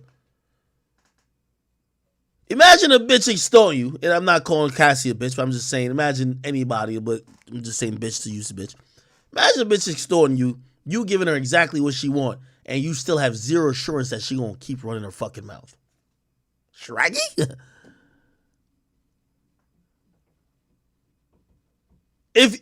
Come on now. With all due respect to this woman who's breaking this down, she's speaking like a woman. With all due respect. She's speaking like one of them feminist people. Bro, this case is not in criminal court. There ain't no facts that Cassie got. This whole thing, the reason why it's civil is he said, she said. We just believe that the she said is heavy enough because she used to date the nigga. But you think Diddy don't got more people on his side? Bro, Diddy ain't been exposed all these years. You think Diddy ain't paid off enough people that if this was a he said, she said, he would win? Diddy done paid off everybody else. That's why nobody will cover this shit. Everybody pussy. So if it was that, nigga would be like, yo, okay, all right, cool, yeah, you're a valid voice, but we got more people over here. Nigga, you would have probably cut Roger Bonds a fucking check. Like, yo, nigga, the nigga basically say you about to snitch on Diddy for $100,000. Nigga, Diddy would have threw that nigga 150. That nigga would have been like, man, Cassie's a motherfucking liar. So I have to believe that what did Diddy allegedly pay for? He paid for more info not to go out there. And that comes in the form of discovery, additional details to the lawsuit, a book. Keep in mind, too, this is why you know this woman, I don't want to call her capping, but I think she's misunderstanding even how Diddy's lawyers spoken about this case. They said, at first they said Cassie was trying to threaten Diddy for payment to write a tell-all book. Like, look.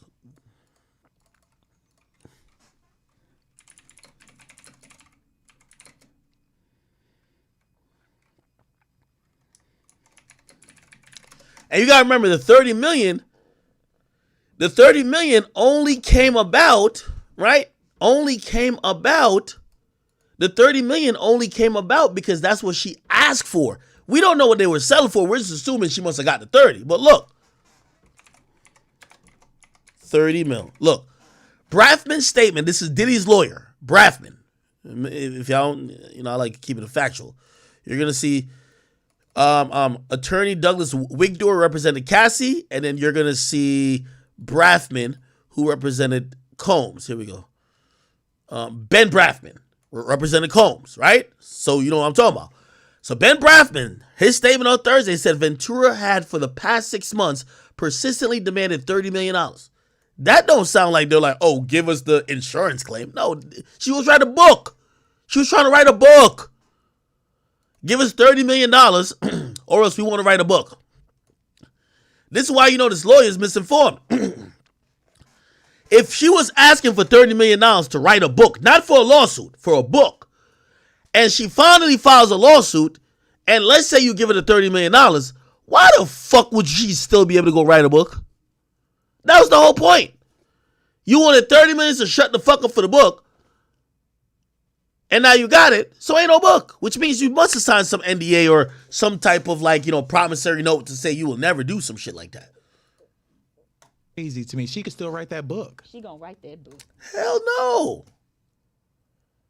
Hell no. Unless it's some shit where they're going to act like there's a leaked copy which I'm telling you Diddy's going to sue her ass.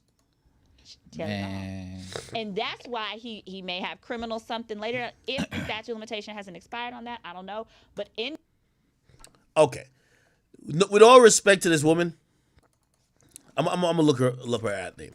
She's sounding crazy right now, and she's a lawyer. I'm not no lawyer, my nigga. There's zero statute of limitation on rape in any state in America. You could rape somebody 15,000 years ago. You could get charged for it. So I don't know what she's talking about statute of limitations. The big thing there is rape. So there ain't no statute of limitations on that. If Cassie could prove rape today, Diddy would get charged. Today. I don't know what she's talking about.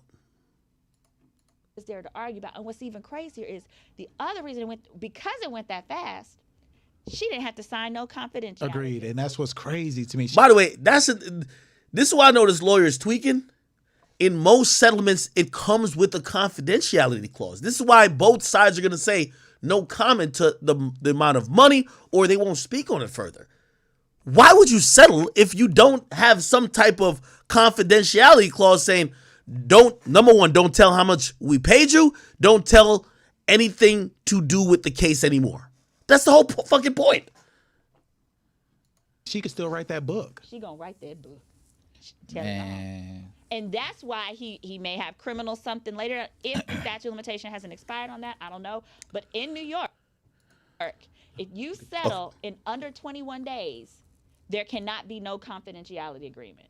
And she also sued under California. California says if you're accusing them of something that could be a felony, which she is, then under no circumstances, 21 days or otherwise, you cannot have a non-disclosure.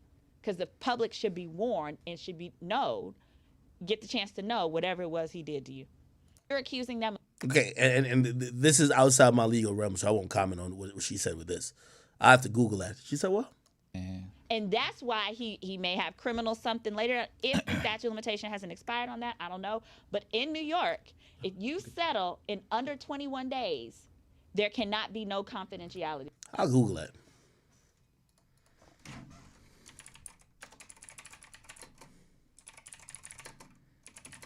New York, 21 days.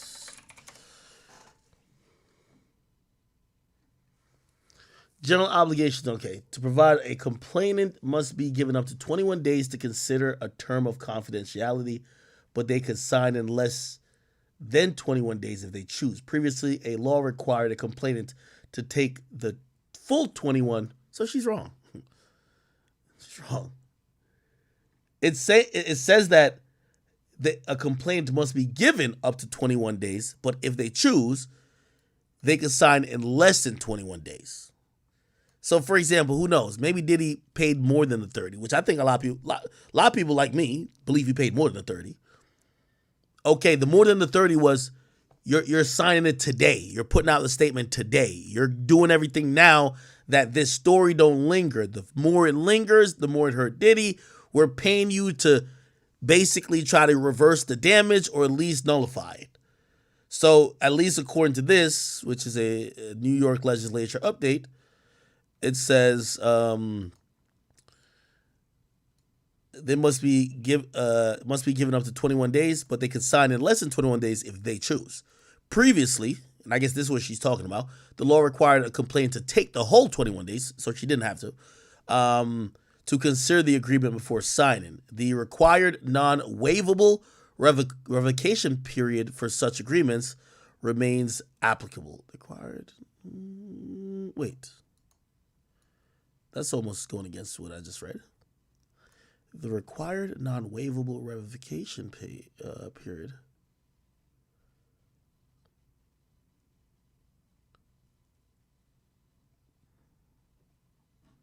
I don't know, nigga. Fuck it. I'm like a ghetto lawyer. She's like a lawyer.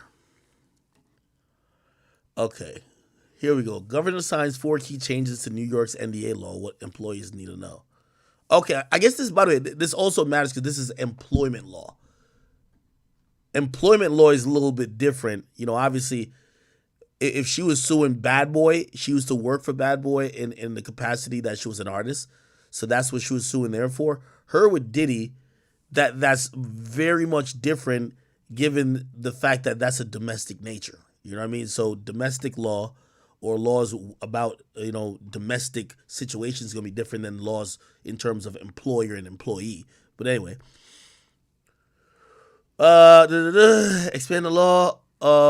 Non-disclosure provision requirements to settlements and prohibits settlement agreements involving claims of.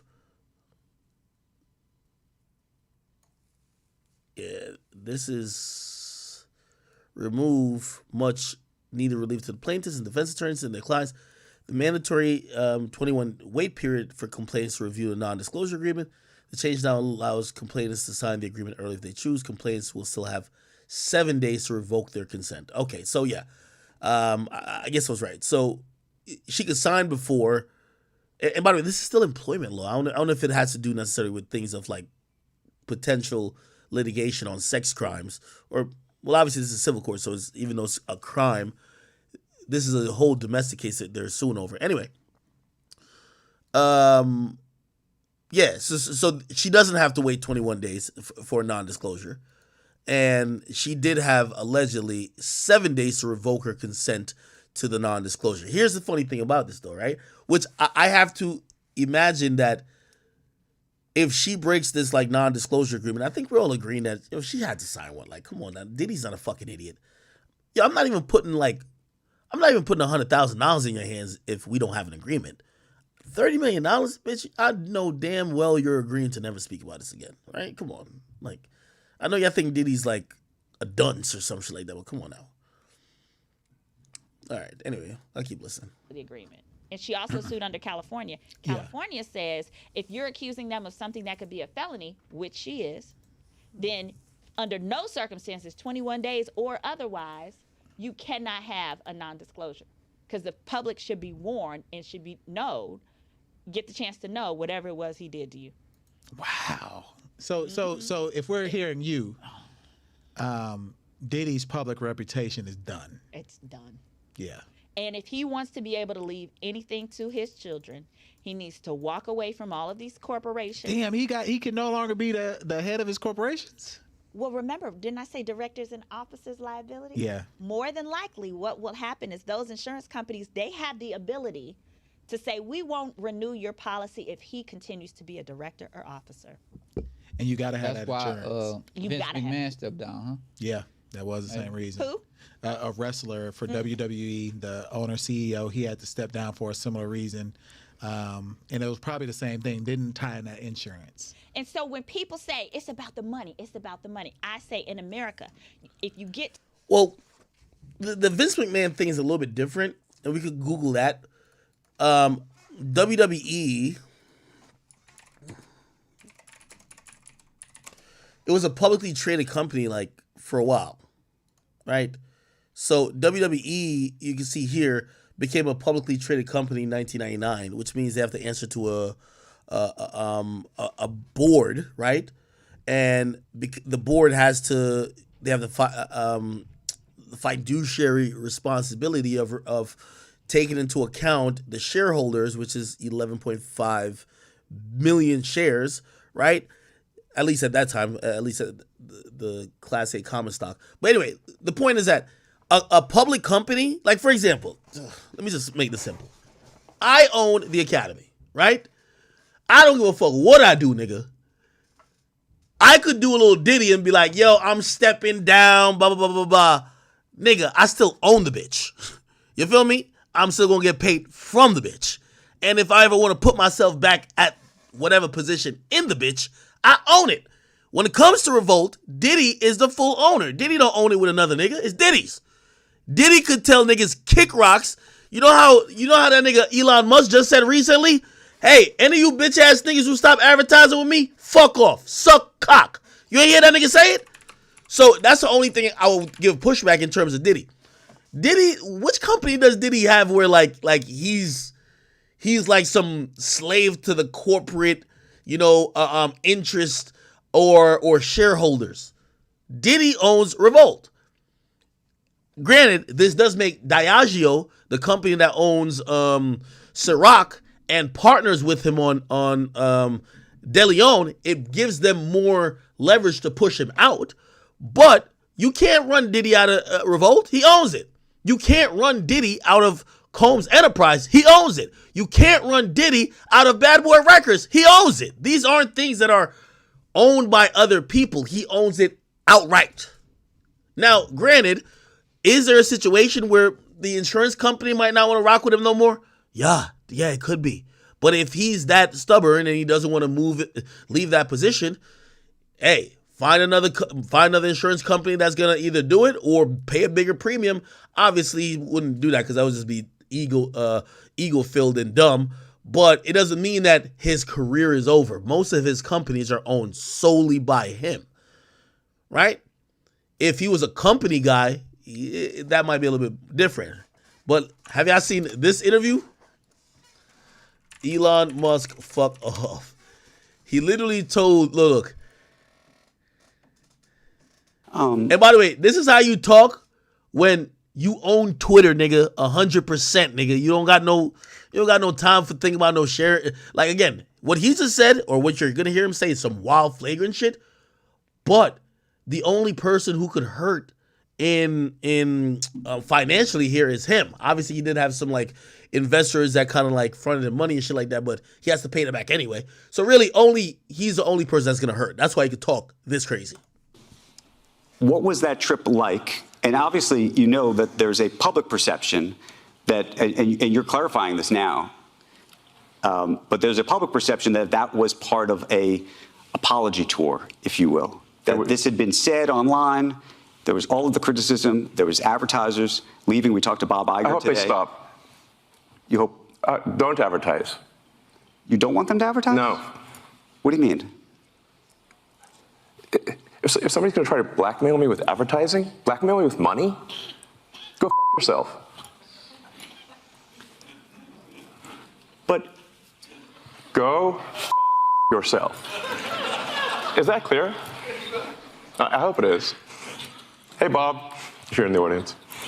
Well, let me ask you then.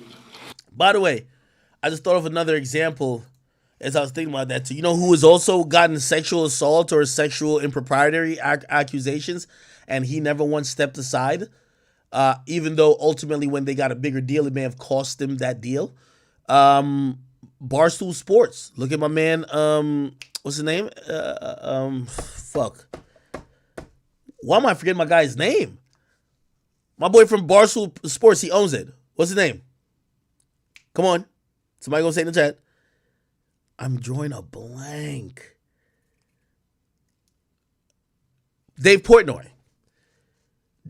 They had bitches coming out talking about, oh yeah, Dave Portnoy, like, yo, he was on some freak shit. It was almost like some Diddy shit they were accusing him of. He would just come out, make a video, and be like, yo, this bitch is lying. Like, this bitch wanted me to fuck the shit out of her. Like he was just keeping a bean. Now, granted, that's not the best thing for a CEO of a company to do, but at first, he just owned it outright. So, yeah, maybe certain people wouldn't advertise with him, but shit, fuck it. Like, you know, they used to look at it like Dave Portnoy is Barstool. He's the face of the brand. So if you don't want to do no deals with him, fuck it, right? Then he sells his company to Penn Sports. They start getting into the gambling space, right? And because Penn Sports is publicly traded, they started running into the problems of now certain people have problems with Dave Portnoy. You know what ended up happening? They sold back Barstools back to Dave Portnoy and moved on and did a deal with ESPN, right? But, again, he owns the company back again now. Could someone force him out because of anything right now? No, he owns it full out. Who gives a fuck? That's how I feel. Don't advertise.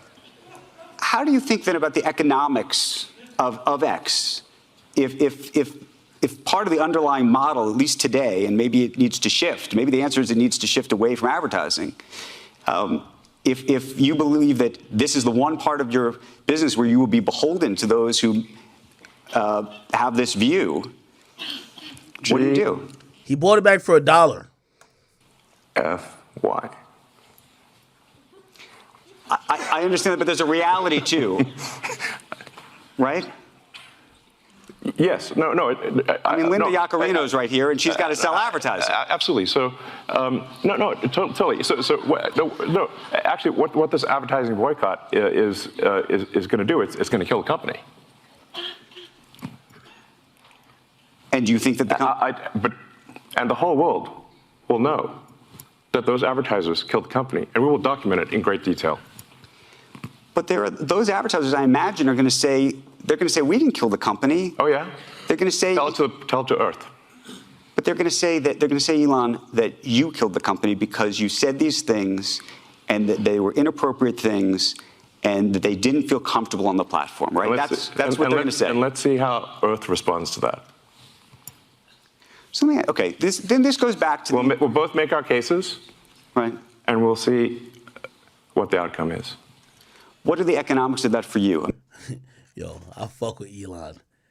This nigga, he's rich, smug, confident, a little bit arrogant.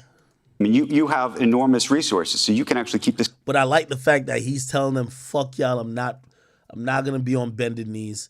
I said what I said, and if y'all want me to be this image for y'all to keep buying into the company, no. Now, granted, it's gonna hurt his pockets, and I think that's what they're asking him now. Company going for a very long time. Would you keep it going for a long time if there was no advertising?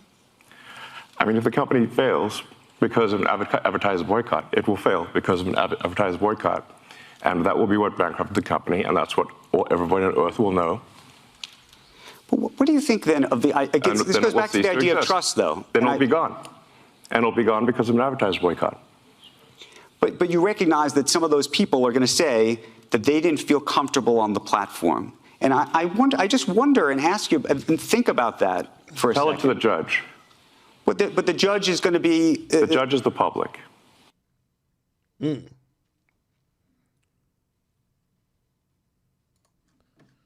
I'll fuck with Elon a little bit. I ain't gonna hold you. You've devoted at least the last close to 20 years of your life, if not more, to the climate change, trying to get Tesla off the ground, in part to improve climate. You've talked about that. Yeah, a real right-wing motive is... Repeatedly. God, far right, if anything. I understand that. And then it's a reverse psychology next level. Well, no, but so here's then the question, which is how do you square the support that you have given? I believe you were at a fundraiser for Vivek Ramaswamy, for example, who says that the climate issue is a hoax, right? Yeah, I disagree with him on that. But I would think that would be such a singular issue for you. I would think that the climate issue is such a singular issue for you that actually it would disqualify almost anybody who didn't take that issue seriously. Well, I haven't endorsed anyone for president. I mean, I wanted to hear what Vivek had to say because I think some of his things some of the things he says I think are pretty solid. You know, he's concerned about government overreach, about government control of information. The degree to which old Twitter was basically a sock puppet of the government was ridiculous.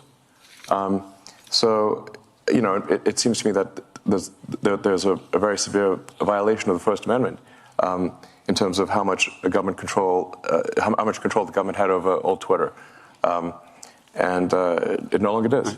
So, you know, there's a reason for the First Amendment. The reason for the First Amendment for freedom of speech is because the people that immigrated to this country came from places where there was not freedom of speech, and they were like, you know what, we got to make sure that that's constitutional. Because stand on business, my boy. Respect it. Where they came from, if they said something, they'd be put in prison, or they'd be, you know, something bad would happen to them. So, and freedom of speech, you have to say, when is it relevant? It's only relevant when someone you don't like can say something you don't like, or it has no meaning. And as soon as you sort of, you know, throw in the towel and concede to censorship, it is only a matter of time before someone censors you. And that is why we have the First Amendment. Could you see yourself... I like that saying. Freedom of speech most applies when someone you don't like says something you don't like. That is very true. You ever see them on Twitter? Like, I'll say something which I think like is just pure truth. It's the same thing I got into that with that bimbo, Mariah the Scientist. Said something, she agreed with it. She just didn't like that I said it.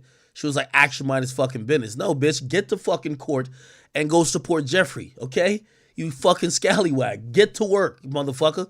Anyway, I agree with that. These days, people care about who is saying what, and what offends them than actually understanding that people should be allowed to say what they want to say. And even if you disagree with it, if you don't want to hear it, it still has a space in this world unless it's like threatening people or doing some other like really diminishing thing. So I agree with Elon Musk. And by the way, I'm going to be honest with you. I think Elon Musk is so needed because if you look at like, you look at Facebook or Meta or and obviously Meta owns, WhatsApp, Instagram, Facebook, and then you look at these other companies, especially even like Google, man, they just fold they fold like a wallet when it comes to questions about what should be allowed on their platform, and it almost turns into an echo chamber because they only allow certain type of preferred speech, and actually they now police speech in a sense. You know what I mean? Voting for President Biden, if it's a Biden-Trump election, for example. Nah, we go with Trump. You don't got a lot of them. Just tell you Trump, nigga. See, Trump been dissing him too, so that's why he can't really say Trump. Him and Trump been beefing. He fuck with Trump, but Trump don't really fuck with him because Trump think he fake. I think I would not vote for Biden. You'd vote for Trump. I'm not saying. See, he can't say that because him and Trump ain't cool yet. He want Trump to kind of be cool with him, but like Trump on some, Trump know he got the world in his hands. I'm telling you, man, watch when Trump walk out to some of these places, man. Niggas fuck with Trump, bro. Trump know he got the whole world in his hands. Trump on some shit like, man, fuck you, nigga. I would not vote for Biden. You'd vote Only way Trump don't become the president again is if that nigga's in a jail cell. That's a fact. for Trump. I'm not saying I'd vote for Trump, but I mean, this is definitely a difficult choice. Yeah. Would you vote for Nikki Haley? Nikki Haley, by the way, wants all social media. All right, shut up, nigga.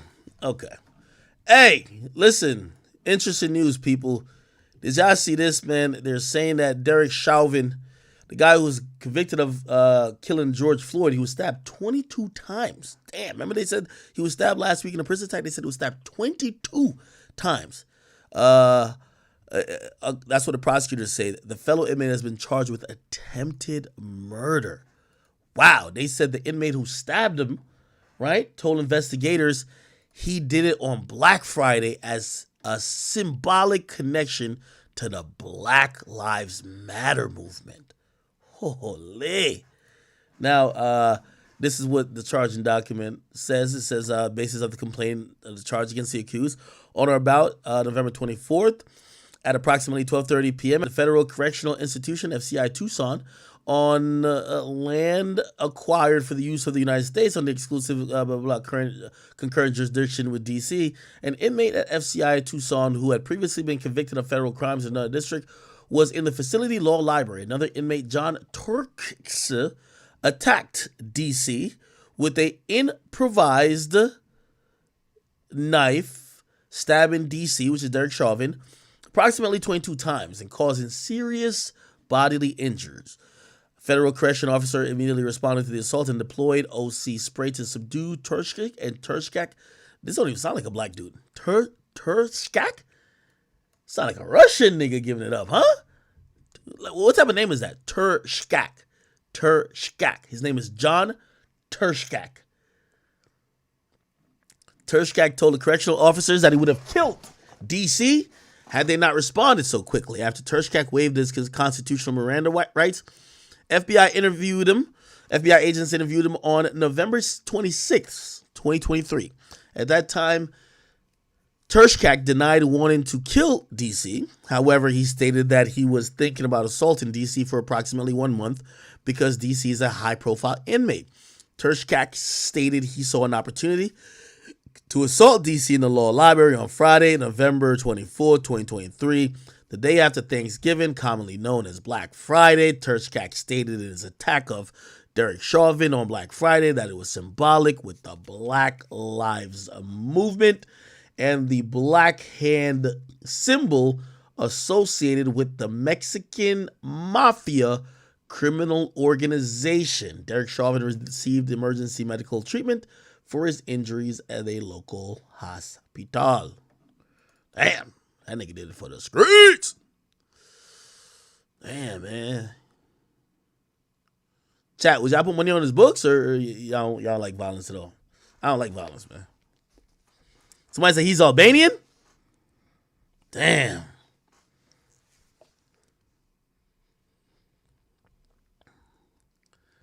I ain't gonna lie to y'all, chat. Once I heard that nigga Derek Chauvin got stabbed that many times, like, no racism, I knew the nigga who did it wasn't black. Because when it come to standing on business, nobody stand on business better than Albanians, Russians. Them motherfuckers, they stand on business. Black people do a lot of talking. Like, let's be honest, right? A nigga will tell you, yo, nigga, I'm gonna kill you. Nigga, fuck you, nigga. On my mama. On my mama's mama. On my mama. Like, you know what I mean? Like, that's what niggas do. Everybody else just stand on business, man. Everybody else stand on business. As soon as I heard that, I'm like, nah, this don't sound like no black people shit. A black person would have ran his mouth for like 20 days before he did the stabbing. The Turkish motherfucker, the Albanish motherfucker, the Irish motherfucker, the Russian motherfucker just got to the poking. What the fuck, nigga? Black Friday, bitch ass nigga. Yeah. Yo, this is crazy. Tech Trend was like, yo, damn, he could have waited for Cyber Monday. I shouldn't even laugh at no dumb shit like that. Holy shit. Did it for the scrape. Y'all gotta put some money on that man books. Damn. I'm wondering if, you know, he was kneeling on was it the neck of George Floyd? Wonder if that nigga stabbed him in the neck. That's crazy. All right. Shit's going on, man. In newly confirmed details, man, Ling Ling is coming out to say that my man, the snowman Jeezy, was cheating. Is it Josh Giddey? Oh, all these white boys look not playing. I thought it was Josh Giddey right here. I'm like, yo, don't tell me Josh Giddey slept with the mom and the daughter. Like, this is crazy. Yo, this is crazy. Nah, it was a nigga named Connor. My bad. Yo, my boy Jeezy, man. After Jeezy did an interview with Nia Long saying that black men or real niggas don't cheat, Jeanie Mai, Ling Ling, has fired back at Jeezy, claiming that he's a fucking cheater. Okay? Now, Jeanie Mai has responded to Jeezy's divorce petition, and she's more than insinuating that he cheated on her and claims that it will have a huge effect on their prenup and the division of assets. According to legal documents obtained by TMZ, Jeanie more than insinuates her estranged husband is guilty of infidelity. Her lawyer writes, wife reserves the right to amend this counterclaim and add other grounds for divorce, but which wife does not wish to specify herein at this time, in the hope that this matter can be resolved without adding to disclose such conduct publicly. But it gets more pointed. Wife further shows that the court should enforce paragraph 8 of the prenuptial agreement regarding infidelity, which provides in pertinent part that in the event that either party engages in sexual relations, an emotional relationship, or is emotionally or sexually suggestive in communication with a third party via all forms of communication or electronic communications, including but not limited to texting, sexting, FaceTiming, social media, freak-offs, direct messages, or anything that Diddy would be involved in, it shall result in a significant financial penalty upon the adulterous party. Oh my God. In other words, she's accusing Jeezy of being unfaithful and claiming he's got to cough up a lot of money as a result. Okay, the docs do not say who exactly Jeezy was allegedly piping out, talking to, or seeing. Jeannie's coming out with cheating allegations. Super interesting. As we first told you, Jeanie was being accused of cheating on Jeezy with Access Hollywood. Wait, she was accused of cheating on Jeezy with Access Hollywood host Mario Lopez, but a close to her said that was bullshit. Jeezy, who filed for divorce in August down in Georgia, also released a 29-track double album, I Might Forgive, But I Do Not Forget, in the wake of the split, and it's highlighted by the song Don't Cheat. Cheating was also a theme Jeezy kept referencing in his recent interview with Nia Long. Now, Jeannie's turned the tables, calling out Jeezy for allegedly being unfaithful. Let me see. Those dinner reservations and tea times will have to wait, because there's an art-filled paradise beyond these beaches. A mecca of masterpieces. spectacular sights by day What the fuck? and night. A cultural capital that's Bro. calling your name. Could this be done? See so I much can't even more than skip you it. came for in the Palm Beaches. Man, hurry the fuck up, man. My therapist always says, take care of little Nia. Let me just click on the actual thing. He ran, left us there. My mom and dad came looking for me. Eventually, they found me under the sink when the police and everything was there. But I just, they just... All right, let me just go to the right part. Where's the part that nigga was talking about cheating, man?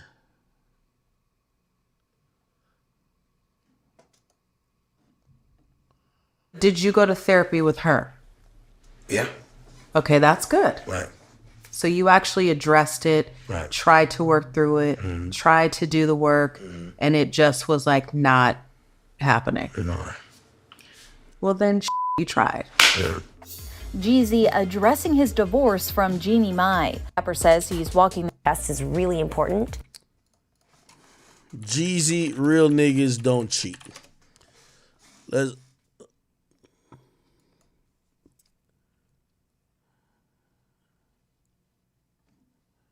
Where is that fucking? There's a clip. It's like infamous clip.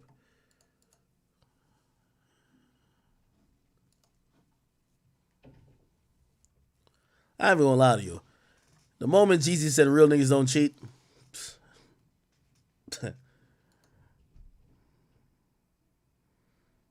chat, in the moments I was cheating the most, I was jacking not cheating. I ain't even gonna lie to y'all, man.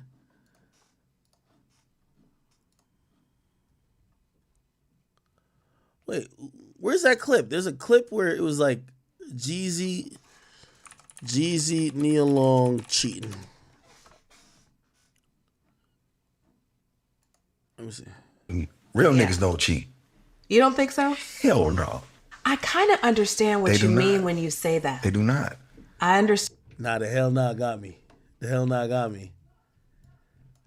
Cause I've been in a position where Jeezy's at. Where's like. Think so? Hell no. Where I just cheated on my last 5 bitches, but now I'm trying to convince my 6th bitch I won't cheat on her. I've been there. I look like Jeezy. Jeezy look like he was an actor right here, nigga. Yeah. Nigga like Morris Chestnut, nigga. Look like he trying to tell a scene. Facts. Don't cheat. You don't think so? Hell no. Yeah, hell no. Yeah. That's I know one of them ones. Jeezy, we all been there, brother. Look, she was smiling and shit. Yo, I ain't gonna lie to you. Women are so gullible, they believe anything. You tell a woman anything. Did you cheat on your last ex? It wasn't really cheating because we were already spiritually broke up. Be like, oh, tell me more. Be like, yeah, I'm really just into a mental connection before a physical one. Oh my God, he's the one. Stupid as hell, man. Yo, this nigga used to sell crack cocaine, man. You think this nigga care about cheating, man?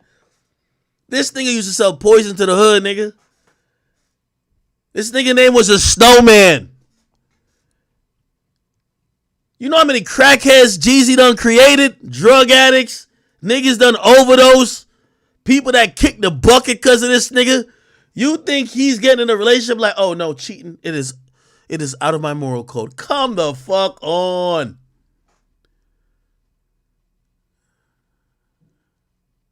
Wait, ain't Nia Long? Oh, but Nia Long was fucking with that Inmate Doka nigga, the nigga that just cheated on her. Oh, yo, you know what's so crazy about women? Yo, if you ever want to fuck a bitch who just got cheated on, all you got to do is gaslight her about cheating. Just gaslight her like, yo, damn, he cheated on you? Yo, no fucking, you tell me he had you sitting at home looking so beautiful and he was All right, who he cheat with? Yo, he cheated on you with her? Yo, sometimes niggas really don't know what they got in front of them. Like, damn, like a chick like you, like, man, fuck practice. I'll be skipping practice just to be home with you, baby. You gaslight shit out of them, nigga. You deep in the guts looking at her like, you stupid as a motherfucker. Take this dick. Hold up. Yeah, take all that. Come on, man. Chat, y'all know yo, women fall for anything. Let me tell you this. Women, y'all gotta start walking around with a lie detector. Something like, yo, niggas lie to y'all for a living, man. Because put it like this, a woman will fuck you quicker if you just say what she wants you to say. That's the thing about women. Don't get too creative. Don't think you got game. All you need to know is be a psychologist or a therapist. Tell her what she want to hear, nigga. That nigga Ime Udoka was already telling her, like, baby, like, yo, I'm sorry, it was only one white bitch that I fucked. Like, listen, it's not, yo, be like, yo, baby, you do know if you get with any other nigga who making millions, they gonna cheat too. You know what her stupid delusional ass and said, no, they won't. I'm gonna find the one guy who's a millionaire that don't cheat. She gonna talk to young Jeezy. You're talking to young Jeezy. If your man is cheating and he's a assistant coach, has just gotten his first coaching gig, if he's cheating and you think he a piece of shit, you're going to go talk to young Jeezy?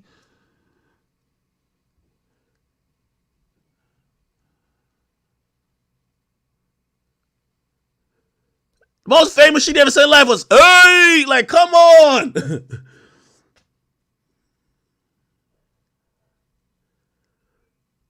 Let's keep it. But look at her. Yo, she just want to smile and laugh. I kind of understand what you mean when you say that. They do not. You know what's so crazy? The most egregious thing about this whole shit, yo, Neil on like 50, nigga. How the fuck is niggas telling you this dumb shit at 53? Like, yo, I get it. You in high school, college, you just got out of college. But niggas tell you at 53, real niggas don't cheat. And you're like, I kind of get it. Sometimes I almost like, I feel like sometimes we don't give women enough credit. Women be knowing niggas lying and gaslighting and bullshitting and selling them a dream. But they just like, yo, all right, fuck it. At least you try. Let me just give you the pussy anyway. Ain't no way you motherfucking 53 years old listening to this bullshit from this grown-ass former crack dealer. And now you're talking about, like, what the fuck did you think, man? Nigga, you bad as fuck and you 53. You have heard every lie in the book from a nigga. How you ain't learned nothing yet? It's not even like, put like this. A chick like Meg Thee Stallion, I know why she got fucked by like 40 niggas like in the industry. Allegedly, I don't know the number. I'm just threw that up. But I know why she got fucked by all these niggas. Yo, Meg used to look like a big doofy looking chick. She looked like Bigfoot, nigga. Sasquatch. Before she got rich and famous. You feel me? Niggas wasn't trying to fuck her. Niggas would hit her up like, yo, who that girl in your picture? Like, what's her at name?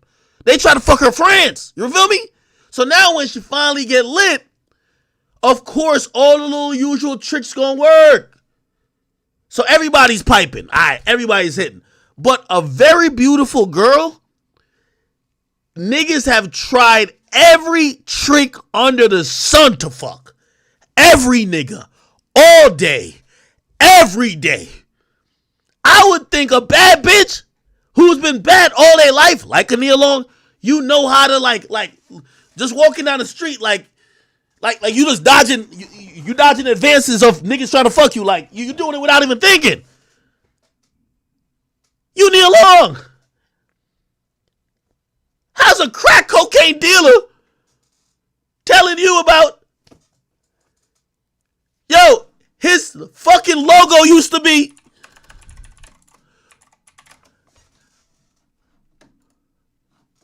this was his logo.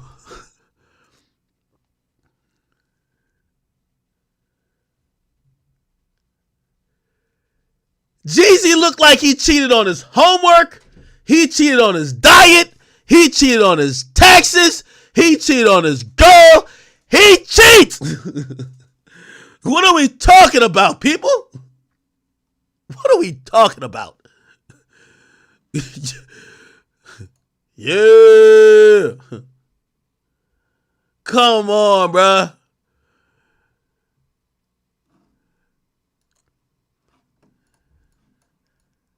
You know what I realized about Nia Long? And by the way, I'm cracking jokes here. I'm not attacking her as a person. I just got to get my jokes off. I'm sorry.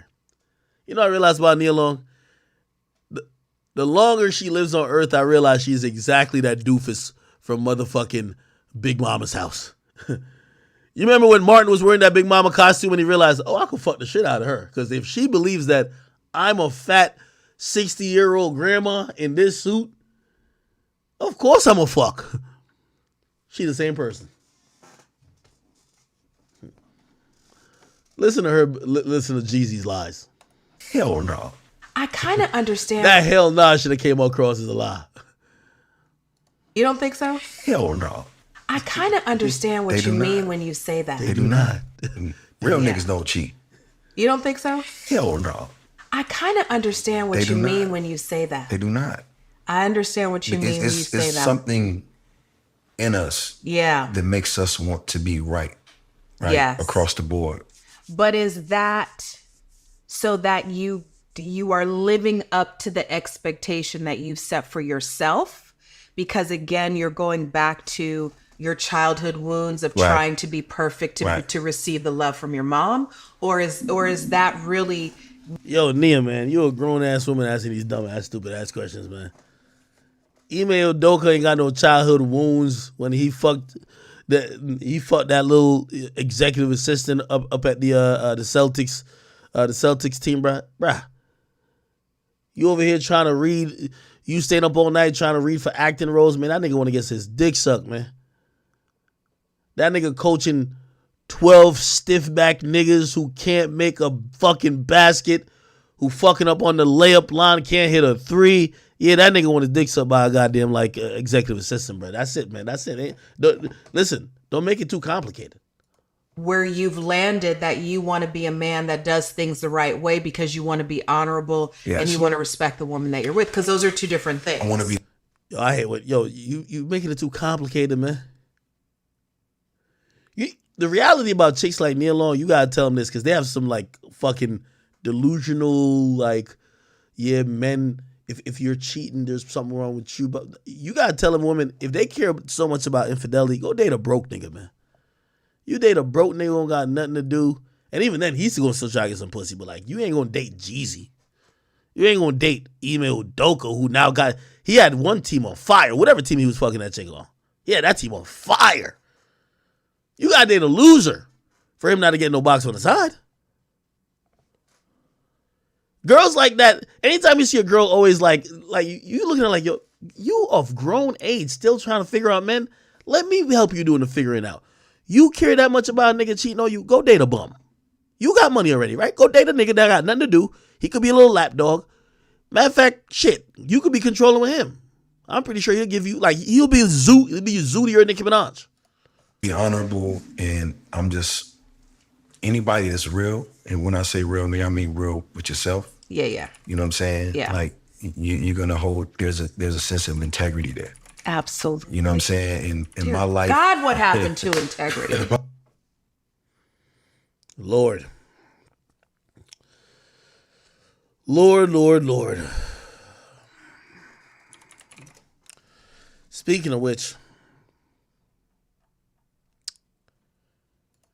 Speaking of which, Barbs, I know y'all are down horrendous when y'all are sending me shit for me to step in to help y'all queen, okay?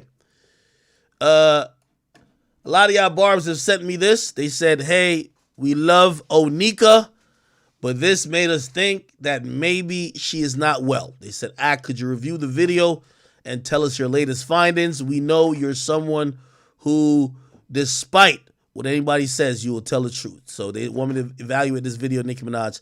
Let me see. Ain't no skips. Fuck, I look like having a motherfucking skip, bitch. Get up on your good foot, skip, bitch. Oh! I see niggas smirking in the background. Niggas knew that was a bar. Fuck woman. Tell you niggas you in the presence of the greatest of all fucking time. The juice.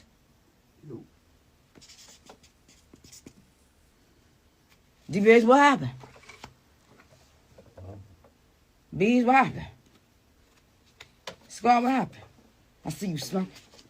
Niggas know they in the presence of greatness. All, at all times. Yeah. All right. Listen. Nicki fans, Nicki haters, Big Ack is here to break it down. Listen. After one revision of this video, it appears, could be wrong, but it appears she just got a little bad batch. little bit extra Fenty in this batch. That's it. It's the same amount of dosage. She ain't up it. Same dosage. It's the same shit. This is a bad batch. It happens sometimes. You know that one nigga, he be smoking all the time, and one time he be tripping? Yeah. You know what I mean? Weed man sold him some bullshit. Laced it in some shit. You feel me? Just a bad batch. She be alright. Feel me? Tell her, you know what I mean? Sleep it off. You know? Take the Diddy IV. Should be good. Ain't nothing wrong with it. Ain't nothing wrong. Let her live. I'm not here to tell people to, you know what I mean, to change up their lifestyle. It's been working for her since then. So let her rock out. Rock out, girl. No? But it's a little bad batch. There's nothing wrong with it. A little bad batch. It's okay. It is what it is, man. I don't think she don't know intentional shit. You heard my boy Kodak. I heard the perk was fake, but I still ate. I'm like, holy. Now that's a demon. Nah, I don't believe none of this is going on. It's a little bad, a little bad situation. Yeah. But y'all calm down, man. Like, yo, Nicki's been good. She's been quiet recently. She's getting ready for her album. She probably is in album mode. I know she's going to come out dissing a lot of people. Expect some good music. I'm expecting some good music. She said this is going to be her best album since. I'm expecting it, man. I can't wait to hear it. Feel me? Listen, man. Ain't nothing wrong with a little pills and potion. Ain't nothing wrong. And I'm talking about the song, actually. I don't know what y'all talking about. Ain't nothing wrong with a little pills and potion. I ain't gonna hold you.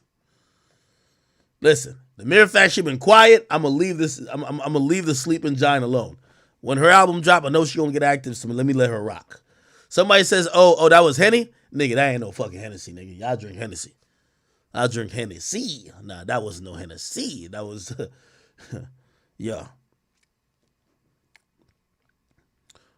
What y'all saying? Oh, y'all think that she's on cocaine? Not from Colombia. It's not from Colombia. It's not from the Colombia. I don't know if she is, but if she was, it wasn't from Medellin. Nah, that wasn't from Medellin. That wasn't from Medellin. No. That's not the Medellin one. No. That wasn't the Medellin one right there. No. Nope. No way.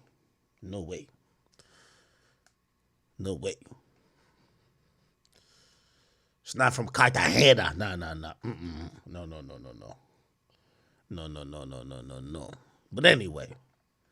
Nah, I think she's in album mode, man. I think she's gonna violate a bunch of chicks. Doja, you catching a couple bars. The Horse catching a couple of bars. Who else? Who else catching some bars? Yeah, Bard, you definitely catching a shit ton of bars. Yeah, and then she gonna diss the rest of y'all, even the ones that are friends with her. She just gonna call y'all her sons for the whole album. These bitches, my sons, they all want to be friends.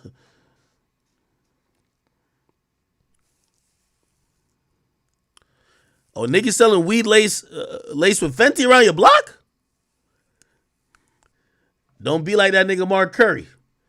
Chat, wasn't that Mark Curry shit we watched Wild? That nigga say he in the club with Diddy and them, and niggas gonna tell him, yo, that Moet bottle on the left, don't touch that one. That's for the girls because it got the shit mixed in it. Use the one on the right. Now, granted, he might not have been the person who set up the bottles, but nigga, you didn't care about no woman in there. Like, you ain't telling one woman like, yo, bro, listen, hey, if you gonna drink from that bottle over there, I don't know. That was kind of wild. My boy thought he was like doing his thing. I'm like, nigga, you're basically saying you were complicit. So you were sitting there yourself watching these women drink from the bottle that you know was spiked. You may have fucked one or two of them, but you knowingly knew they were gonna.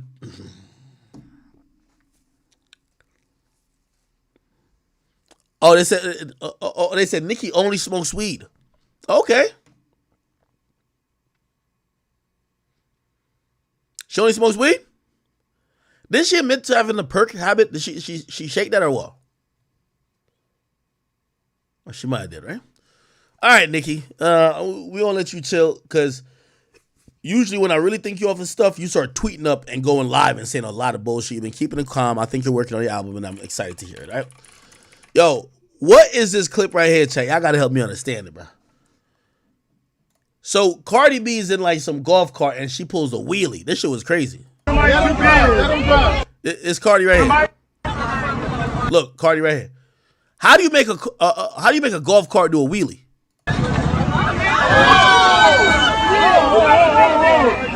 Yo, somebody.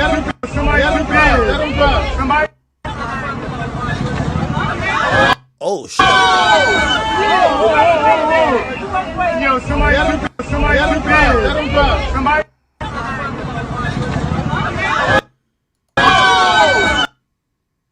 Why niggas is telling me that Rod Wave and Lizzo got on the back? Y'all niggas need to stop, man.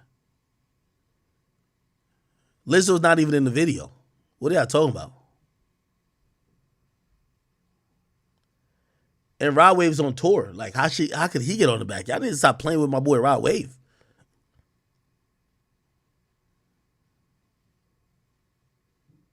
Oh, it was Saucy Santana? Oh shit. Fuck. Somebody said it was really Lizzo? Nah, it wasn't Lizzo. That was no motherfucking Lizzo, nigga. What are you doing?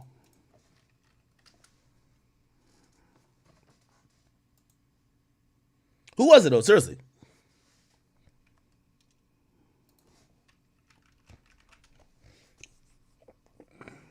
What in the fuck?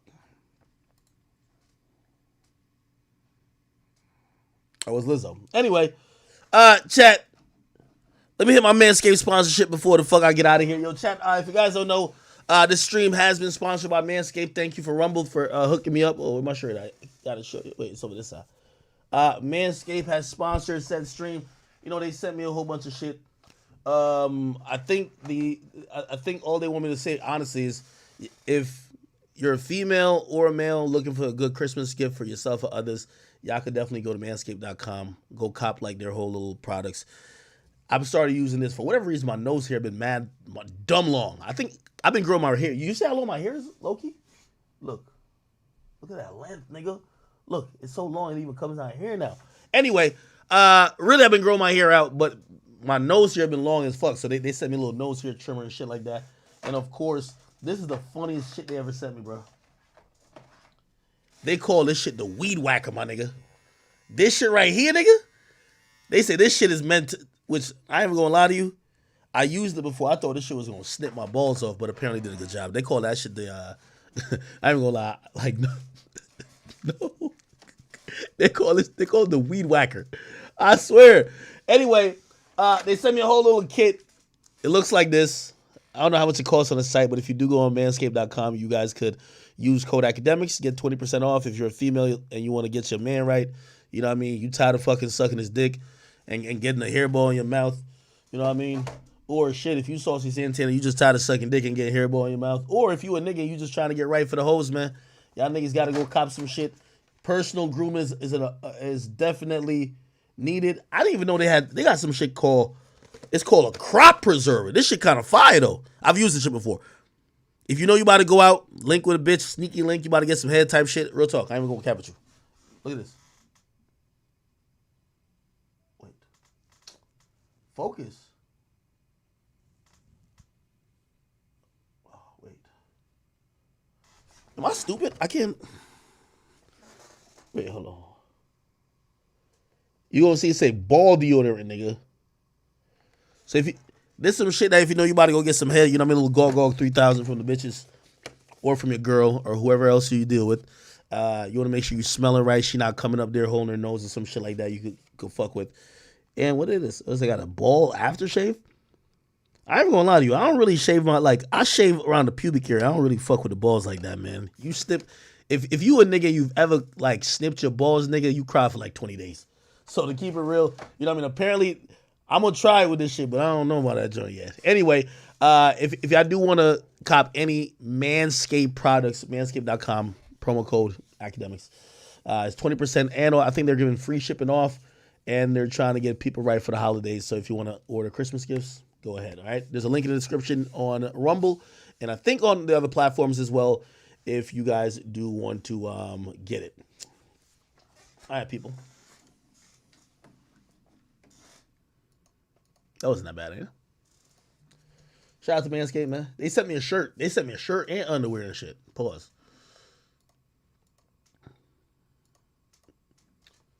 All right. What the fuck else was I going to look at?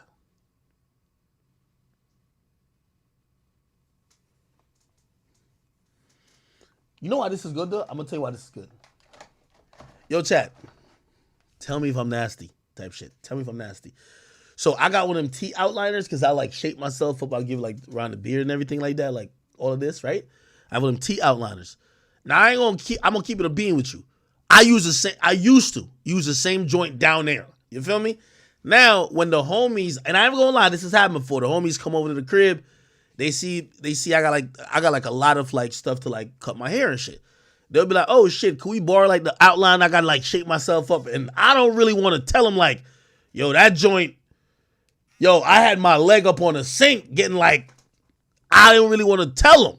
You feel me? But I do know I put like the alcohol on it. So like they say alcohol kill all the germs. You feel me? So I'm watching my mans with the joint I had down there. I'm watching him just edging it up like around his lip. And I'm like, yeah, get that. Yeah, right there. Yeah. Okay. All right now. Okay, cool. Yeah, no, you good for the club tonight. Mm-hmm. Yep. Let's keep it going. I didn't have the heart to tell him. I had the heart to tell him. Cause he asked me to borrow it, but I'm thinking he gonna do like some regular shit. First thing it was like this. I'm like, okay, you got it. Got it. Now as well? Bro, first of all, why would you go to another man's house and ask if you use his personal grooming things for your lips? Like around your lips and shit. For your beard area, nigga. The whole night we in the club, nigga, he probably smelling his upper lip like, what the fuck is that scent? Yo, nigga, you smelling my ass crack and schmegma. I'm sorry. It's over for you. I'm playing. It's jokes. This is jokes. It's fucking jokes, nigga. It's jokes. Jokes. Oh, man. You know one of them ones where like you smelling like some shit the whole night. You're wondering if it smells in the whole room, but it's really you smelling some shit that's on your face.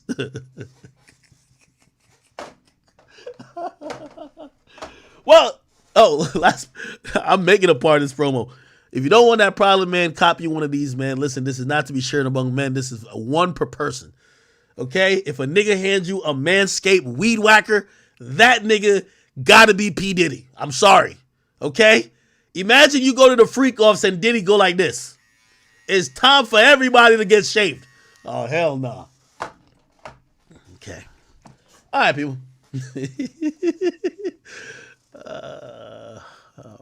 I need Jesus. Yo, this nigga Jeezy said, yo, real niggas don't cheat.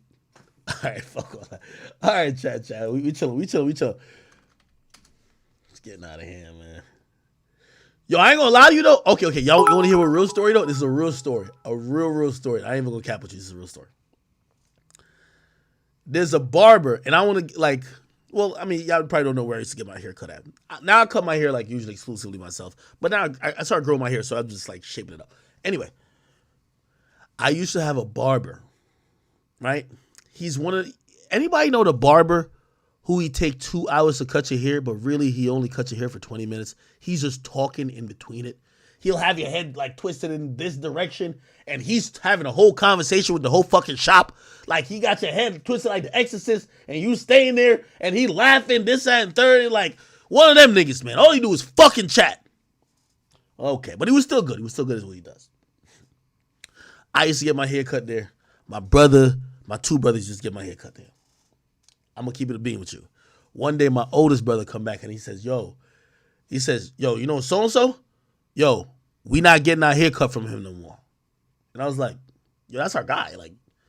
Like we don't got to do appointments. He like always puts us first. Why we not doing that no more? He didn't say nothing. I asked him again, why not? He said this big mouth motherfucker one time. I don't know if he was feeling nice or whatever. He's cutting my oldest brother's hair. And he's like joking about shit like that, whatever. And I guess they told my girls, this nigga is cut my brother's hair. And he started telling a joke or like he's chopping on a conversation about girls in the shop. And he basically admits, he says, yo, for Valentine's Day, he says he basically was just like, I ain't gonna use manscaped shit, but he basically said he carved out a heart shape by his girl's pussy hair, like down there by the fucking pubic hair and shit like that. And he was just like, yo, that's like what his girl like. And the whole time my brother's looking at the joint, and I remember he looks at it, well, at least what he told me. He's like, yo, the dude looks at him and be like, yo, yeah, I use the same thing, but they have like a whole thing that they disinfect it with.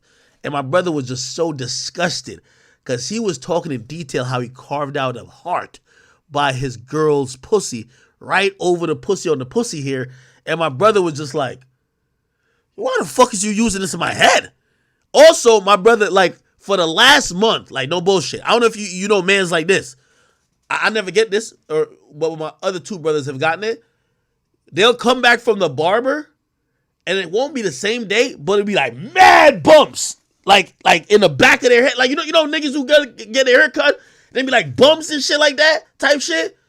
So my brother was just like, yo, I know I'm getting bumps now. Like, yo, bitch, you carving out hearts in your girl pussy hair with the same shit you using. Nah, I'm serious. All right, y'all gotta believe me. Fuck all that.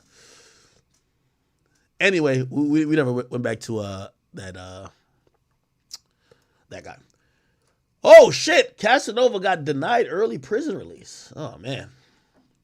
Casanova just came up emptying his push to get an early release from a 15-year prison sentence. How long has he been locked up? Like 2 years?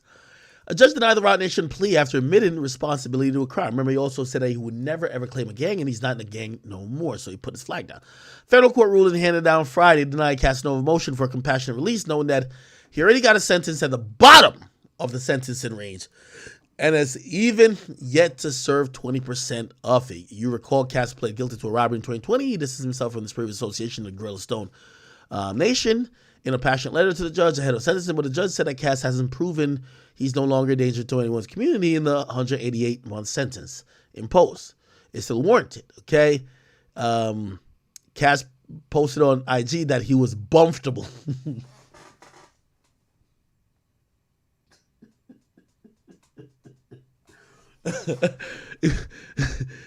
Yeah, they said my man said he not with the gang no more, but he's bumptable. No, he ain't say that. Where did he say that? Don't tell me they made this up. Oh, they made this up. Unless he changed the caption. They said Cass posted on IG that he was bumptable in a cell, and it seems, at least for now, he'll have to stay there. Goddamn. God damn it. Damn. Yo, Judge, I don't even fuck with them gang niggas no more. Well, I see you posted here on the gram. You're bumptable in your cell. Well, if you're bumptable in your cell, why the fuck you want to get out? How about you keep booling over there? Nah, I fuck with Casanova. Casanova's my guy. Really cool guy. Really cool guy. Wayne is being sued by his former bodyguard, which, by the way, like, you know, Wayne's like a 5'5" midget. Like you ever see these rappers, bro? These rappers look really scrawny and look sickly, bro. Like you can tell it's like, if you're a bodyguard, you got to be bigger than him. You weigh more than him. Like, are you really getting threatened by Lil Wayne? Okay, nigga, you throw 2 styrofoam double cups over there, that nigga's go running like a dog playing fetch. You know what I mean? Like, come on, let's get serious. So Lil Wayne is dragged to court by a former bodyguard who's suing the rapper after telling the cops Wayne allegedly brandished a gun and punched him in the ear. Come on, bro.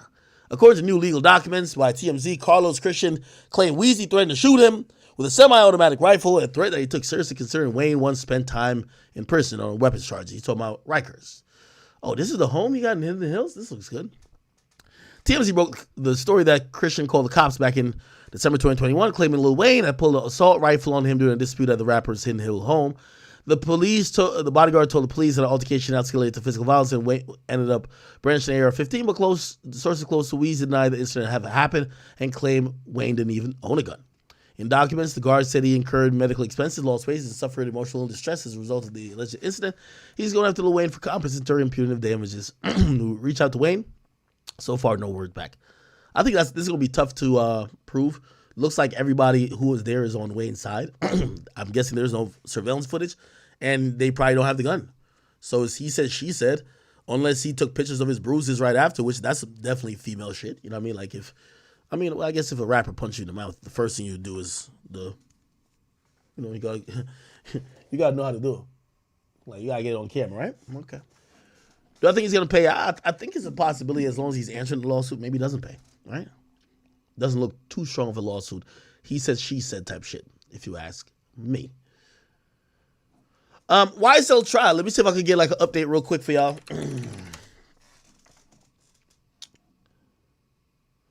This is recap of day 4. Let's see how we go.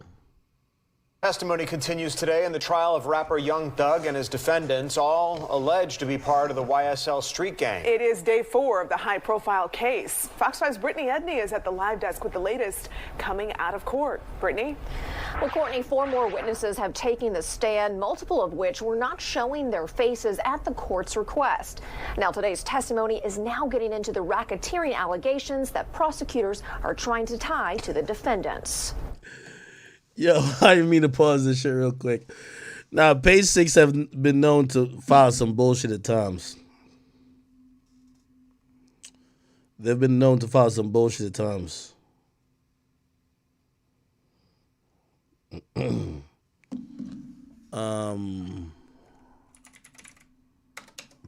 Watch this right here, chat. Oh my God, allow ads. Here we go. I gotta pause on this site. Oh, my bad. If this is true, this is so devious, chat. Look at this.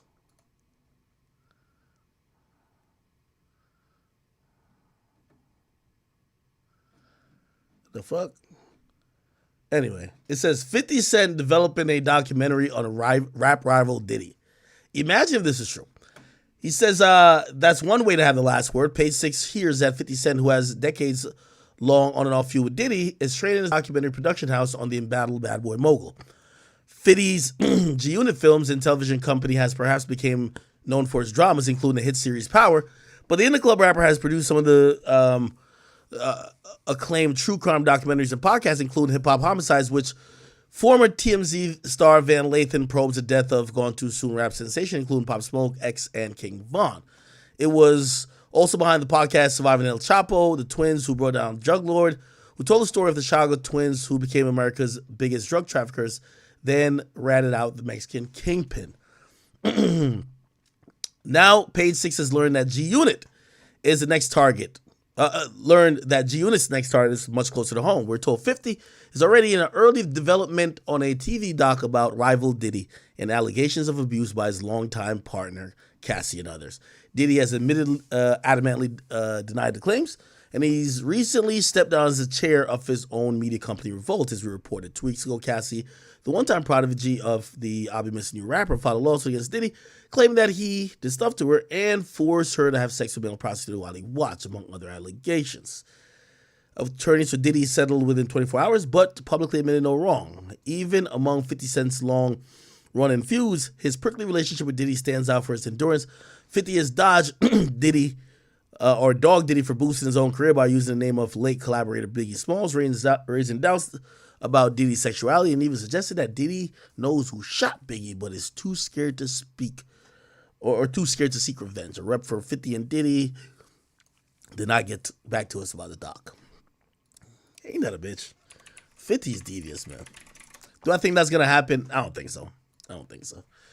If you ask me, he probably planted that story. He probably planted that story out there to fuck up, Diddy a little bit. Get that nigga scrambling, maybe settle a couple more lawsuits, and probably acting a little bit more out of character. All right, let's see if we can get a update on the YSL trial, the last day, and how it is going. By the way, you know what's so crazy? I seen this topic here. Yet another... another teacher's fucking the students, man. 26-year-old biology teacher Gabriella Neufeld is accused of having sex with an 18-year-old student. These accusations all came to light on Wednesday. According... Rating, chat? Rating? Rating? Scale of 1 to 10, let me know. To court docs, Neufeld engaged in intercourse or a sexual act at least 5 times since October 18th. While the interactions didn't happen at school, they allegedly happened with an 18-year-old male student. What's the problem then? Yo, what's the problem? Nigga 18? She overage? What's the problem? How old is she? Actually, how old is she? After an interview with police, Neufeld was arrested and booked into the Mecklenburg. Yo, I know he ain't snitch. I could tell this nigga ain't snitch. This nigga did not snitch. You know who snitched? One of his hating ass friends who heard about it, bro. You ever had a homie who be like, listen, man, yo, if I can't get none, nobody can get none. County Detention Center. She was later released on $75,000 bond. This power dynamic is one we've covered extensively at Law and Crime Network. As man, we ain't trying to see the ugly bitches fucking. We try the ugly bitches. We don't give a damn about the ugly bitches. Oh shit. North Carolina. We're joined now by Law and Crime legal analyst Julie Rendelman. Julie, thank you for joining us. Thank you for having me. Okay, so what struck me about this case, and is what separates it from so many of the others like it, is that the student in this. Yo, chat, don't you look at these kids and be like, damn, why couldn't I find this hoe on Tinder? Like, yo, she fucking students. I could have been dealing with her too. One is 18 years old, so a legal adult, but Neufeld was still arrested and charged. Can you explain that? Sure. So what we've typically been seeing is where a teacher engages in some type of sexual activity. You see, that boy fucked up, man. Nigga, you should have just dropped out, nigga. Make that shit legal. Drop out. You're already 18. First of all, how the fuck you 18th in the 10th grade, nigga? How the fuck does that work, nigga? You 18 in the 10th grade? This shit don't make no fucking sense. You wasn't there learning the motherfucking thing to get from the get-go, nigga. You should drop out of school, nigga. You getting some free pussy from the teacher. She got a full-time salary. Don't fuck it all up. Nigga, drop out of school, become the bum you were gonna be, and live off of her. Just pipe her down, nigga. The fuck you talking about? With a student that's also underage. This is unique because the student is 18 years old, and so he is of age. However, the law is quite clear in North Carolina. And in this case, the crime is called sexual activity with a student. And what that says is that an individual who is a teacher, who is over 4 years, who is 4 years older than their student, which in this case, the victim was 18, and the teacher was, I believe, 26 years of age. Nah, I'll allow it. Nah, that's legit. Let her rock. Yo, let her rock. Yo, Puffy was like 40 dating like Cassie, who was like 18. The fuck? Come on, man. Puffy was 40 dating Cassie 18. Why can't this chick be 26 sucking off a nigga who's 18? What's the problem? The law prohibits any type of sexual activity between the two. She now faces 5 counts of felony sexual activity with a student by a teacher, that charge that you just explained. But is that different than rape? Is it less severe? It is less severe. It's still a felony. They classify it in that. What's her IZ? I don't know her IZ still. That state as a G felony. The difference is the amount of time an individual can get if, in fact, they're found guilty. In a case such as this, the defendant is potentially looking at up to 47 months, whereas in the typical cases we would see, you would have an expectation that the potential for imprisonment is much higher. You know what she probably did? She probably let that nigga record her, like, sucking him off type shit. You know he's showing everybody that shit. Yo, watch this, yo. Miss Anderson was going wild on the joint. Sounds like a lot of this case is going to rely on what this 18-year-old student has to say. Would you say that he would need to testify? You would expect that he will. Now, keep in mind, there might... Hell no. That nigga testified, he done. Hell no, nigga. Might be outcry witnesses, individuals that he told.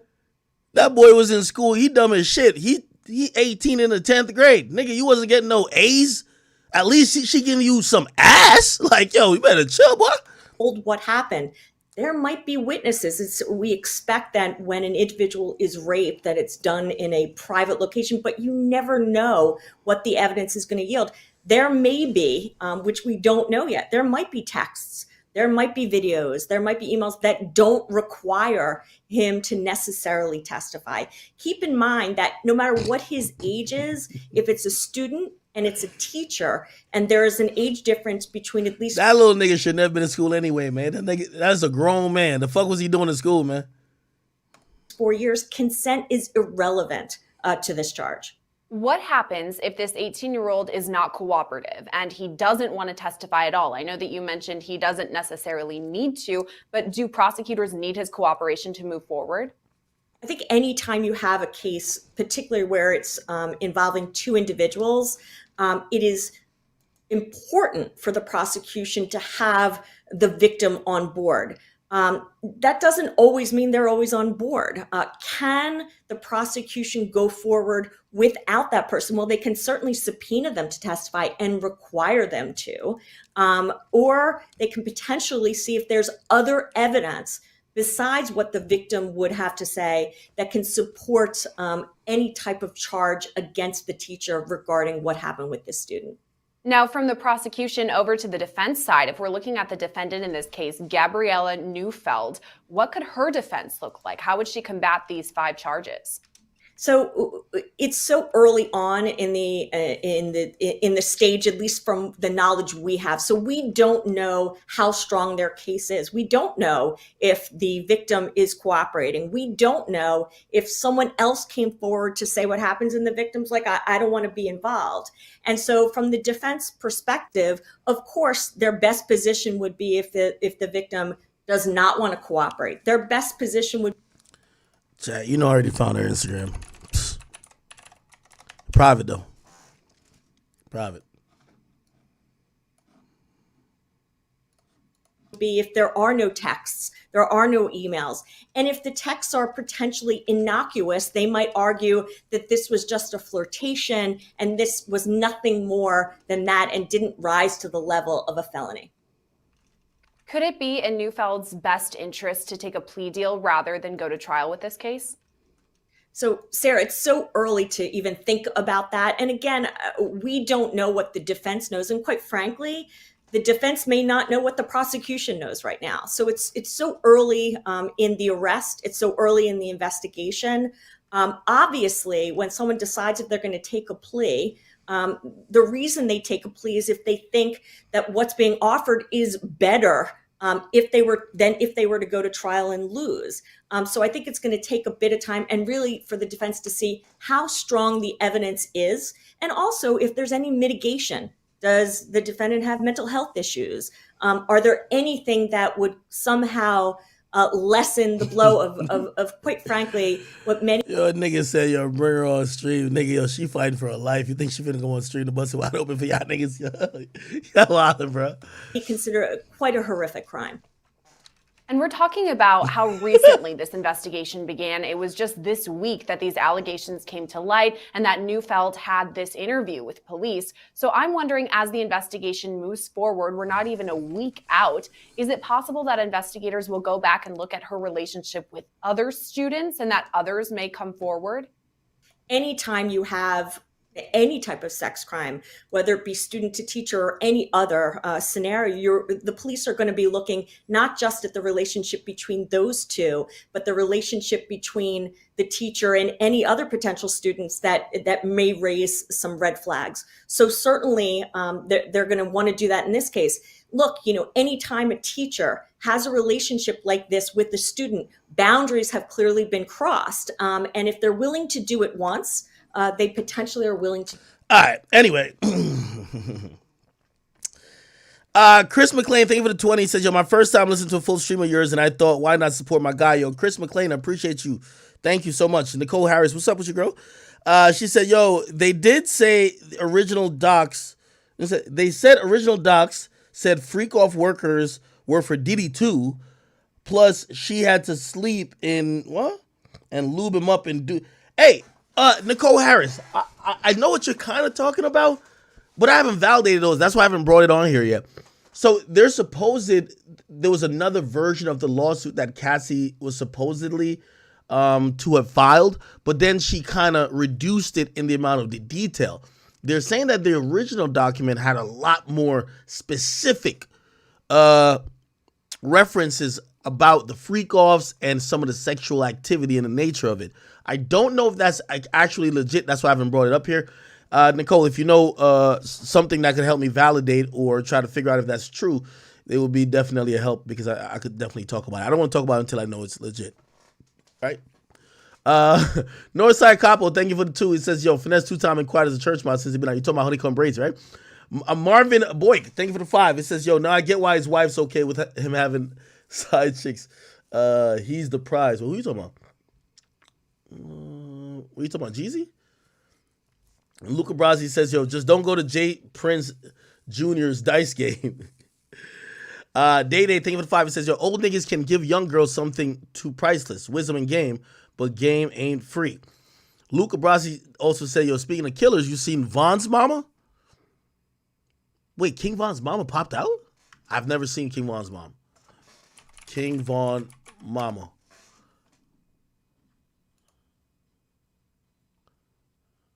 This is King Von's mama?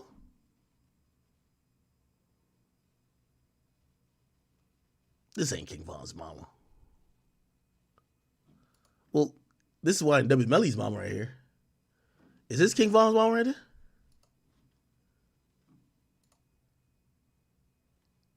Nah, that ain't King Von's mama. I'm not believing that. Nah. Okay. Nah. Reese Cup. Oh, y'all with wildin'. Somebody says, yo, Jim Jones mama. You need to stop it, brother.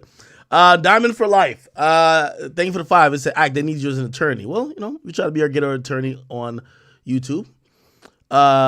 D-Mac Greens. He says, what's granola music? Granola music? What are you talking about? And Drew Jones, he says, Lucci mom got shot up to lock him up. Yeah, well, Lucci's mom's house got shot up, and that's what they're accusing Young Thug of rapping about. Cult of Masculinity, thank you for the 5. It says, do you think it's over for Trippie Redd? He dropped an album a few weeks ago and it landed 161 on the Billboard. He's just dropped V2 and it looks over. I don't necessarily think it's over for Trippie Redd because Trippie Redd does have a catalog that people are going to care about. I think Trippie Redd is in the same boat with a shit ton of other artists that if they're not currently super relevant at the moment, but they might, have good music or have a catalog, they need to figure out how to sell music again because whatever they're doing now isn't getting the attention. Clearly, either their music isn't so good that people care about it enough and music just ain't selling like it used to sell. Avio Gang, I think it was 2, it says, yo, Gunna had a show in Houston last night, a free show. Did he? How was that? Gunna had a free show in Houston. Let me see. Gunna. We'll look at it. Somebody said Key and Peele did a skit about self-snitching lyrics. Maybe we could watch that. Key Peele self-snitching. Oh, it gotta be this. First things first, I do not care that you're a multi-platinum selling rapper, Gunrag. Yeah, but you ain't got none. Okay. I'm very glad that you said that. I don't think I could play this because it's Comedy Central. They're gonna flag the stream. Okay. Somebody says, Charissa Valentine, thank you for this. She says, hey, Ak, have you seen the video that Lunel posted on Diddy? She don't give a fuck. Yeah, I did see it where she crossed out his face or whatever the case is. Let me see. So basically, Lunel was walking in the hallway and she says, according to the caption, she says, "Nuff said, boy, bye." And she says, "Justice for KP," which is Kim Porter, which just kind of just goes to show me that, Lunel's an older artist, an older comedian in this game. So many people got these, it looked like they got pent up aggression for Diddy. I know we all think that Diddy's beloved everywhere, but shit. This kind of happened and looked like a lot of people wanted to spin for Kim Porter or may have thought something was fishy with him and Kim. Here we go.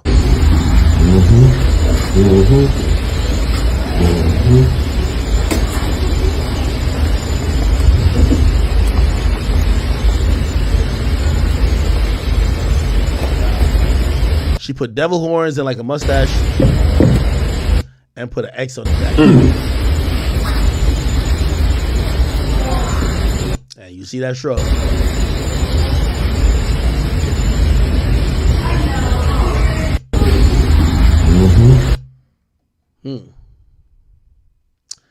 Also, I was thinking about, that's what I was saying. There's not a single celebrity that came out to say, Nah, that's not even my boy's character to be accused of shit like that. You know, sometimes you be like, oh, yo, nah, he's not even that type of guy. And now one person said that about Diddy, right? It's kind of interesting. Not that it means whatever. Somebody says, I seen the Vlad preview that the Whack is wearing a Adam 22 in the Whack 100 show. Tell us more. He says Romanians for Ak. Oh, shit, you're from Romania? What up with you? Whack's doing an interview with Vlad. I think they had a shirt made that just, he does a podcast with Adam. Give me a second. Justin Kudo, thank you for the 2. It says, yo, lips smell like shit, mustache smell like pubes. He talking about that story I was talking about with the shaving thing. By the way, Northside Capo, he says, yo, we used to do that Mark Curry thing all the time. Whoa. Northside Capo. What are you talking about? Well, Mark Curry was talking about, they said they had spiked drinks that they were leaving for women and they were taking non-spiked drinks. Which, by the way, just seems evil because let's say y'all are having a drug-filled night. We would imagine everybody's taking drugs. Like, to me, I think it's scummy if you're pouring non-alcohol beverage in your cup and you're giving a woman alcohol, right? Like, yeah, that's not drugging her, but you're being facetious if you're acting like you're drinking or ingesting alcohol with her, but you're really just trying to get her drunk. I think that's foul, too. Shamiz Pretlow, thank you for the 2. It says, yo, Nikki Onions for the what? Nikki Onions for the lottery tickets, too. What are you talking about? I don't know what that means. Somebody said Columbus Short had said that Diddy tried him. Is that true?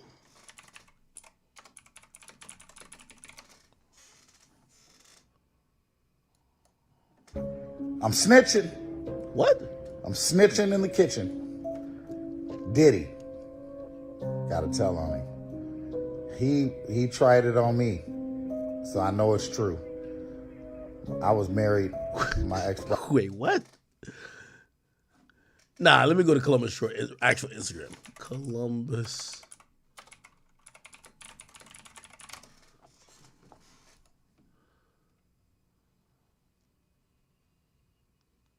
Oh, shit. You really did post it. I'm snitching. I'm snitching in the kitchen. Diddy. Gotta tell on him. He tried it on me, so I know it's true. I was married to my ex-wife.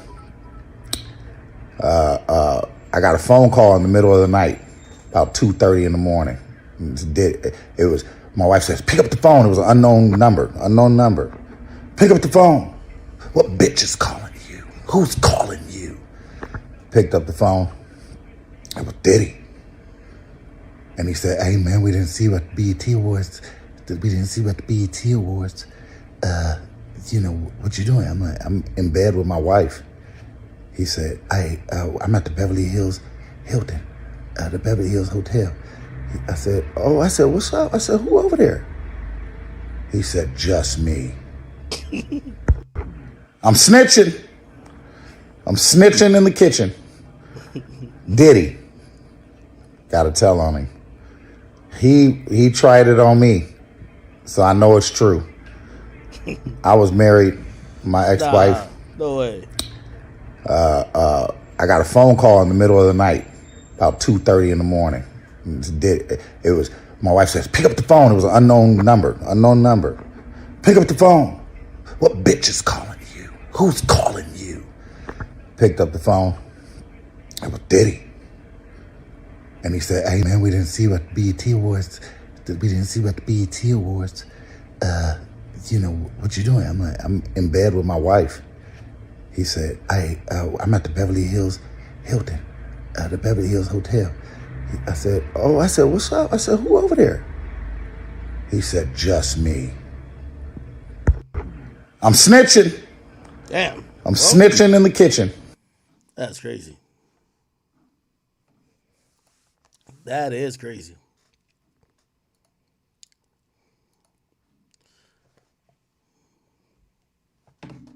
Chat. Let me ask you a question. What would be more surprising to you? So let's say you got confirmation of either or. Would it be the fact that, or not be the fact, would it be the possibility that Diddy's gay? Like, say Diddy came out and said, I did it, y'all. I'm gay as shit. Would that be more surprising than what you're hearing, like, say, from Cassie with the, oh, yeah, I did freak offs? I'm not going to mention the R word or the SA word, like, because who the hell would admit that, right? But which one would be more surprising? If Diddy just admitted he was gay, or Diddy admits he has weird kinks where people fuck his girl?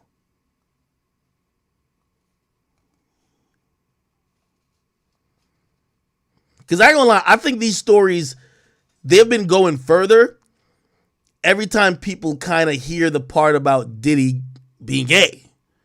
But that's not really, or it shouldn't be the most disturbing part. It should be, yo, Diddy been having male prostitutes fuck all his girls, beating their ass and all type of things like that. Okay. Jesus. Steve Lou, thank you for that, by the way. Captain Brown, thank you for the tenant. Says, yo, Act, talk about your boy DeSantis taking niggas out the mafia in front of his office for the second time. What are you talking about? Lil Boom says, read the chat. I can't type in Twitch on my backup. What? Lil Boom is back, but I have no idea what's going on with his account now. We got to get like a Twitch staff member to like hook him back up. Daily McCall, thank you for the 5. It says, Act, Joe and Ish got into it over Joe not keeping the same energy on the recent pod at 140. Was it uploaded? Is it on YouTube? Joe Budden podcast. Is it pods given? Yeah, that's but he's different. talking about I'd love to split her for 1/4 to 3. Yeah, that come shit on, is come on. graphic. I ain't. Now y'all got me sound like Mel. I mean, you know, you guys call it locker room talk, and it's just like, maybe I should stay in the locker room. See, that's what I'm saying. And not be putting out there. I'm not mad at it being said. Yeah. Because we all adults. But saying it publicly and you putting it out about there. public figures, Crazy. Somebody might. Paul Pierce was nuts saying that shit about Ruby Rose. Publicly. Agreed. Is this what y'all talking about?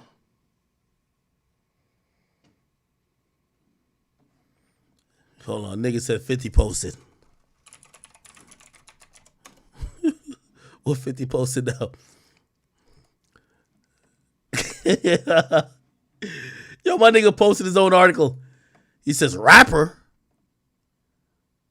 I thought Diddy was a billionaire music mogul. If he was small, he'll file bankruptcy now. Anyone with real money knows why I'm saying this. I'm the best producer for the job, guys. Here comes the receipts. Nah. Yo, I'm gonna be honest with you.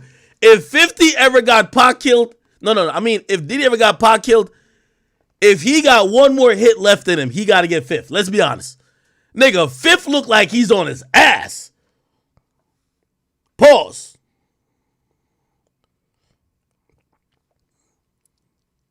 That nigga told him to file bankruptcy, man. This nigga 50 ain't shit.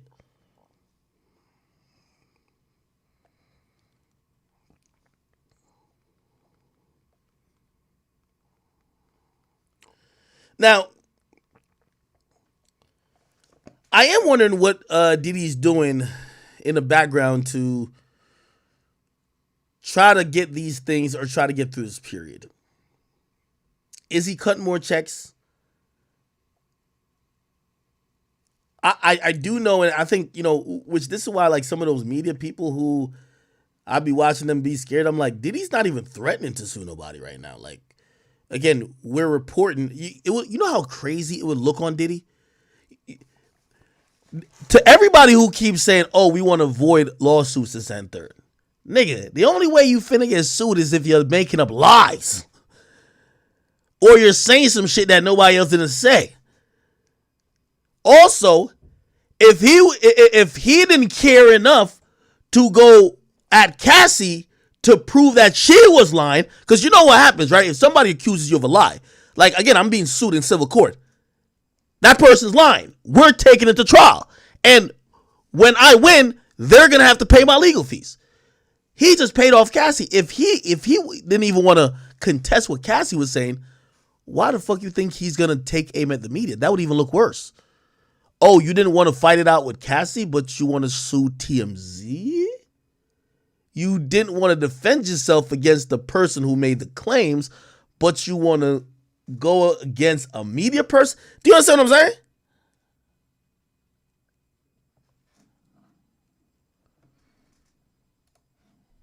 saying? Anyway, 50 Cent saying, yo, Diddy should file bankruptcy. I don't think Diddy will file bankruptcy over this. But I think he's getting Diddy to spend a shit ton of unnecessary money. Because now he's putting Diddy in panic mode. Where Diddy has to think about something like this that could be really damaging. Think about it. It was the book that allegedly Cassie was writing that started the conversation about $30 million. The lawsuit came, then it got settled. So clearly a book could be super damaging. Fuck a book and fuck the book from one person. Imagine a documentary on some Surviving R. Kelly shit where there's all the victims that get to speak. All the people do like a full-on expose that's hosted on Hulu. Now, I do believe, again, I don't know how much power and stain he still has. I still have to imagine a lot. Maybe Diddy's playing ball at that level to say, well, y'all can make y'all documentary. Who gonna air it? Yeah, it's gonna be on YouTube like the rest of these other shits, because Hulu not about to fuck with me. They not about to put no fucking Surviving Diddy on they joint. Netflix ain't about to do that. Amazon Prime ain't finna do that. So who gonna really air it? BT not about to do that to me. Not MTV, not Oxygen, not Lifetime. So who about to do it? Maybe he's playing ball like that. Who knows? Anyway, so as I keep playing, Ish made some valid points. Skip forward. Okay, let me go to 142. That a young nigga, a TV nigga, Lance Gross, or any one of them niggas, nobody would call it nasty when they do it. Hey, look at that. Here we go. I saw this funny, but yeah, mute your ass up. Oh Bang your boy, ass. you are. Mute your ass off that couch. I'm good. He can't say nothing. I can say a bunch. No, say it then. I can say a it's bunch. An audio if adventure. that's the case, the nigga Puff was mad manipulative and all of the shit that he did with that 19-year-old girl. Yes. Y'all ain't stand on that though. Yes. Y'all didn't. Thank you, Ish. At least you're saying, like, that's what people just even want you to say. Because everybody's acting like, well, maybe he manipulated her, maybe he didn't. Maybe, no. Okay, there's certain baseline things. She feels taken advantage of by Diddy, and could you at least acknowledge that? Nobody want to acknowledge it. Stand on that though. Be as antsy for Puff as y'all niggas is for Shannon Sharp. Dog. He acted on it. Shannon Sharp is talking about what he would do in a fantasy them world. Are nasty. You jumping in just to name more nasty niggas don't negate the fact that it's fucking nasty. No, they all nasty. I'm talking about being as aggressive. I was sitting over here being quiet. Nasty. I was sitting over here being quiet. All these niggas is nasty. All right, so stand on that. You jump in to say that, nigga. You ain't saying nothing. Nigga, tough. I was being quiet. It's nigga. disgusting. Fuck is you talking about? I'm being quiet, and it's not disgusting when women look at a young nigga and say, I'll do X, Y, and Z to him. If it was fucking 40-year-old women on a podcast and they was all in their mid-40s, 50 years old, and they looked at a young nigga, a TV nigga, Lance Gross, or any one of them niggas, nobody would call it nasty when they do it. Hey, look at fuck is you talking about? That's true. Look at not true. That is true. That's not true. Because every time that's a picture of not true. Jalen Hurts goes out there, that's exactly what you see. What the fuck is we talking about? Exactly what you see. Every what are we single talking time. about? Let me grab some right. more. They look at all of these young boys and say slick shit about them. When them niggas be having when them niggas be, it's the same post. All we did was flip the genders. The post is the same. No. That's not all you did. What I did? Jalen Hurts picture going out and a bunch of fucking internet nobodies saying I want to fuck you is not the same. You just moved the post and made them nobodies. Can I land? We didn't even say a name. Can I land? Yeah, but you're going around the airport. Land in the same fucking airport. I don't want to talk over you, and you sound stupid to me. I don't. So either you could go or I could go. I don't though. I was going first. I was going first, but you could go. Thank you. Y'all brought up Jalen Hurts. Y'all did that. Ice brought up Jalen Hurts. Ice brought. I gave an example. Yeah, I did. Whoever brought him up is internet nobody saying what they will do to that boy, which is very different than a famous person using a famous platform and famous likeness to talk to fucking young girls on the internet. Are y'all crazy? Everybody is not playing by the same rules. You done? So I could go? One, you made them unfamous. We didn't even put a name on the women. But you can't. I would love to. You can't. Bro, let me finish. But you can't. But let me finish. The same way I let you finish. You didn't. You let me can. There's a million female platforms. I don't want to say their names because I don't want to bring them into this. What I'm telling you is, it's not a You big... talk about old ass Claudia Jordan. Yo, you talking about old ass Shannon Sharp. Are you talking about fuck? What's the... Oh, by the way, speaking of Claudia Jordan, remember Columbus Short? I was just on his page. Guess who was in the comment section to that video? Look at Claudia Jordan. Claudia Jordan, man, listen. A lot of people got stories about this, man. Like I said on my show, a lot of people, not just women, have been keeping it secrets, shaking my head at him, inviting you over to an after party of one. Holy. The difference? Money? There's a difference. No, it's not. Tell me what the difference is. I think there's many differences. I don't want to say that because it's Pod's given and somebody's going to get offended. There you go. I think so I ain't going to bring up nobody's name. Between Claudia what I'm telling you Jordan is, and it's Shannon not Sharp. viewed differently by society when old ass women sit around and fantasize about fucking young dudes. But when old dudes sit around and fantasize about fucking young women, it's creepy and it's nasty. Why the fuck it ain't creepy and nasty when women do it? Men are going to jail behind this issue. So I see you getting passionate. I'm not saying so nothing. Name me the women. They won't go to jail. They wouldn't go to jail. So then you highlighting the difference. I know. Then you highlighting the difference. I'm talking about the nastiness that we claiming that it's nasty. We're not talking about the repercussions behind niggas going to jail because no man is going to say, yo, she groped me when I was 19. No man is going to take a woman to court and say that. Men do say that. They just say it differently. They're not taking a woman to court saying it. No, they're not. That's my point. So you would never go to jail. So you don't think that what he's doing is nasty? No, I'm saying that whether it's nasty or not, I took it as humor. Y'all made it serious. I took it as humor. What are you talking about? We all have sat around and been like, man, I do XYZ to that young thing. Stop acting like we wouldn't do that. It's barbershop talk. Dog, I started this with say whatever you want. See, barbershop talk, that's where you lose me. We can say whatever we want when we alone, Ish. I know. I'm not disagreeing. We could get on that what I'm saying balcony is, and have a blast. I'm not judging him saying it's nasty. We're not going to come on this he podcast might not act on it and say, I will stretch the little 22-year-old out like a 2:45. No, we will not. This is what I'm saying, bro. I'm not judging him because it could. Wait, whose lyric is that? Stretch out like 2:45.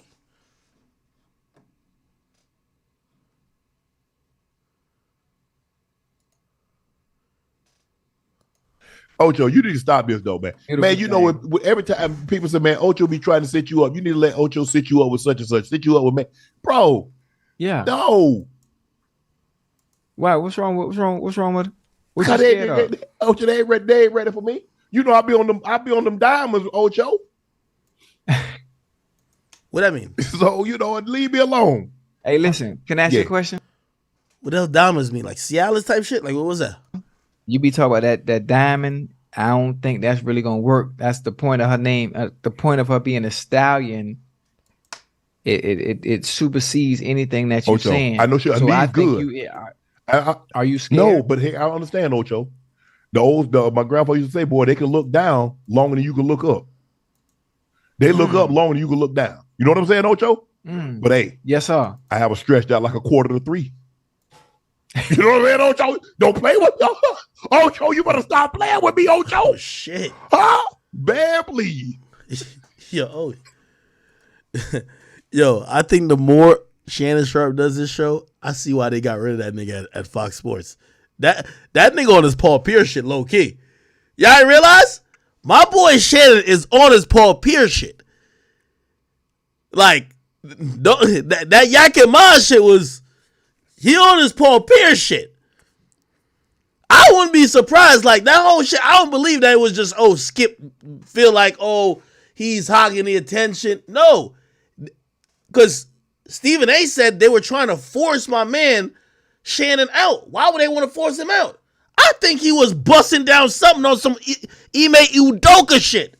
busting something down at that Fox News office or whatever, that Fox Sports office. Had something opening up like it was 2:45. Real talk. It's Unc. Ever since he started the show with Ocho Cinco, keep in mind, I'm pretty sure he could just went to First Take and just done the same thing. He still got his little Shay Shay Club, whatever. He could have went to First Take and done it full time. You know what he been doing? He been doing shows like this, and all they been doing is talking about some freak shit. Who he trying to fuck, which bitch he trying to bust down. I gotta imagine that really was on some shit. We get to realize his lifestyle outside of this too. He also admitted that he paid $300,000 for Lakers season tickets at courtside, and he said he went to one game. Her name, the point of her being a stallion, it supersedes anything that you're saying. I know she good. Now I ain't putting no allegations on him. I ain't saying he did nothing wrong, but I'm saying I could tell he a wild boy. You can tell he a wild boy. He on his Paul Pierce shit. He is on his Paul Pierce shit. Paul Pierce was just gonna have the strippers in the back while he on camera. I don't think Unc gonna do that, but Unc gonna talk about it the day after. Are you scared? No, but hey, I understand, Ocho. My grandpa used to say, boy, they can look down longer than you can look up. They look up longer than you can look down. You know what I'm saying, Ocho? But hey, yes, sir. I have a stretched out like 2:45. You know what I'm saying, Ocho? Don't play with me. Ocho, you better stop playing with me, Ocho. Huh? Bad, please. Man, Ocho, boy, man, I got that liquid down on me. I keep that liquid on me now. Yeah, that nigga Shannon Sharp was probably busting down Joy Taylor, man. I ain't gonna lie though. Unc has admitted a few things that was so much simpery. I think he said he paid for a divorce of a bitch just that she could, and let me not say the word bitch. He paid for the divorce of a woman just that she could be single, that he could fuck with her. Like, it was some crazy shit like that. How do you pay for her divorce?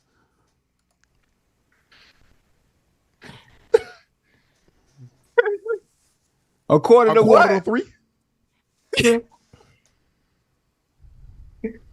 Meg, I know you're gonna see this. Meg, I know you're gonna see this. 3 ways. Do it to a 3 ways, Ocho.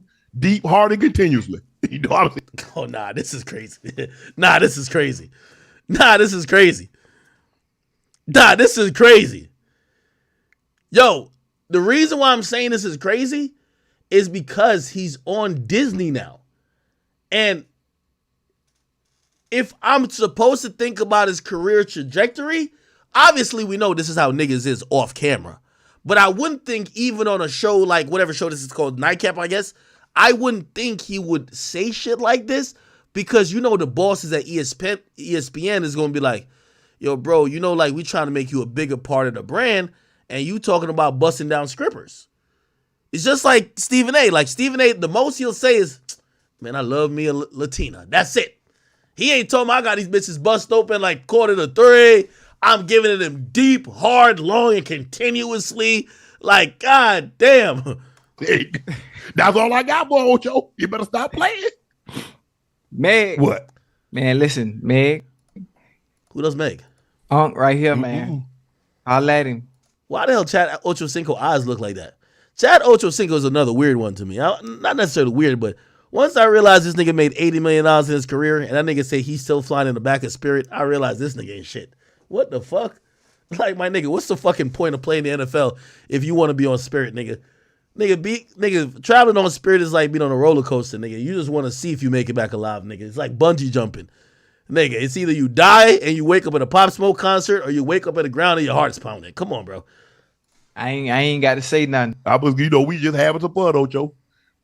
Yeah. It is all, that's how it starts. Opening up like saloon doors. Oh, you talking about Meg Thee Stallion? Oh, shit. You better stop that. Ocho, boy, y'all don't know about O'Shea. Boy, Shay was hell when he was well. My lip, my walk a little off right now, but I still do a little something here and there. I ain't gonna lie, I am glad my man, I'm glad he talking like a nigga though, because there's a point When I seen him in the airport with that fucking poodle, I thought that nigga was gay. I ain't gonna hold you. Shannon Sharp, airport. What? Yeah, I had seen him with this. I'm like, oh, this nigga might be gay, nigga.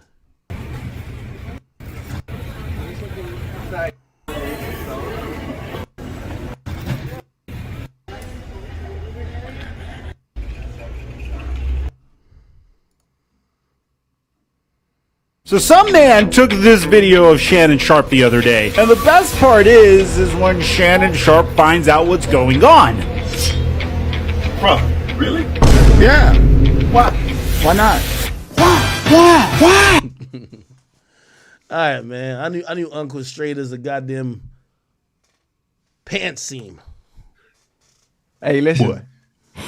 Nah, you already had you got a bad Boy, hip. they think good. Them things good. Slow down Ooh, now. no, they good, Ocho. They good. They good now, Ocho. And let me hit Meg people, man. No, you don't need to hit Meg people. Shoot, Meg might be watching. Yeah, that got a nice little ring to it. Uncle and the Stallion. Man, Meg knees too good. Man, you see how Meg be bouncing on the knees, man? Oh yeah. She must be had knee. Yeah, man. yeah. I Her seen knees like that. Barry Sanders' knees. You know how Barry knees be curving. A bad knee. She got good knees. She got good knees. You got bad hips. She got good knees. That's a perfect match. Ocho, I'm cutting out. How she gonna be stretched out, Ocho? Like a quarter to three? Quarter to three? Hey, you better stop playing, Ocho.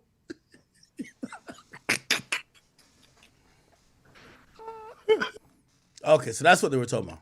Be just talk. I'm not saying that he would act on it necessarily. I don't know that man to say if he would or he would not act on it.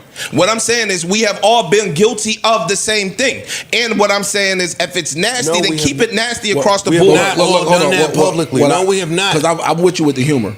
I think what Joe is saying, you said whether he act on it or not, him saying it on that platform, she can see it. She can now act on it. And if she responds, with and tries to be down with it and make it, don't make me paint the girl. You know the girl. If she paints it like that girl paints it, like the I saw some. If a publicist sit down and write and start writing about that on behalf of her, he gonna look like a nut. Protect your fucking self. That's true. He would look like a nut. Okay, that's true. In this social climate, in this social climate, he would definitely look crazy because he, being as rich as he is and on a big of a platform as he is, he should know better than to touch on subjects like that in this social climate. But I think he was on the phone with his man and they was laughing and joking. But he wasn't because they published it. They published it. I'm with you. That don't mean that he wasn't laughing and joking. You know what I'm saying? That changes it though. No. Again, I'm not disagreeing. I'm not judging the act. I'm judging that how we sitting here talking about this shit like it's foreign.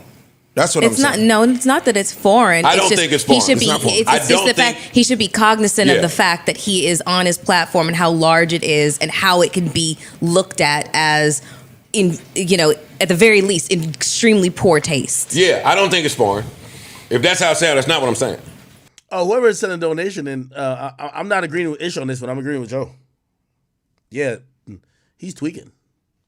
Yeah, that's how niggas talk. But nigga, you're on Disney. Like you gotta leave that for a Twitch nigga like me, bro. Like you can't, you can't be wilding out like that. Like what you talking about? Like again, yeah. If Meg, who's been perpetually trying to frame herself as the victim, comes out and be like, oh.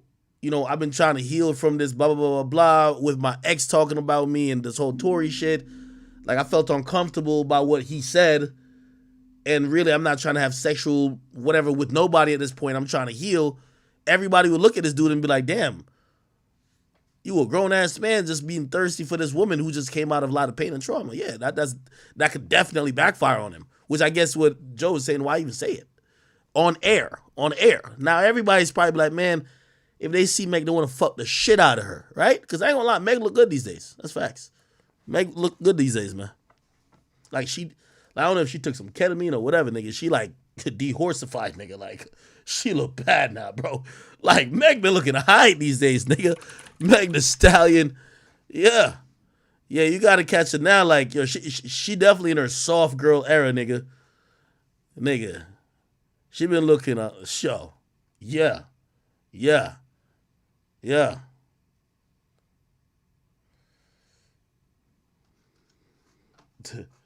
Oh, this a YouTube got suspended? Oh boy.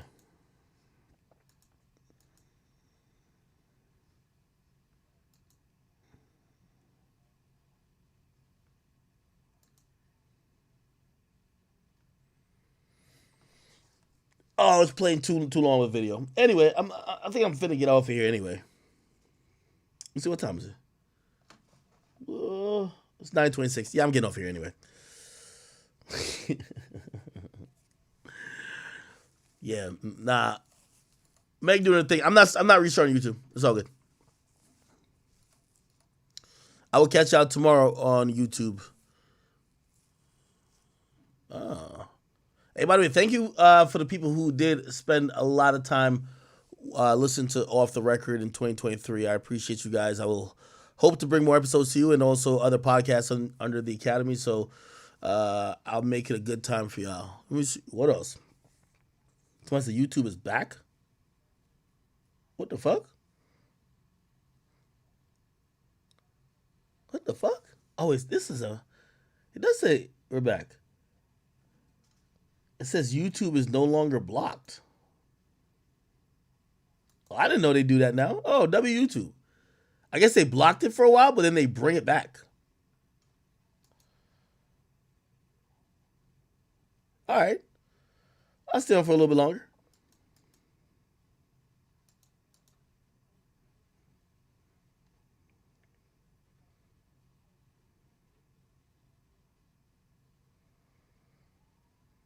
Oh, Daily McCall. Is that what you're talking about? He said Joe went in on for that. Ish asks, what was the smoke for Diddy? Okay. Coinheads, thank you for 5. It says the stream got cut. We thought Diddy got you. Shit. Dragon says, yo, listen to Whack 100 beefing with Birdman's brother on Clubhouse. It was crazy. Was that going down as well? Birdman brother. Whack 100. Is this today? Let's see. Today.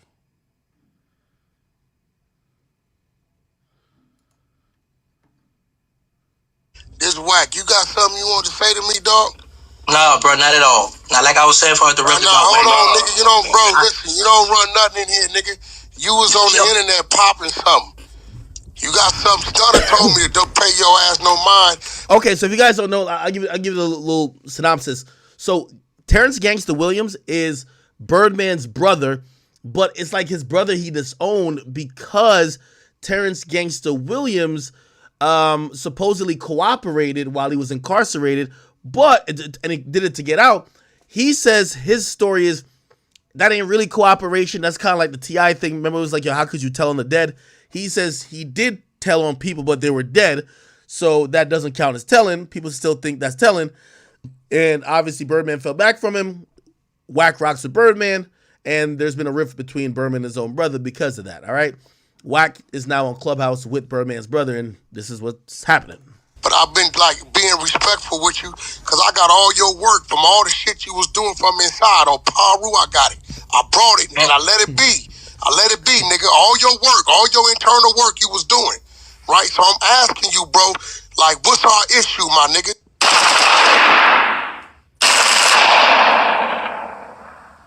So we got shots fired. But first I need you guys to hit that like button so I can get put in that algorithm. Okay, so I'm gonna mash the gas on Stunner as much as I want. You dig? So now check this out. Don't defense the one Stunner trying to give you a job on first class or one-way ticket or something. Oh, who you talking about? Like, you being real poppy with your mouth right now, man. You gotta slow the fuck down. Like, you slow like that. Down. Like, that's what I'm saying. You gotta slow your fucking ass. You know what I mean? Relax a little bit, man. You know, I can't enjoy the room. Enjoy the room, man, before you get packed the fuck up. He listened to the content. Pack it up here. Yeah, you listen to the content. You over here talking about Mac 90s and this and that, and now you look like a fool when you talking about you a civilian, but you got straps on your PTR. So what is you? That's how it goes. You a civilian or you just a square ass dude? I'm gonna be what I want to be. So here's the thing. So when you was a snitch, you decided to suck dick in jail. That's what you wanted to do? No, indeed, bro. Here's the thing about that. I'm scared of that penis, right? But seem like You the one that sucked privacy, and you trying to find out if I'm into that. Because you just said it. You said it on your platform. You said you was in jail. They flipped you and turned you upside down. They said you was a motherfucking weirdo in there. And then you decided to come out there and speak on your brother. What kind of hate is that? Like, you was a real life clout chaser, huh? He was getting the snowball effect. What you mean a clout chaser? I am clout. You ain't no clout. You a goofy. You the guy we brought on here to laugh at. I'm cool with that too. Guess what? I'm gonna make content off the same thing. I know you're gonna make content off the same thing, but we're gonna make sure we make you famous. You ain't gonna get no kind of clout. You ain't gonna get no kind of clout more than you coming on this platform and thinking what you're doing. So watch your. All right, let me skip to Wax part. So you think you Slim? I want. We used to be on the bus. I don't need. On the other side. Fuck all that. You decide that, you know what, I can't do this no more. I'm gonna go ahead and make that change and change from who I thought I was to who I'm going to become. Okay, here's the thing. I petitioned the government first, but let me make this clear because I know these people are parrots. Hey, yo, hold on, bro. Fuck all that. This whack. You got something you want to say to me, dog? Nah, bro, not at all. Now, like I was saying for the record. Nah, hold on, nigga. You don't, bro. Listen, you don't run nothing in here, nigga. You was on the internet popping something. You got something. Stunner told me to don't pay your ass no mind, but I've been like being respectful with you because I got all your work from all the shit you was doing from inside. On Paru, I got it. I brought it and I let it be. I let it be, nigga. All your work, all your internal work you was doing, right? So I'm asking you, bro, like, what's our issue, my nigga? On Paru, like you say, right? Whatever work you got, put it out there. Help me out. But what's our issue, though, bro? Because you clout chasing, nigga. What's our issue, nigga? Why y'all let you rat, bro? You's a rat. I feel like you a rat. You a rat lover. You don't feel like you on paperwork. Yeah, you's on paperwork, homie. You on paperwork, you rat ass nigga. You on paperwork, you rat ass nigga. You toll on niggas from inside, you bitch ass nigga. You's a rat. Documented, nigga. Documented rat. You finished, Wag? You a piece of shit. Nigga. And I'll be, hey, look, check this out, Terrence. All that rep, I don't give a fuck. On Paru, I got a rep. Blood, we can meet. We can line it up with Stunner. I'll beat your ass. And whatever you want to do after that, I do that too. All that penitentiary, I'm a penitentiary nigga too, nigga. If you want to meet, we can line that shit up, nigga. And I'll beat your motherfucking ass. You's a bitch. Nigga, that shit don't work with me. I ain't no industry nigga. I don't give a fuck about no stories. We all got stories. But your bitch ass then told on all kind of niggas and out here running niggas' names, nigga, like you got that right rank of respect, nigga. You don't got no right rank of respect, nigga. You's a motherfucking rat, a disgrace, nigga. You disgraced your name. You, nigga, what the fuck is you uttering my name for, nigga?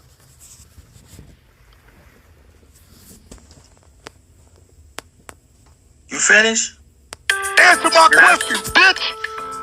I want to smoke. Hey, look, bro. We can meet. I swear to God, I will beg Stunner to line it up. I will beat your ass, nigga. You's a bitch, and you know you's a bitch. I don't give a fuck about them stories. We all got them, nigga. And some of us still making them. Hey, Wax, sound like you sucking Stunner penis. That's what you You's do. a bitch. You a real hoe. You a real rat ass bitch. Use the rat. You's a rat. Use the rat. Use the rat. You a rat. Hey, yo. Did you not tell? Hey, shut up. Hey, yo, sound like you been sucking Stunner penis. Did you not tell? Hey, your two You homies need been Stunner sucking to Stunner take penis. care of you, you little bitch. You suck Boosie. You's a rat, you little bitch ass nigga.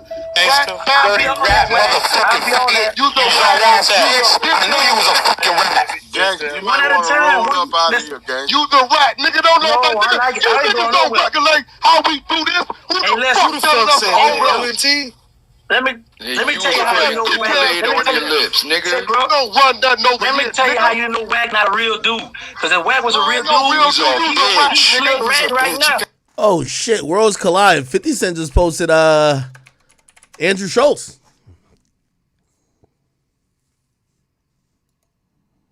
He has a problem with somebody. He's right. I'm starting to be like, yeah, we might need to look into it. If 50 got a problem with somebody, we might need to look into, because he don't just have random beef for nothing. It felt like that initially, because when we were coming up, there was this song, How to Rob, where 50 was just going at everybody. Yeah. And I think this was this form of like getting attention in a incredibly like volatile art. Say again? 6ix9ine. Like, yeah, on some 6ix9ine shit. But older Fifth is like a little bit more pointed and targeted in who he's talking about. And it's getting to the point where it's like, we might need to look into. And to your point about how he's fearless and think of how scared everybody was to go at Diddy. That's not even on some cancelable shit. That's on some we're actually frightened. Yeah. You would hear whispers. You wouldn't hear people. 50 was just saying things. 50 might be the GOAT, bro. 50 like, really? Might be the GOAT of GOATs because that motherfucker hasn't changed a bit, and he's been in the most cancelable business that there is, which is Hollywood. Yeah. And he hasn't changed a bit. His jokes hasn't changed. Hasn't bit his tongue for nothing. He must have something on these motherfuckers. He's had vitamin water money. He's had money to lose for 20 years. Yeah. 50 to go, bro. 50 to go. Yo. By the way, I was also thinking about something too. As 50 told Diddy to file for bankruptcy, 50 himself filed for bankruptcy. Right? Which I think, that was like one of the most like controversial things because people used to think about 50 as being like just unlimited rich. And then he files for bankruptcy. Then people are like, no, it's a strategy. And damn, I mean, shit, he's created wealth afterwards. So shit, maybe, 50 maybe just be the GOAT, man. Fuck all that. Anyway, this is, somebody told me to watch this part of the Charleston White and Cam Newton interview. Let me hear this. Gay. Wait, Jada Pinkett Smith. Number 1, Will Smith. Gay. Jada Pinkett Smith. Fucked up. That's 2 words. Bitch. Funky bitch. Yeah, bitch. That's the wrong word come to mind in bold letters. Adam 22. Master. Yeah, he a slave master. Sexy Red. Whore. Yeah, stomp down dirty leg hoe. We're gonna have to bleep that. You trying to get me Well, you asked me what's coming to mind. This man trying to get me flashbang. Oh my goodness. I like Suki. I met Suki in person though. I like Sukiana. Real sweet young girl. What you think about Suki? She real sweet in person. No, give me the one word for Suki. Freaky, the motherfucker, little motherfucker, freaky. Yeah, that boy freaky. Freaky. Freaky. Brittany Renner. Hot.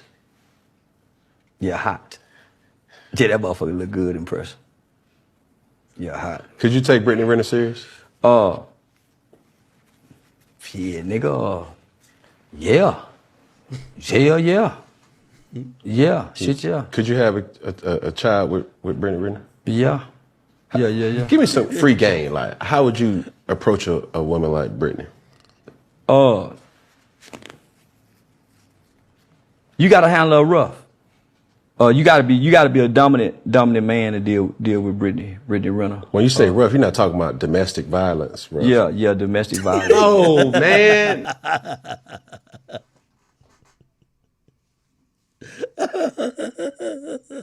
No.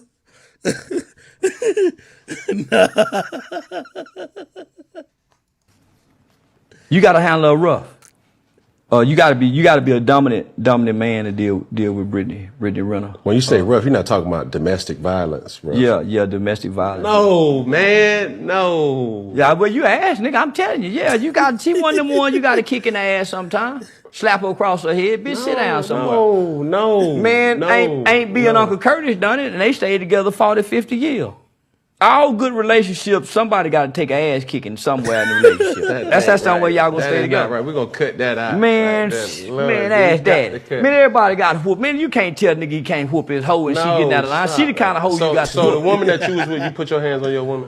I will if she take me down. No. Have you ever put your hands on your ex-wife? No. Okay, thank you. So all that shit that you talking is I done slapped the shit out of my baby mama.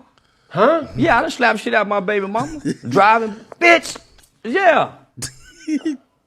Hell yeah, I done open hand and slap the shit out of yeah, hell yeah, I slap the shit out of my bitch. No. That's my bitch. No. Man, you deal with your bitch. You discipline your hoe how you discipline yours. I'm gonna discipline mine how I discipline mine. And yeah, man, you got to kick some of them in their ass. I wouldn't give a damn what now. I just put like, but I look. I'm telling you. Granddad and them said that. I'm telling you as a man, and I gotta hold you accountable.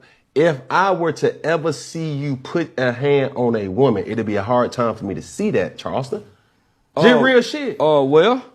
Oh, just be willing to go to jail or go to hell if you get in fact me and my bitch. Nigga, that go my brother. You better leave me alone about me and my bitch.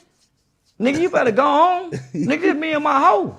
You better stay out of this. And then, boom. That's how niggas die. That's cool. Me or you gotta die about this bitch. And it's and now both our mamas sad. The Vegas odds got me winning that fight. Man, this ain't about no fight, nigga. We got to die behind my bitch. You interfering with me and you my bitch. You don't even love her. Nigga, I love my bitch. How you gonna love her and you gonna put your hands on her? Same reason you whoop your kids and tell them you love them and this why you doing this. No. It ain't no different. So think about this concept. You tell your children, I'm doing this because I love you. So why I can't whoop this hoe? And that's why I'm gonna whoop your ass because I love you. Because I'm telling you, I have to tell you that ain't right. So I'm gonna whoop your ass and send you on your way. Marvin Gaye had to kill his daddy, or his daddy killed his son for one of them for getting in fucking about that bitch. That's how don't get in that. Man, listen, don't get in that. If I see a person putting their hands on a woman, I'm gonna put my hands on them because I love them. Yeah. And I'm gonna tell you that ain't I'm we not shooting doing out anger. Yeah, I'm shooting out anger. Man, nigga ain't got no business getting in my business. What I'm saying, it's my bitch. Nigga, you better leave us alone. Now everybody finna die. Cause you want now your kids finna be without their father cause you want to save this bitch. I'm gonna be at home. You don't know that. I'm telling you, I'm gonna be at home. Because what ends up happening, it's always the good guy that loses his life. It ain't never the bad. We done watch this situation hold, so that's why I don't get into domestic shit. If I see a nigga whooping this bitch, I mind my business. Yeah, that's some sucker shit. Cause I done got in far before and the bitch say it's all right, Blue. Oh, okay, shit. This what they do.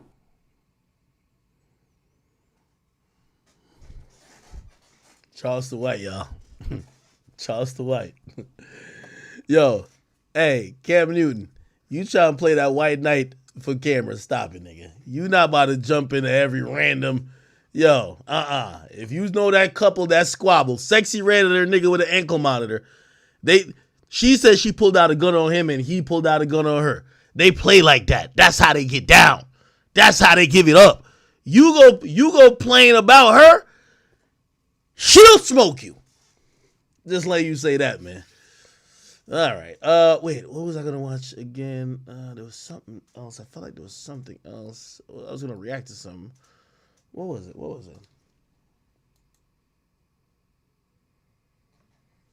What topic am I missing? Oh, y'all want me to play like some old shit, man. Y'all want to play Superhead on Jamie Foxx show? Yeah, she's just a hoe. Does she talk about Diddy? She not talking about Diddy.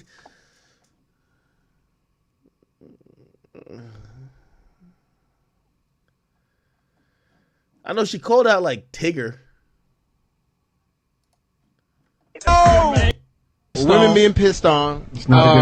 This is Foxhole Radio, and to just let you know, we've been told by Foxhole and Sirius Radio to monitor what we say. Who said that? Hold on, stop. Somebody says, "Yo, talk about the girl who shot a manager. She got locked up. We told you she was gonna get locked up. Rapper shoots manager. She got locked up.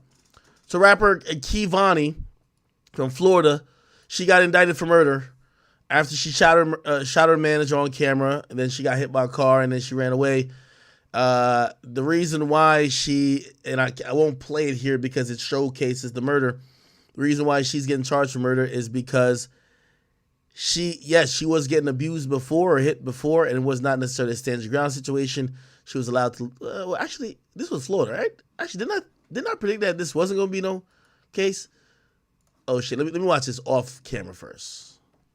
I forgot. Surveillance video obtained by NBC6 shows the moment a rapper, allegedly Hicks, get out of the white Lexus parked on Northwest 2nd Avenue. Okay, so she gets the out driver first. gets out of the car, and he and the woman are seen arguing. The dispute gets physical, and they start hitting each other. A second man gets out of the Lexus and also starts to attack Hicks. Then both men are seen on top of Hicks in the struggle. Video shows one man slamming Hicks to the ground. Moments later, all three get up and Hicks is seen walking in the opposite direction.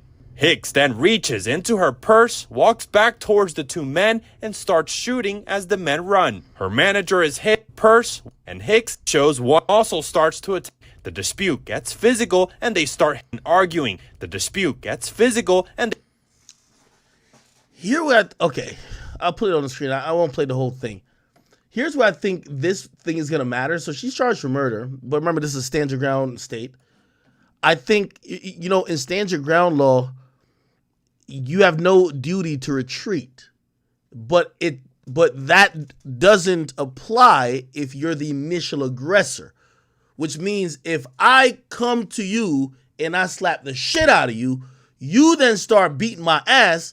If then I pull out a gun and I shoot you, given that I was the aggressor, that is not stand your ground, that is murder, because I was the initial aggressor. Now, it doesn't really show it here, but it appears to me that the woman, this is her and her manager, she slapped him or did something to him first, which kind of makes sense. Which guy would just randomly slap a woman unprovoked, right? It gets physical. Like, you could kind of see her hand before it does the cutscene, right? Look. It looked like she's about to slap him. Dispute gets physical, right? And they start, and they're saying then he starts putting hands on her, right? But the way it's gonna, I believe, and I could be wrong, and we're gonna see how this plays out in court, because she's the initial aggressor, she slapped him to start off the confrontation. So then he starts squabbling with her. Another guy comes out and gets in the squabble. But again, it don't matter. Now, no. Here's a reason why it's going to be a big thing, because, you know, women act like they're retarded dogs a lot of times. Like, a woman could slap you 15 times, you hit her once, you beat woman. You know what I mean? Like, yo, you beat me up. Like, yo, you hit me like 15 times. What are you talking about? So I'm wondering how the genders are going to view this, because they might view it as, yeah, she slapped you or she hit you, you shouldn't retaliate, right? And if you didn't retaliate, she wouldn't have shot you. So you should have took the slap and let it go. But of course, in the eyes of the law, if she initiated the violence and he continued it, right, he's actually standing his ground. So if she then gets a gun and shoots him, that means she just committed cold-blooded murder. Right? Does that make sense? Somebody said, oh, she provoked him. Yeah. It's not like she was just getting beat up on. It looked like she exited the car, confronted him at the back of the car, right? The driver gets out of the car and he and the woman are seen arguing. Yeah. The dispute gets... Look, you see her hand moving? Which kind of leads me to think she either shoves him or pushes him, punches him, or slaps him. It's physical and they start hitting each other. A second man gets out of the Lexus and also starts to attack Hicks. Then both men are seen on top of Hicks in the struggle. I don't like how this person is kind of like, at least he's saying something different than what we're seeing. I don't see them hitting her at all. If anything, I see one of them trying to hold her hand as if she was hitting them. You know how it goes, right? Like if a woman's hitting you, you might hold her hand. It doesn't seem like they're squaring up and swinging on her. That's what I would imagine a guy who's hitting a woman, if they're claiming it's a real scrap between a man and a woman, is doing. It appears look like they're trying to either stop her from hitting them, and then this other guy that jumps in, it looks like they're just trying to get her to the ground and get her under control. Video shows right? one man slamming Hicks to the... Did they slam her to the ground? Shows one man... Oh, maybe it's a slam, right? Or did they put her... Hicks in the struggle. Video shows one man slamming Hicks to the ground. Moments later, all three get up and Hicks is seen walking in the opposite... I don't know. I need the full video. Direction. Hicks then reaches in... Also, here's the thing, too. I got to take this off camera again. I think you're right. Somebody who's just said in the chat, she shot them in the back. To her purse, walks back towards the two men. Yeah. The first shot fired, she shot when the guy back was turned. And starts shooting as the men run. Her manager is hit and collapses on the street. The other man gets into the Lexus and drives off, slamming the car into Hicks. The Lexus reverses before driving off. Hicks gets up and runs away. The victim died at the hospital. Hicks claims it was all self-defense and that her... Hey, chat, this is another reason why you mind your fucking business, chat. Remember what we just heard with Charleston White? This is a proof of why you mind your fucking business. You know the guy who died ain't the guy who we're seeing here. He's not the guy who died. So this guy right here ain't the one who died, unless I'm wrong. He ain't the one who died. And the woman are seen arguing. I think he's just a driver. And the woman are seen arguing. The dispute gets physical and they start hitting each other. A second man gets out of the Lexus and also starts to attack. And I think this guy right here, he's the manager. Hicks. Then both men are seen on top of Hicks in the struggle. Video shows one man Okay, so this guy was again the passenger. So I think he's the manager. This guy was the driver. Slamming Hicks to the ground. Moments right? Later, all three get up and Hicks is seen walking in the opposite direction. She about to take out the gun. Hicks. Look, she's taking out the gun. You see a guy just close the trunk. He's the driver, the guy she was first arguing with, right? So the first guy she put hands on, he's closing the trunk. And then he's going to go back into the driver's seat. The guy who gets shot is the one who hops out the car, hops out the back seat after he sees them fighting. Goes to show you, man, you see people getting it in, nigga, mind your business, nigga. Mind your motherfucking business, nigga. Mind your business. Mind your business. Or nigga, walk away. You better walk away and call the police, man. Call the police, man. So the guy who got out, and you could say he got out to beat her up, if that's what you want to say, or he got out to maybe try to stop the situation, he's the one who got killed. He gets shot right here. She shoots him in the back right here. I won't show that part, even though it's blurred out. And then the other guy who was arguing with her, he hops in the car. So the guy had collapsed right here. The other guy hops in the car and drives off, leaving everybody. Slamming the car into Hicks. The Lexus reverses before driving off. Hicks gets the other dude over here dead. Up and runs away. The victim died at the hospital. Hicks and the girl ran over here. Sad story, man. I don't think she's gonna beat this one. I don't.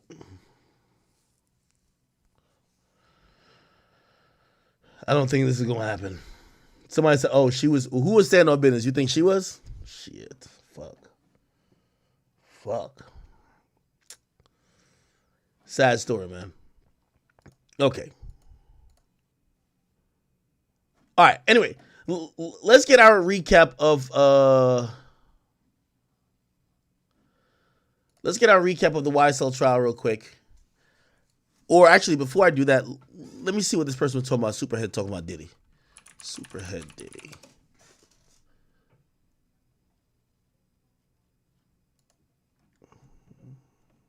You know, now all your money is coming. So, if you want more than she in the second. The fuck? I probably got. They were calling him Puff Daddy back then.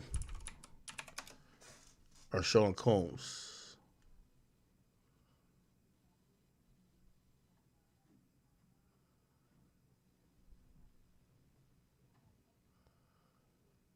Where's the video y'all want me to watch? Superhead. Is it Tigger? I don't know. Really? Who said that, Fox? And I thought this was a free for all. You know they. Fox, who said I've been that? getting called faggot for the past. Oh shit! I gotta chill with this.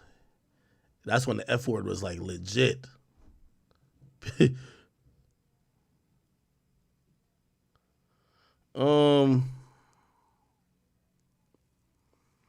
Give me the proper name of the video and I'll play it. Otherwise, let me try to just find this YSL law and crime update for like the first week of trial that we could get caught up to speed on what's going to happen next week and how this trial has been this week. Let's see. We need something in the last 24 hours. We can't find it. All right. We'll just use this. He got in my car. Melissa Dees Roser says she was in a minor fender bender on January 25th, 2013, and then a man stole her car. An APD captain investigated the case as an undercover officer and testified about his interactions with a man later identified as Trontavious Stevens. At prosecutors' request, we're not showing the captain's face. There was some middle fingers. There were some gang signs being thrown. I cannot tell you what they were. He then testified the man flashed a gun. He pulled the pistol from his pants and held it down beneath his waistline while pointing the barrel at myself and my partner. This is the first overt act listed in the indictment, which prosecutors aim to prove as racketeering. It involves Stevens, an alleged co-founder of the YSL gang. Multiple attorneys questioned the investigators' claim of seeing gang signs. What was the gang sign you saw being thrown on that day? No idea. No idea? None. Okay. And you agree that if a person is flashing their gang signs at you and then they point a weapon at you, that's criminal gang activity, right? I don't agree with that. Okay. An APD sergeant testified to a third overt act in the indictment, referencing defendant Shannon Stillwell. And you charged my client, Shannon Stillwell, with marijuana. Yes. You did not charge Shannon Stillwell with any gang charges. No. Prosecutors charged Stevens with one count of conspiracy to violate the RICO Act, but he took a plea deal last year. All right, so I believe that day, I think they only mentioned Thug really about there was maybe a stolen gun that was found in his possession. So we're gonna have to go back to that. Hey, I do want to post this. Remember Joe Budden that gotten assaulted, or some dudes who like punched him or whatever. He got in a fight in some club or some shit like that. Apparently, the nigga who punched him is now doing an interview. Listen to the interview. Was me grabbing him up and God. So that's what's the I don't know, like like I don't know about the bear hug. He ain't use that technique on me. He just got a bad habit of walking with flip flops, and I should have just stepped on his toes. And, yeah. So he was in the club with flip flops? Yeah, man, with the little flip flop again, man. I don't know what he trying to promote. He said, I ain't know why a bunch of people didn't jump on me. It was a one-on-one. Regardless of what, you would have had to let me beat you up. Just was punching the floor. I wasn't even near him. That by then he was just dizzy. Like once he was getting up, I think he was in the water or something.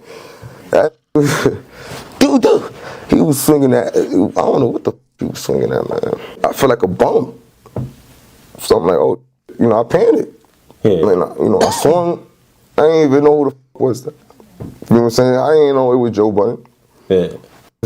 Was me grabbing him up and God. So that's what's the I just popped, and he dazed, like it's like he fell asleep standing up, and then he just woke back up. Oh, I didn't even know. I guess he said I didn't know who got. What he said? He said I didn't even know. He said he didn't even know he got hit. He said I didn't know who got hit, and then I realized, oh, it's me who got hit. He fell asleep standing up, and then he woke back up. We rushed each other, and then like that, and then I mean, I guess he fell, or he got back up first, or whatever. Yeah. Wait, the goon who had a fight doing an interview about the fight?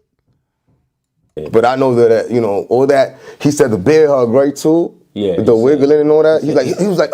He said it was a wet floor. Y'all fell. He said the wet floor saved you, and he bear hugged you, and then you wasn't moving. Yeah, he's like, and I was trying to yeah, some weird he was doing. Or he was harassing me in my DM. Yo. He went on IG with Queen Flip. Oh, bro, this was humble.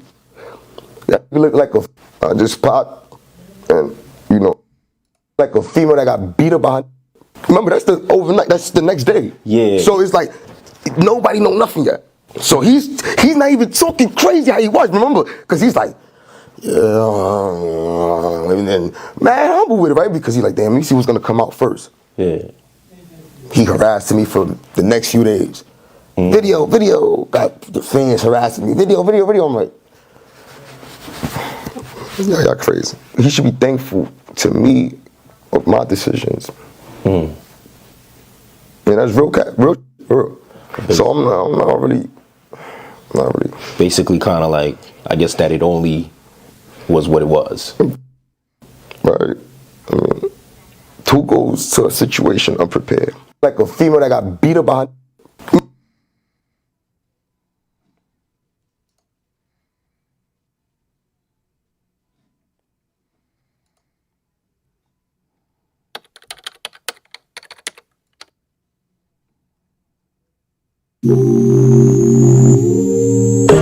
JJ, you tapped in with P Films. What's the word, man? Looked like things had died down. It seemed, it felt like things, because that was years ago. We talking probably 2015 maybe. So things seemed like it died down. It wasn't much going on. And then I guess Joe goes on Wallow and $1 million worth of game. And it's kind of like, it seemed like Gillian Wallow was bringing up Tax's name to kind of. It seemed like they was trying to see what his reaction was. Nah, it wasn't really like that. It was like them dudes know. They got a lot of help from that man too. Like that man really mentor a lot of people. In the good way too. Not even on no crab in a barrel shit. You know what I'm saying? So from what I've seen, shout out to Saxstone. I don't know him, so it's just crazy, man. Like I said, look, he did a lot of things that crashed his career, in a way with. But I don't get it because we live in a world where we're supposed to be like no snitches, right? Mm-hmm. Then the thing with Taxstone with the Troy Ave shit came about, and then it's like, so hold up, so I don't understand what's the tug of war about. Do snitch, you know where we at, the quote, the streets, the conduct, shit, shit like that. It's like, it's cold out here. So, but then when I noticed that we talking about Troy Ave, we ain't talking about, it's an entertainer. So yeah, everybody got a name. Taxstone too, entertainer, right? Yeah. He's somebody behind that name too. Yeah. So it's fucked up, but even through his even through what he's going through, man, like, he's still mentoring people. He's still reaching out. He's still giving out game. Like, it's not like, dude is different. Dude is different. Like, I ain't gonna lie, dude is different. Dude is like a whole like streets though. Probably what it was, but when Joe was giving his opinion, and I think that's when he kind of, he said it straight out, what you said earlier, like, yo, Taz could suck my, what was the thoughts, like, watching that, what was your thoughts when you seen that?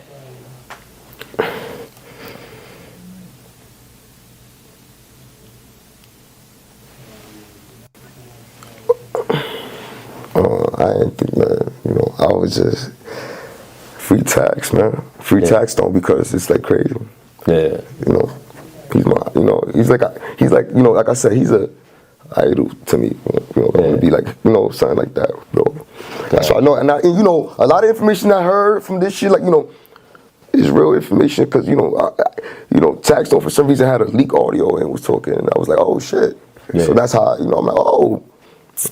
Yeah. So I was like, oh, that's what's going on. All right. It was in a leak audio, and he was just talking everything. I'm like, oh. So I got the leak audio. I'm like, oh, all right. God, I'm a fan, man. I'm a super fanatic, man. I gotta get his side of the story somewhere, somehow. Yeah. But nah, free Taxstone, man. If Joe Budden was to walk into the room now, you know what I'm saying? He just walked in. What would be the first thoughts that run through your mind, or the first act that runs into your mind? Nothing. You don't got beef. I mean, there's no problem. It was on the one. I don't know what's the issue. Gotcha. Like, you know how they said, like, oh, they was gang assault. I was like, damn, y'all niggas trying to take me to jail for gang assault? Nah, let me cop the plea real quick. Nah, it was a dolo. Yeah. Okay. So it's like, damn, what the fuck? It wasn't even a clout move. What the fuck? I mean, Joe Budden waited like 4 days. He waited like 4 days. 4 days. He was harassing me in my DM. Yo, yo, where the video? Where the video? Like, What is he saying? He's saying, where's the video? Yeah, yo, we got it. Because I guess he assumed I had a video because I was like, oh, you ain't see the video, huh? And I was talking about really like the fucking, like the disrespect shit that he be doing and all that. Like, as a fan, like, you don't be seeing what the shit you be saying? Yeah. You know, I guess he took that as like a video from that night. Like, yeah, somebody recorded right. Yeah. So I'm like, I guess, but I'm saying like if it was, what's clout? Like, what's the meaning of clout?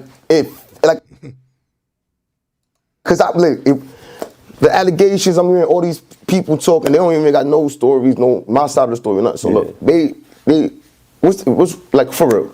What's clout? Like, you know, like you gotta record, right? So like record on top of that. It's mad shit too that you could, you know, mix it, right? Bro, you're doing an interview about the fight. I'm like, oh, somebody gave the drop. The goons came. Text don't goons came. These like false allegations. They came. Oh. And did what they did. I mean, that shit sound plain to me. I think cameras would have been already recorded on the low. If it was a clout move, right? Yeah. What do you think when you see people go out there and put their own narratives out there without having any hard evidence of what occurred? What do you think about that?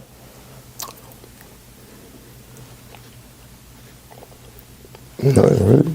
I just like, because it's like, I mean, I DM or something like, yo, what's up? Like, you know what I'm saying? But it's like, I'm not DMing every podcaster and all that type of shit.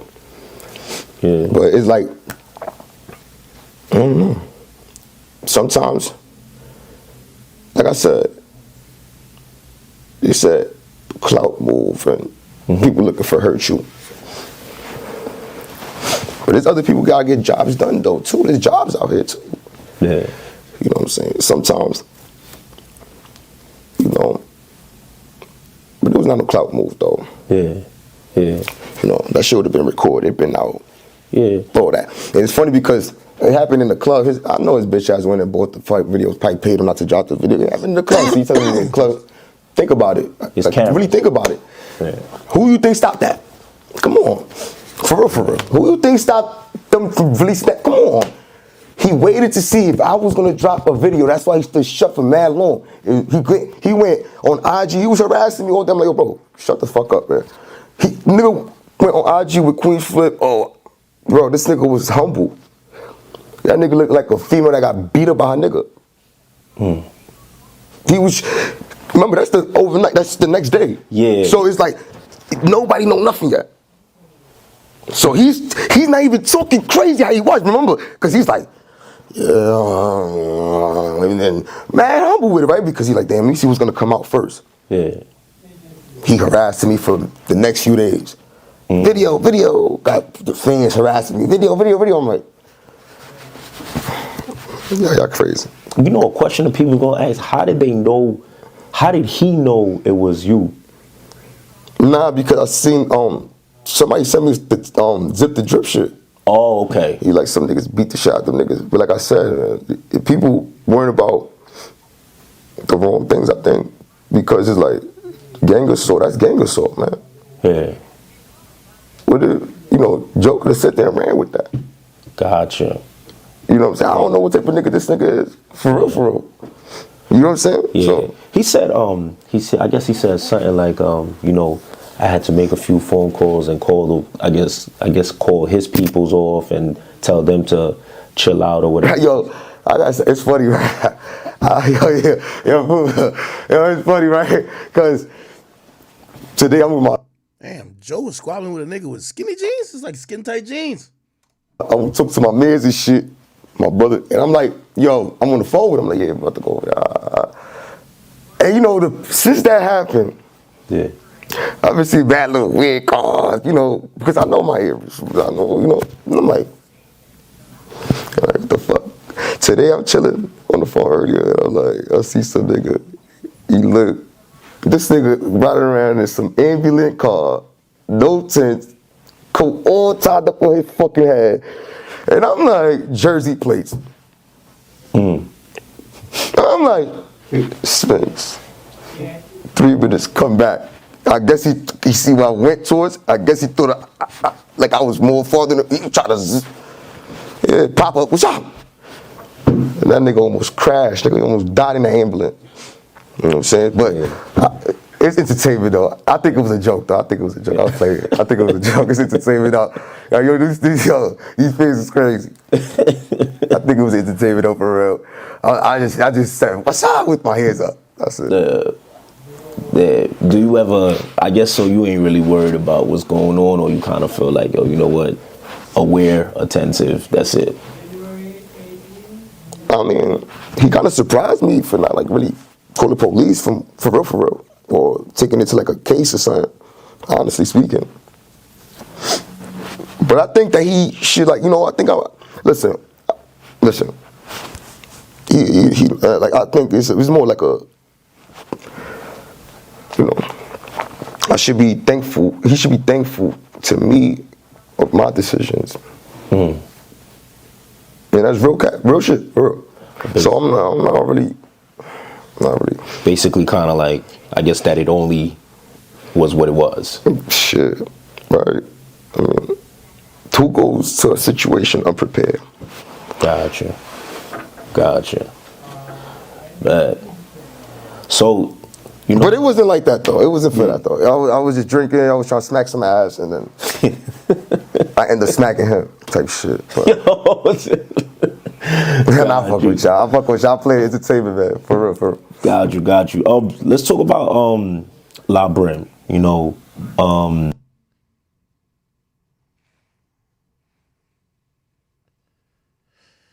Yeah, man, we got to bring back the jobs in New York City, man. This man could have been working construction, could have been help building a skyscraper or something like this. Come on, man. Brother, you're better than this, man. Running around here, listen, don't make and repeat the same, ill and poor choices that, others have, because it hasn't really paid off for a lot of people. All right, man. Okay. What else? Somebody says, yo, Rob, thank you for that. He says, yo, Diddy got to be in Dwight Howard DM asking him if you want to take that. Holy. They might have linked up already. What else y'all was saying? Tim Trussell, thank you for the 10. It says, yo, put me on. I got to give you the rundown about Peso Pluma and his Sinaloa cartel connection and how he actually started beef with El Mencho. Skip Bayless Burner, thank you for the 2. He says, Amber Rose spoke on you at No Jumper. Yeah, and I violated her last time around. No Promo, he says, can I cover the Suge Surf plea? I kind of talked about it a little bit. He got 5 years. Usually we don't see that in a federal RICO case. I think that was rather light, and I think it's good for him. Now, he won't get out on parole, but he does have to do 85%. I think he's been locked up for a year. So 85% of 5 years, let's see what that is.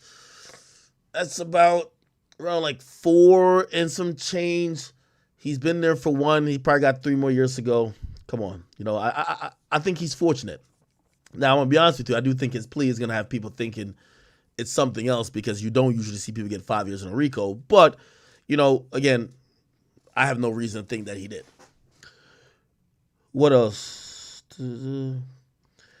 Arian of thanks for the 5.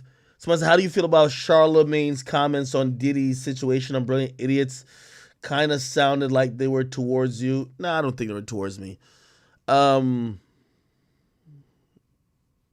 Charlemagne's in a different position than I am in, and I think Charlemagne is kind of hearing his opinions about this topic and how carefully he's trying to do it. I think he's trying to say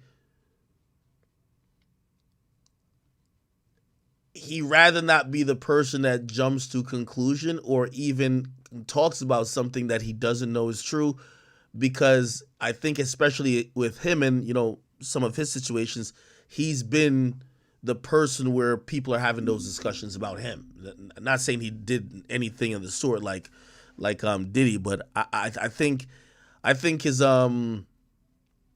lack of eagerness to kind of even speak about some of these, things in general is because, his own personal stuff. So, I can't tell another man what he should do or what he should not do. But all I do say is I think everybody should keep the same energy. If everybody's saying that we don't discuss Diddy and his allegations, we shouldn't discuss nobody's allegations. We shouldn't discuss any allegations that's not proven in the court of law then. And as long as everybody's sticking to their rules, I think that's fine. I think when you make an exception for Diddy, I think that point you look kind of a little crazy. And not necessarily him, but I think a lot of people in media. So. Somebody said, talk about end of year streaming numbers. I guess you're talking about artists in particular. I probably won't cover that today. Let me play this clip because y'all keep saying it's this. There's dogs being fought. Yeah. There's women being pissed on. It's not a good thing. This is Foxhole Radio, and just let you know, we've been told by Foxhole and Sirius Radio to monitor what we say. Who said that? Really? Who said that, Fox? And I thought this was a free for all. You know, Fox. Who said I've been that? getting called faggot for the hour, but nobody stopped. I'm trying to mute called that. from upstairs. Said, we're talking about Jamie being a homosexual and fucking his mom. Freedom of speech. We're just. But I guess that's how it is on the totem Is pole. Howard Stern been getting monitored? You know what? It's because I'm black. And you are black. You are a nigga. Racist ass serious. I am. Hold on. Stop, Fox. Stop. Allegedly, you saying happened. That's not true. Memorial Day, Miami weekend. I walked into your hotel room and smelled like straight asshole. Wow. And then after 2 hours of sucking your dick, you let me get to the bedroom. I pulled the sheet back so there was blood all over the sheets. Wow. And then I seen your asshole and it was cut to the white meat. Let's be honest, Tigger. If we're gonna talk about it, let's talk about it. Let's talk about That it. didn't happen. That did not happen. Let's talk about it, Tigger. Okay, fuck it. It didn't happen. So what you saying is? What? What you saying is? I love you still. Wait. I just want to analyze what you saying. Nigga, they ain't no analyzing, nigga. She just told you. Bust it over. Let's get to it. You saying that she sucked my dick while my asshole was bleeding for 2 hours? Yes, I did. I did, because I loved you that much. I loved you that much. Corinne, I tell you what, you can keep on with all of this. I'm glad you're getting checks. I'm glad you're getting money. Hey, she ain't getting paid from us, nigga. We want to know what the real is. Nah, nigga, don't get mad at me, nigga. Listen, I want you to remember who sent you money to feed your son. You did. When you said there wasn't no food in the refrigerator. Absolutely. I want you to remember all of this. Because you know what? I can guarantee ain't no man, there ain't a man alive on the planet. I tell you what, I'd give you $1 million. You find a nigga say he fucked Jeanie Mai. $1 million? I hit it. Let's go Tyson. I did it. I knew she was lying. I hit it. Let's go Tyson Beckford right now. Let's go Tyson Beckford right now. I think she's calling out more people. You said Tyson Beckford? Let's go Tyson I Beckford believe right now. Tigger. I believe Tigger. Wait a minute. I believe Tigger. Wait a minute. Fuck that. I need Ain't no quiet right shame now. in it. Ain't no shame in it, I baby. need quiet right That's now. all Tigger. good. Believe You know Tigger. what? Hold on, everybody. Listen. Let me say this. I love women. I love women that love women. He does. I've never in my life had a man get behind me. I've never gotten behind a man. That's not how I do. Because you take it on your back, baby. Excuse me? What? She says, I hate to say it, but I feel like this is the first time I watched Mike Tyson fight Evander Holyfield. I couldn't believe it. Listen, fine. And I mean this to my heart. I'm not here to argue with her about it. You better. You know why? You know I don't have to. Because she's a skank. It's not true. Two times, pimp. Tell him it ain't true. You're right. You're right. It's not true. At It's all. a lie. It's all a It's lie. not all true. So it really doesn't matter. You could keep telling the story. I tell you what, you present some evidence. Show me where it happened. Show me the blood. Show me any dude. Find me a dude that tells me he got with me. You want me to find you a dude, nigga? Find the dude. Yeah, bitch. Okay, at the end of the day, the truth of the matter is that the blood. Yo, Tigger, it's Fox, man. I believe you, Tigger. I believe you, Tigger. We down. I don't believe Tigger. this. we having fun. We're having fun. But on all seriousness, Tigger was my best boyfriend. He took care of me and my son. He was there for me and my son. And that's real shit. Him out. We having fun. Henry Hill. It's hard for me to believe skanks. Because let me tell you this, man. And again, you see, because I don't know Cassie to be a low moral whore, like a woman who was getting passed around and rejected by many men in the industry, I'm able to believe her more. The reason why you can't believe a low moral whore is because women innately become resentful when they're used and abused for their bodies. Everybody in the industry fucked them. No one took them serious. No one gave them kids. They realized after multiple years, maybe a decade in the game, all they could remember is that they have 55 different species of fucking semen stuck in their throat for life, and they have nothing to show for it. No money, no house, no nothing. They're now aging, and now they're resentful. The same guys who fucked them, they start using that encounter against those guys because they feel like it was a unequal trade. That happens a lot. Get what I mean? So when it comes to women who are like, it's like a, like a Selena. You feel me? Like, why do you think she lies so much? You know what I mean? All these dudes done fucked her for free. Nobody. So now you get resentful after a while, and you almost feel like it's like, fuck these guys. You know, a lot of these whores, that's how they are. Like, the biggest whores, they think in their mind, they're like, fuck that guy. I fucked him, or whatever the case is. And they think they're getting the better of you. And they actually get to a point of resentment where they feel like they have the power in their control when they could either spread rumors about you or at least ruin your reputation or expose you for cheating or whatever the case is. Because now they're like, yo, yeah, I'm sticking it to you, right? Moral of the story, don't believe whores, man. Again, not saying don't believe women. Don't believe women who sleep around because usually they develop bitter resentment from that. Let's keep listening, though. It's a foxhole. It's a foxhole, and I got in his hole, and that's all that matters. Whoa. Okay, Wow. Tigger. Hey, boy, I'd hate to see if she didn't like you. Hold on, Tigger. Hold on. Hold on. You got in whose hole?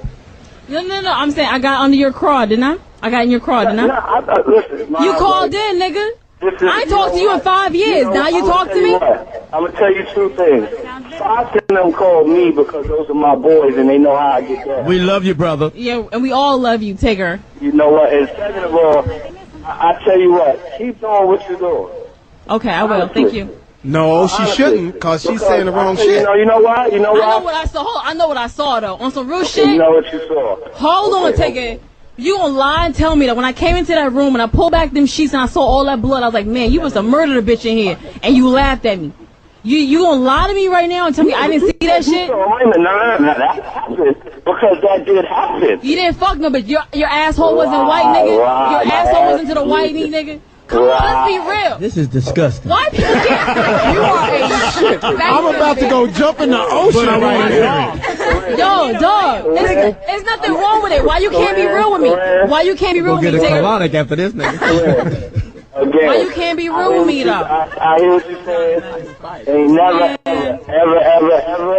Your asshole wasn't white. Your asshole wasn't white, nigga. No, never. White meat? It wasn't down to the white meat, nigga? I tell you what. Tigger, I was sucking it. I was there. You was sucking his asshole? Keep doing what you're doing. Man. Hey, Tigger, what's up? Claudia. I just want you to be honest. Tigger, I'm a friend of yours. This is Claudia. What's up? How you doing? What's up, Ma? How do you feel about this? Because she did acknowledge the fact that you did look out for her and that she's saying this about you, and this is the second time. Like, how do you feel about this? Like, do you want It's only the first time. I've never said this about this nigga ever. Y'all asked me, so I'm answering the question. No, but I'm saying we heard about it, like... You heard about it before, but yeah, not right. through me. So I'm saying, like, how do you feel? Because you guys had a friendship, so... I clarified the whole situation. She didn't bring it the first time. Somebody else brought it up. I tried to get in touch with her to ask her how the fuck somebody like you could say something like that. Right.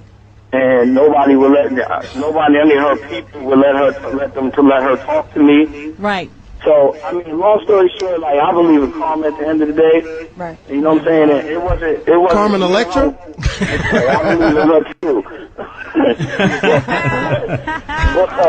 I believe in karma at the end of the day. You know what? It wasn't because me and her were intimate that I sent her money for her child when she said she didn't have food. Right. I sent her money because I liked her as a person. Absolutely. And she can suck a mean. Dick sucking. No. Tigger's a good dude. Let him talk. Tigger's a good dude. Come I on. don't want to see any black child go hungry, especially if I can help. So she can continue on with the lies and all of that. I told you I said she mentioned Diddy. Like, I've heard this before. She's the only one that made this wild claim, but you know, I don't know, Tigger. I can't really speak nothing to these allegations or not. It doesn't make a difference to me. I know who I am. I know I like women unequivocally. I know ain't no man unequivocally. That means he is not lying. And Tigger, fuck that. I bought your rim, so fuck it. That's What's happening? Tigger got rims, nigga? Tigger, we gonna have you come in next week, man. You should come in, Tigger. And fuck Jamie in the ass. I believe Tigger. I know Tigger, you Tigger's better, funny. Tigger, you better not fuck me in my ass. If it didn't happen, you need to come whip her ass. Cause No. my ass is tight. I believe Tigger. You fuck around and spring a muscle. Hold on, y'all. I only called in because some friends of mine that I work with a lot, and we are really cool outside of working, called me and was like, yo, she talking reckless. So I want to say the area. I'm going to say this one time, and I'm going to say it for the last time. I've never had my asshole put in my asshole. There you go. It's a lie, nigga. You know you lying. Listen, it's all good. We accept it. We're in Cali. It's No, all we good. don't accept it. We accept it now. You're No, a accept that. I love You Tigger. are The people I'm not with won't accept it, and I believe you, Tigger. You don't believe that, nigga. I believe Tigger, you. I believe you This because is she wrote a Fox. book in bad English. I believe I can fly. It's Foxhole. What's cracking? Yeah. And it ain't Tiggers. Let's go to the song and we Tigger, I coming believe back. you, love nigga. I believe you too, Thank you for Tigger. calling in, Tigger. Thank you. Well, all right then. I feel like I've watched that before. Somebody says at the beginning. Bruh, we watched this already. Somebody said rewind. You could say the things that allegedly you saying happened. That's not true. Memorial Day, Miami weekend.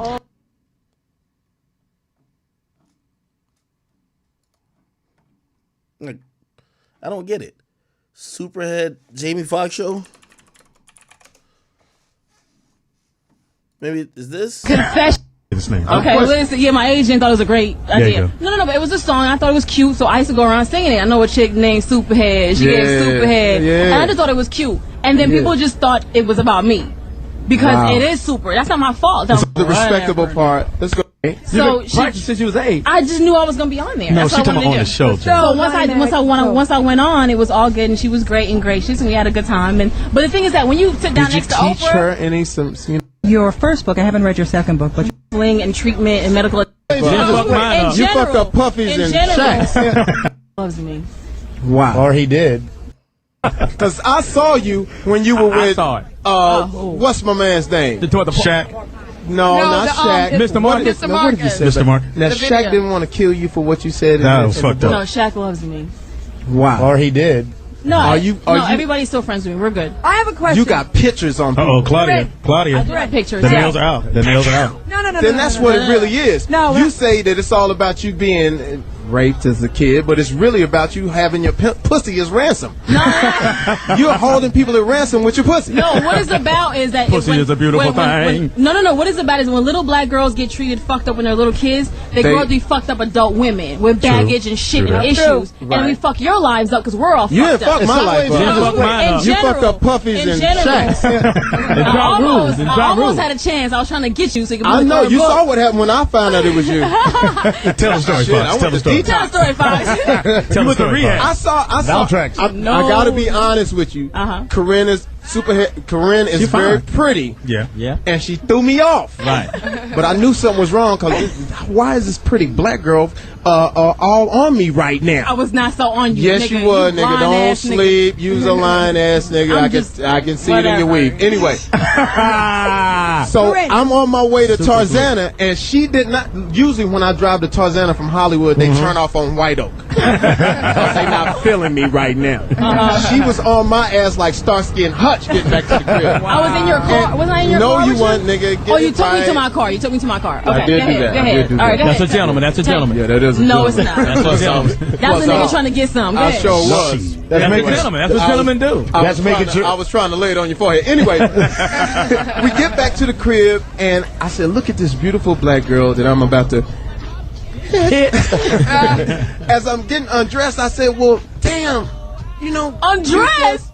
You said she was on the Oprah Winfrey show. I said, "Oh, I got a smart girl." Right. Somebody intelligent. She was on Oprah Winfrey. Oprah Winfrey would never have someone suck pennies on. I had no shame in my game with that. You know what I'm saying? So that's where I was at the time, and we went to Florida. We got invited to a Puffy party, the New Year's Eve party. Went to the party. You know, all dudes. Yeah. Nah, it was actually a good party. You know what I'm saying? It was on South Beach, right? Right. So then we go to the house, and then he invited us to the house because he wanted to go to the club afterwards, right? I was like, okay, cool. So Superhead is with me. You know what I'm saying? Karen is with me. You know what I'm saying? Whatever. Superhead. Yeah. So she takes me. Puffy calls me outside. He's like, "Hey man, you know that girl you know about the girl you with?" I was like, "Yeah, nigga. Yeah, everybody know, but you know what I'm saying? What's happening?" You know, he's like, that's the devil, man. You know what I'm saying? I was like, "What you mean that's the devil?" The devil got a pretty mouth. Yeah, and I was like, "What you mean that's the devil?" You know, and then he was like, "Yeah, man, she videotaped you with fingers in the booty." That's a new You know movie. what I'm saying? I was The like, devil "What?" sucks penis. Yeah, what the fuck are you talking about? Rewind. I heard a penis and a finger in the ass going, what? She said he So Puffy tells you that she will videotape you with fingers in the booty. And I was like, what the fuck does that mean? Yeah, You what know does I'm that saying? mean? Confession. So then I go back in the house and I ask her, what the fuck are you talking about? He Well, you said wanna you're a ask him? filmer. No, I did ask him. He's just like, whatever. He went off and did his thing. And I was Was like, he okay. limping? He walked away and the nail fell out his boot. No, I'm gonna clear this shit up because I'm not gonna have my name. I ain't gonna have my name out there crazy like that. Go ahead. So then she say, I told him what he told me, and she was like, oh, she started laughing like a motherfucker. I'll tell you later. So then I was like, okay, well, I'm not gonna make a big deal of it, whatever. So then then I guess he's had some prior incident with her that he don't want nobody to know about. You know what I'm saying? So we get into the truck. He said, let's go to this club. So everybody follow the car. The car is fucking silent. You know what I'm saying? We get to this club, and then we walk in the back way. It's a VIP lounge. Ain't nobody in there. And then, the club is going. It's all jumping. And then I'm sitting there with old girl. So he's doing his business. We go down and get a drink. We sitting there bopping to the music, and then she point over the corner. It's two dudes kissing. You know what I'm saying? I'm like, the fuck is this? You know what I'm saying? So I'm like, okay. Then there's girls in the club too, and then she point another direction. It's another dude over there, like butt ass naked. Hey, whoever is trying to tell me how to get to this thing, clearly. Jamie gonna do it. So you saying that the leotard with the back out was masculine? I'm just saying, in his world it was. The nigga wearing the riding boots was rapping. In the oil. Yo, yes. you know what? I'm not gonna sit here and just go for that anymore. That's my friend. I'm just saying the nigga shop at Bed Bath and Beyond, nigga. That's how I'm just. So do I. I'm just getting that. I'm just gonna So get into do that. I, Johnny motherfucking Nah. Hey, nigga, she called him out. Well, I'll tell you what's going on. I like Sean. Niggas is going to jail. So much of a lady. There's dogs being fought. Yeah. There's women being pissed on. It's not a good thing. This is Foxhole Radio, and just let you know, we've been told by Foxhole and Sirius Radio to monitor what we. What, fuck nigga? now? Stop. What, nigga, Johnny? shut up, nigga. We got Tigger on the line What? right now. Yeah, bitch. Yo, Yeah, you Tigger, talking all that shit, bitch. Talk to him. Let's go. Tigger, What's give up, me Tigger? something, Tigger. Give me something. First of all, how are you, Mr. Fox? How are you? All right, somebody sent me in a wild goose hunt. Anyway, this might be the last story I covered today. Chat. In a very, I don't even know what to call it, shocking or disappointing. Have you seen this, man?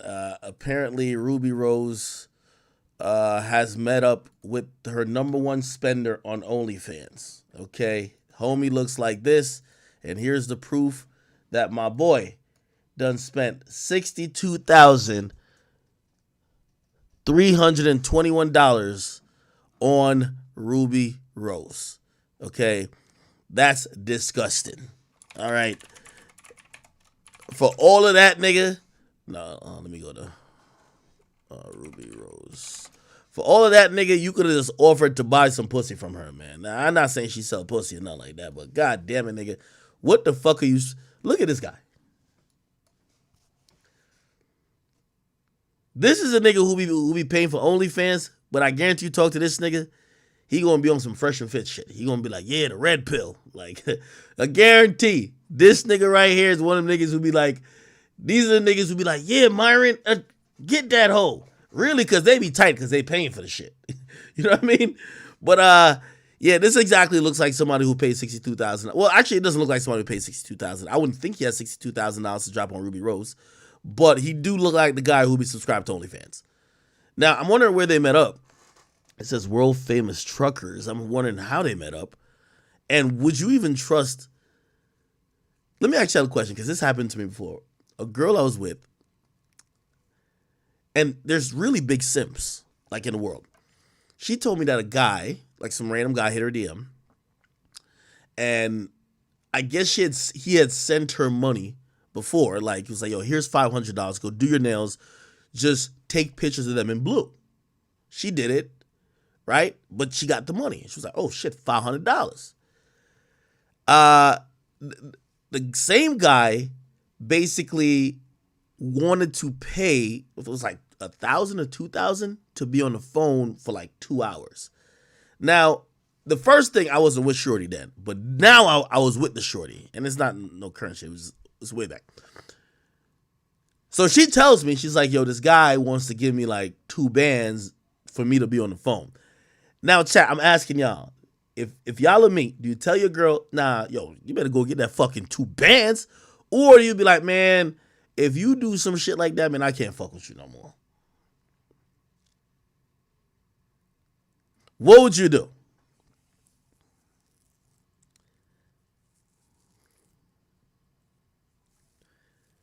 I know you say get that 2 bands. I'm going to be honest. So after that, which I think low-key homie had a suspending habit of eventually trying to get her to meet up, because then he offered her more money. I think it might have been $5,000 or something of the sort. And it was for her to be on like a 1-hour dinner date with him. Right? And I think she did do the phone thing. I remember, I think I was like bitching about it, but I didn't say yes or no. She did it. I just felt like it was weird. I just felt like it was weird that a nigga could purchase my girl. You know what I mean? That was just weird to me. Like, I'm like, damn, a nigga could just buy this chick that you with? What the fuck? What type of shit is this? And the next time when homie offered money for the dinner date, I just looked at her. I'm like, bro, like, no. I'm like, nigga, at this point, the nigga's about to just pay you the fuck. Yeah, it's clearly it was getting to that realm where, okay, $5,000 for the date, the 1-hour date. Maybe be like, oh, I'll do $10,000 for like a date and movies or something. I don't know, or dinner and movies. And then he might just be like, yo, bro, here's $20,000. Let's fuck. That was just weird to me. And I'm gonna be honest with you, it was kind of weird watching her even process it, because I don't know, maybe I give women too much respect. But most women, like, I don't know, or maybe I'm like stuck in the 90s or the 60s or something. Most women will sell their bodies. Like, that's what I've realized. Most women, if, you know, I'm talking about grown people, by the way. Because, you see, when you're young, and, like, when you're, like, you ever play these games with, like, people like, yo, how much would it take for you to do X, Y, Z? And they give you, like, $1 billion? Yeah, all right. These same girls that say they would never fuck somebody for money, they would only do it for $1 billion. They're in the club sucking niggas off for $250. Trust me. So as they get older, they got to pay bills and all that. I've realized a lot of women, like, they kind of see either sex or they see their time as very tradable for money. Or maybe it's a woman I'm dealing with, you know what I mean? Or I've dealt with, you know? I just think it's odd. Like to me, if a girl is down to even negotiate a price for her time or to pretend to like a nigga, I think that's weird. Or even take compensation for, I know it's not necessarily sex, but like, you know, there's sexual activity going on one, even if it's on OnlyFans. We're like, you know, there's these weird niggas that'll send money in of them whacking off and they want the girl to rate it or the girl to, like, you know, give them instructions on how to come. It's like, I just think that's kind of weird.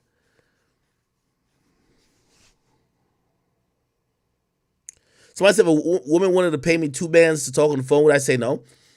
So that's not what you're getting. You're not understanding, like, why I was opposed to it. It's not necessarily about the conversation on the phone. It's about what it leads to.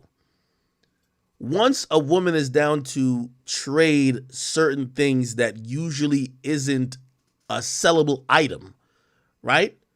Which usually is their body, their time, them pretending to care or like somebody, it's a slippery slope before that said person. Put it like this: if your girl would take, if your girl would take, let's say the dinner date, the $5,000 for the dinner date, right? 1 hour dinner, blah blah blah. If that nigga gave her $50,000, she'll suck his dick for a minute. I'm telling you. I'm telling you. Yes, I'm telling you. Like, I wouldn't put it past no girl at that point. I'm telling you the truth. It's just about the price at that point. I literally just think it's odd.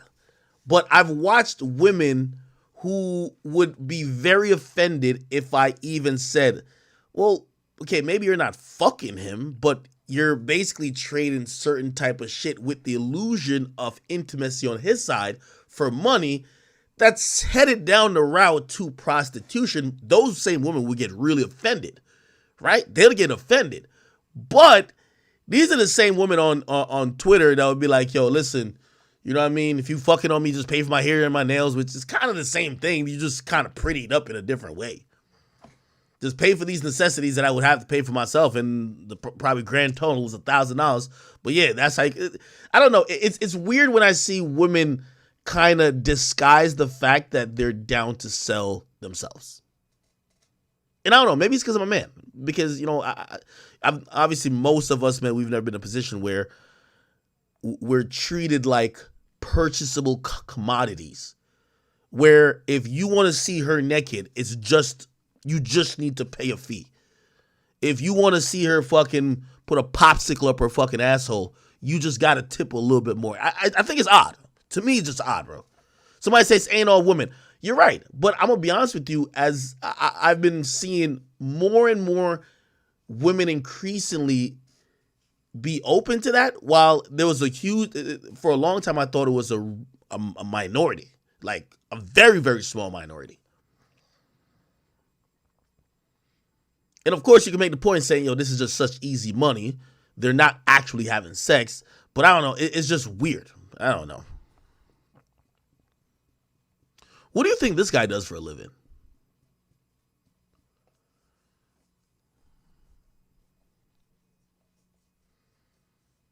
We need his credit card info. You think he does stocks? Nah. You know what's so funny?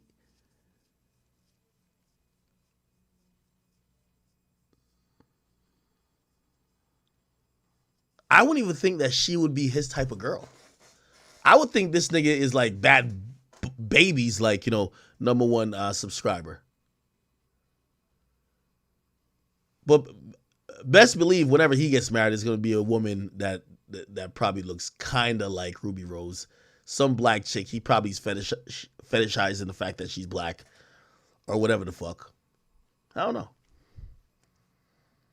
Somebody say he's a crypto whale. Nigga, he's a whale, all right. I just don't know if he's a crypto whale. All right, what's his crypto wallet if he's a crypto whale? What is it? Yeah, he looked like a tattoo artist. This is how all the tattoo artists look like. That nigga.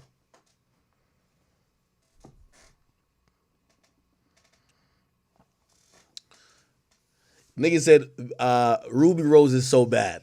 Yeah, she is. Hey, if you're Ruby, you know, because I think Ruby's biggest talent is her look.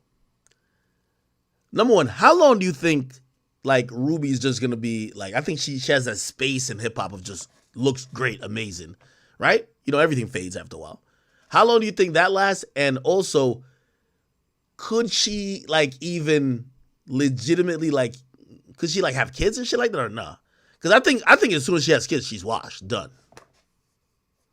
And not like she won't look good. It's just that they ain't never the same. Somebody said 32. How old is she? I know she was in college not too long ago. Ruby Rose age. She's 26. Oh, she got 6 more years. Yeah, she just got to stay away from having kids. Scotty here, you told me to interview this dude? Who the fuck is this guy? Yo, somebody say, yo, this nigga spent spent 63 racks and she ain't even touch him in the picture. I ain't gonna lie. I gotta palm them cheeks. I gotta do one of them pictures where my hand is like this and I got that creep face on like, you're like, yeah, for real, bro. 63,000?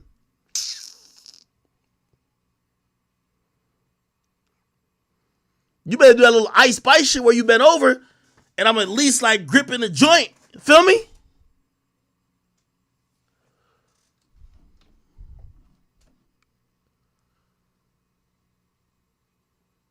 This nigga got to look like he been beating his dick like a slave to motherfucking Ruby Rose.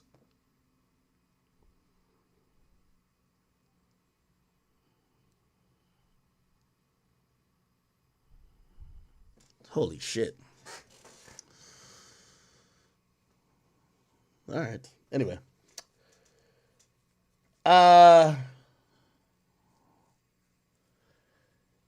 Zanny from Houston, man. I don't think I'm going to be looking at that, but thank you for sending it. Somebody said once her sex tape leaks, her career is over. Hell nah. Ruby's bad, man. To keep it real, I don't think Ruby Rose might not have another hit song left in her. She got to drop the tape. If she dropped her tape on some Sexy Red shit, but it was fire, like she was going like Ash Cash on the joint, oh my God. Nigga, she might run up 50 million on OnlyFans.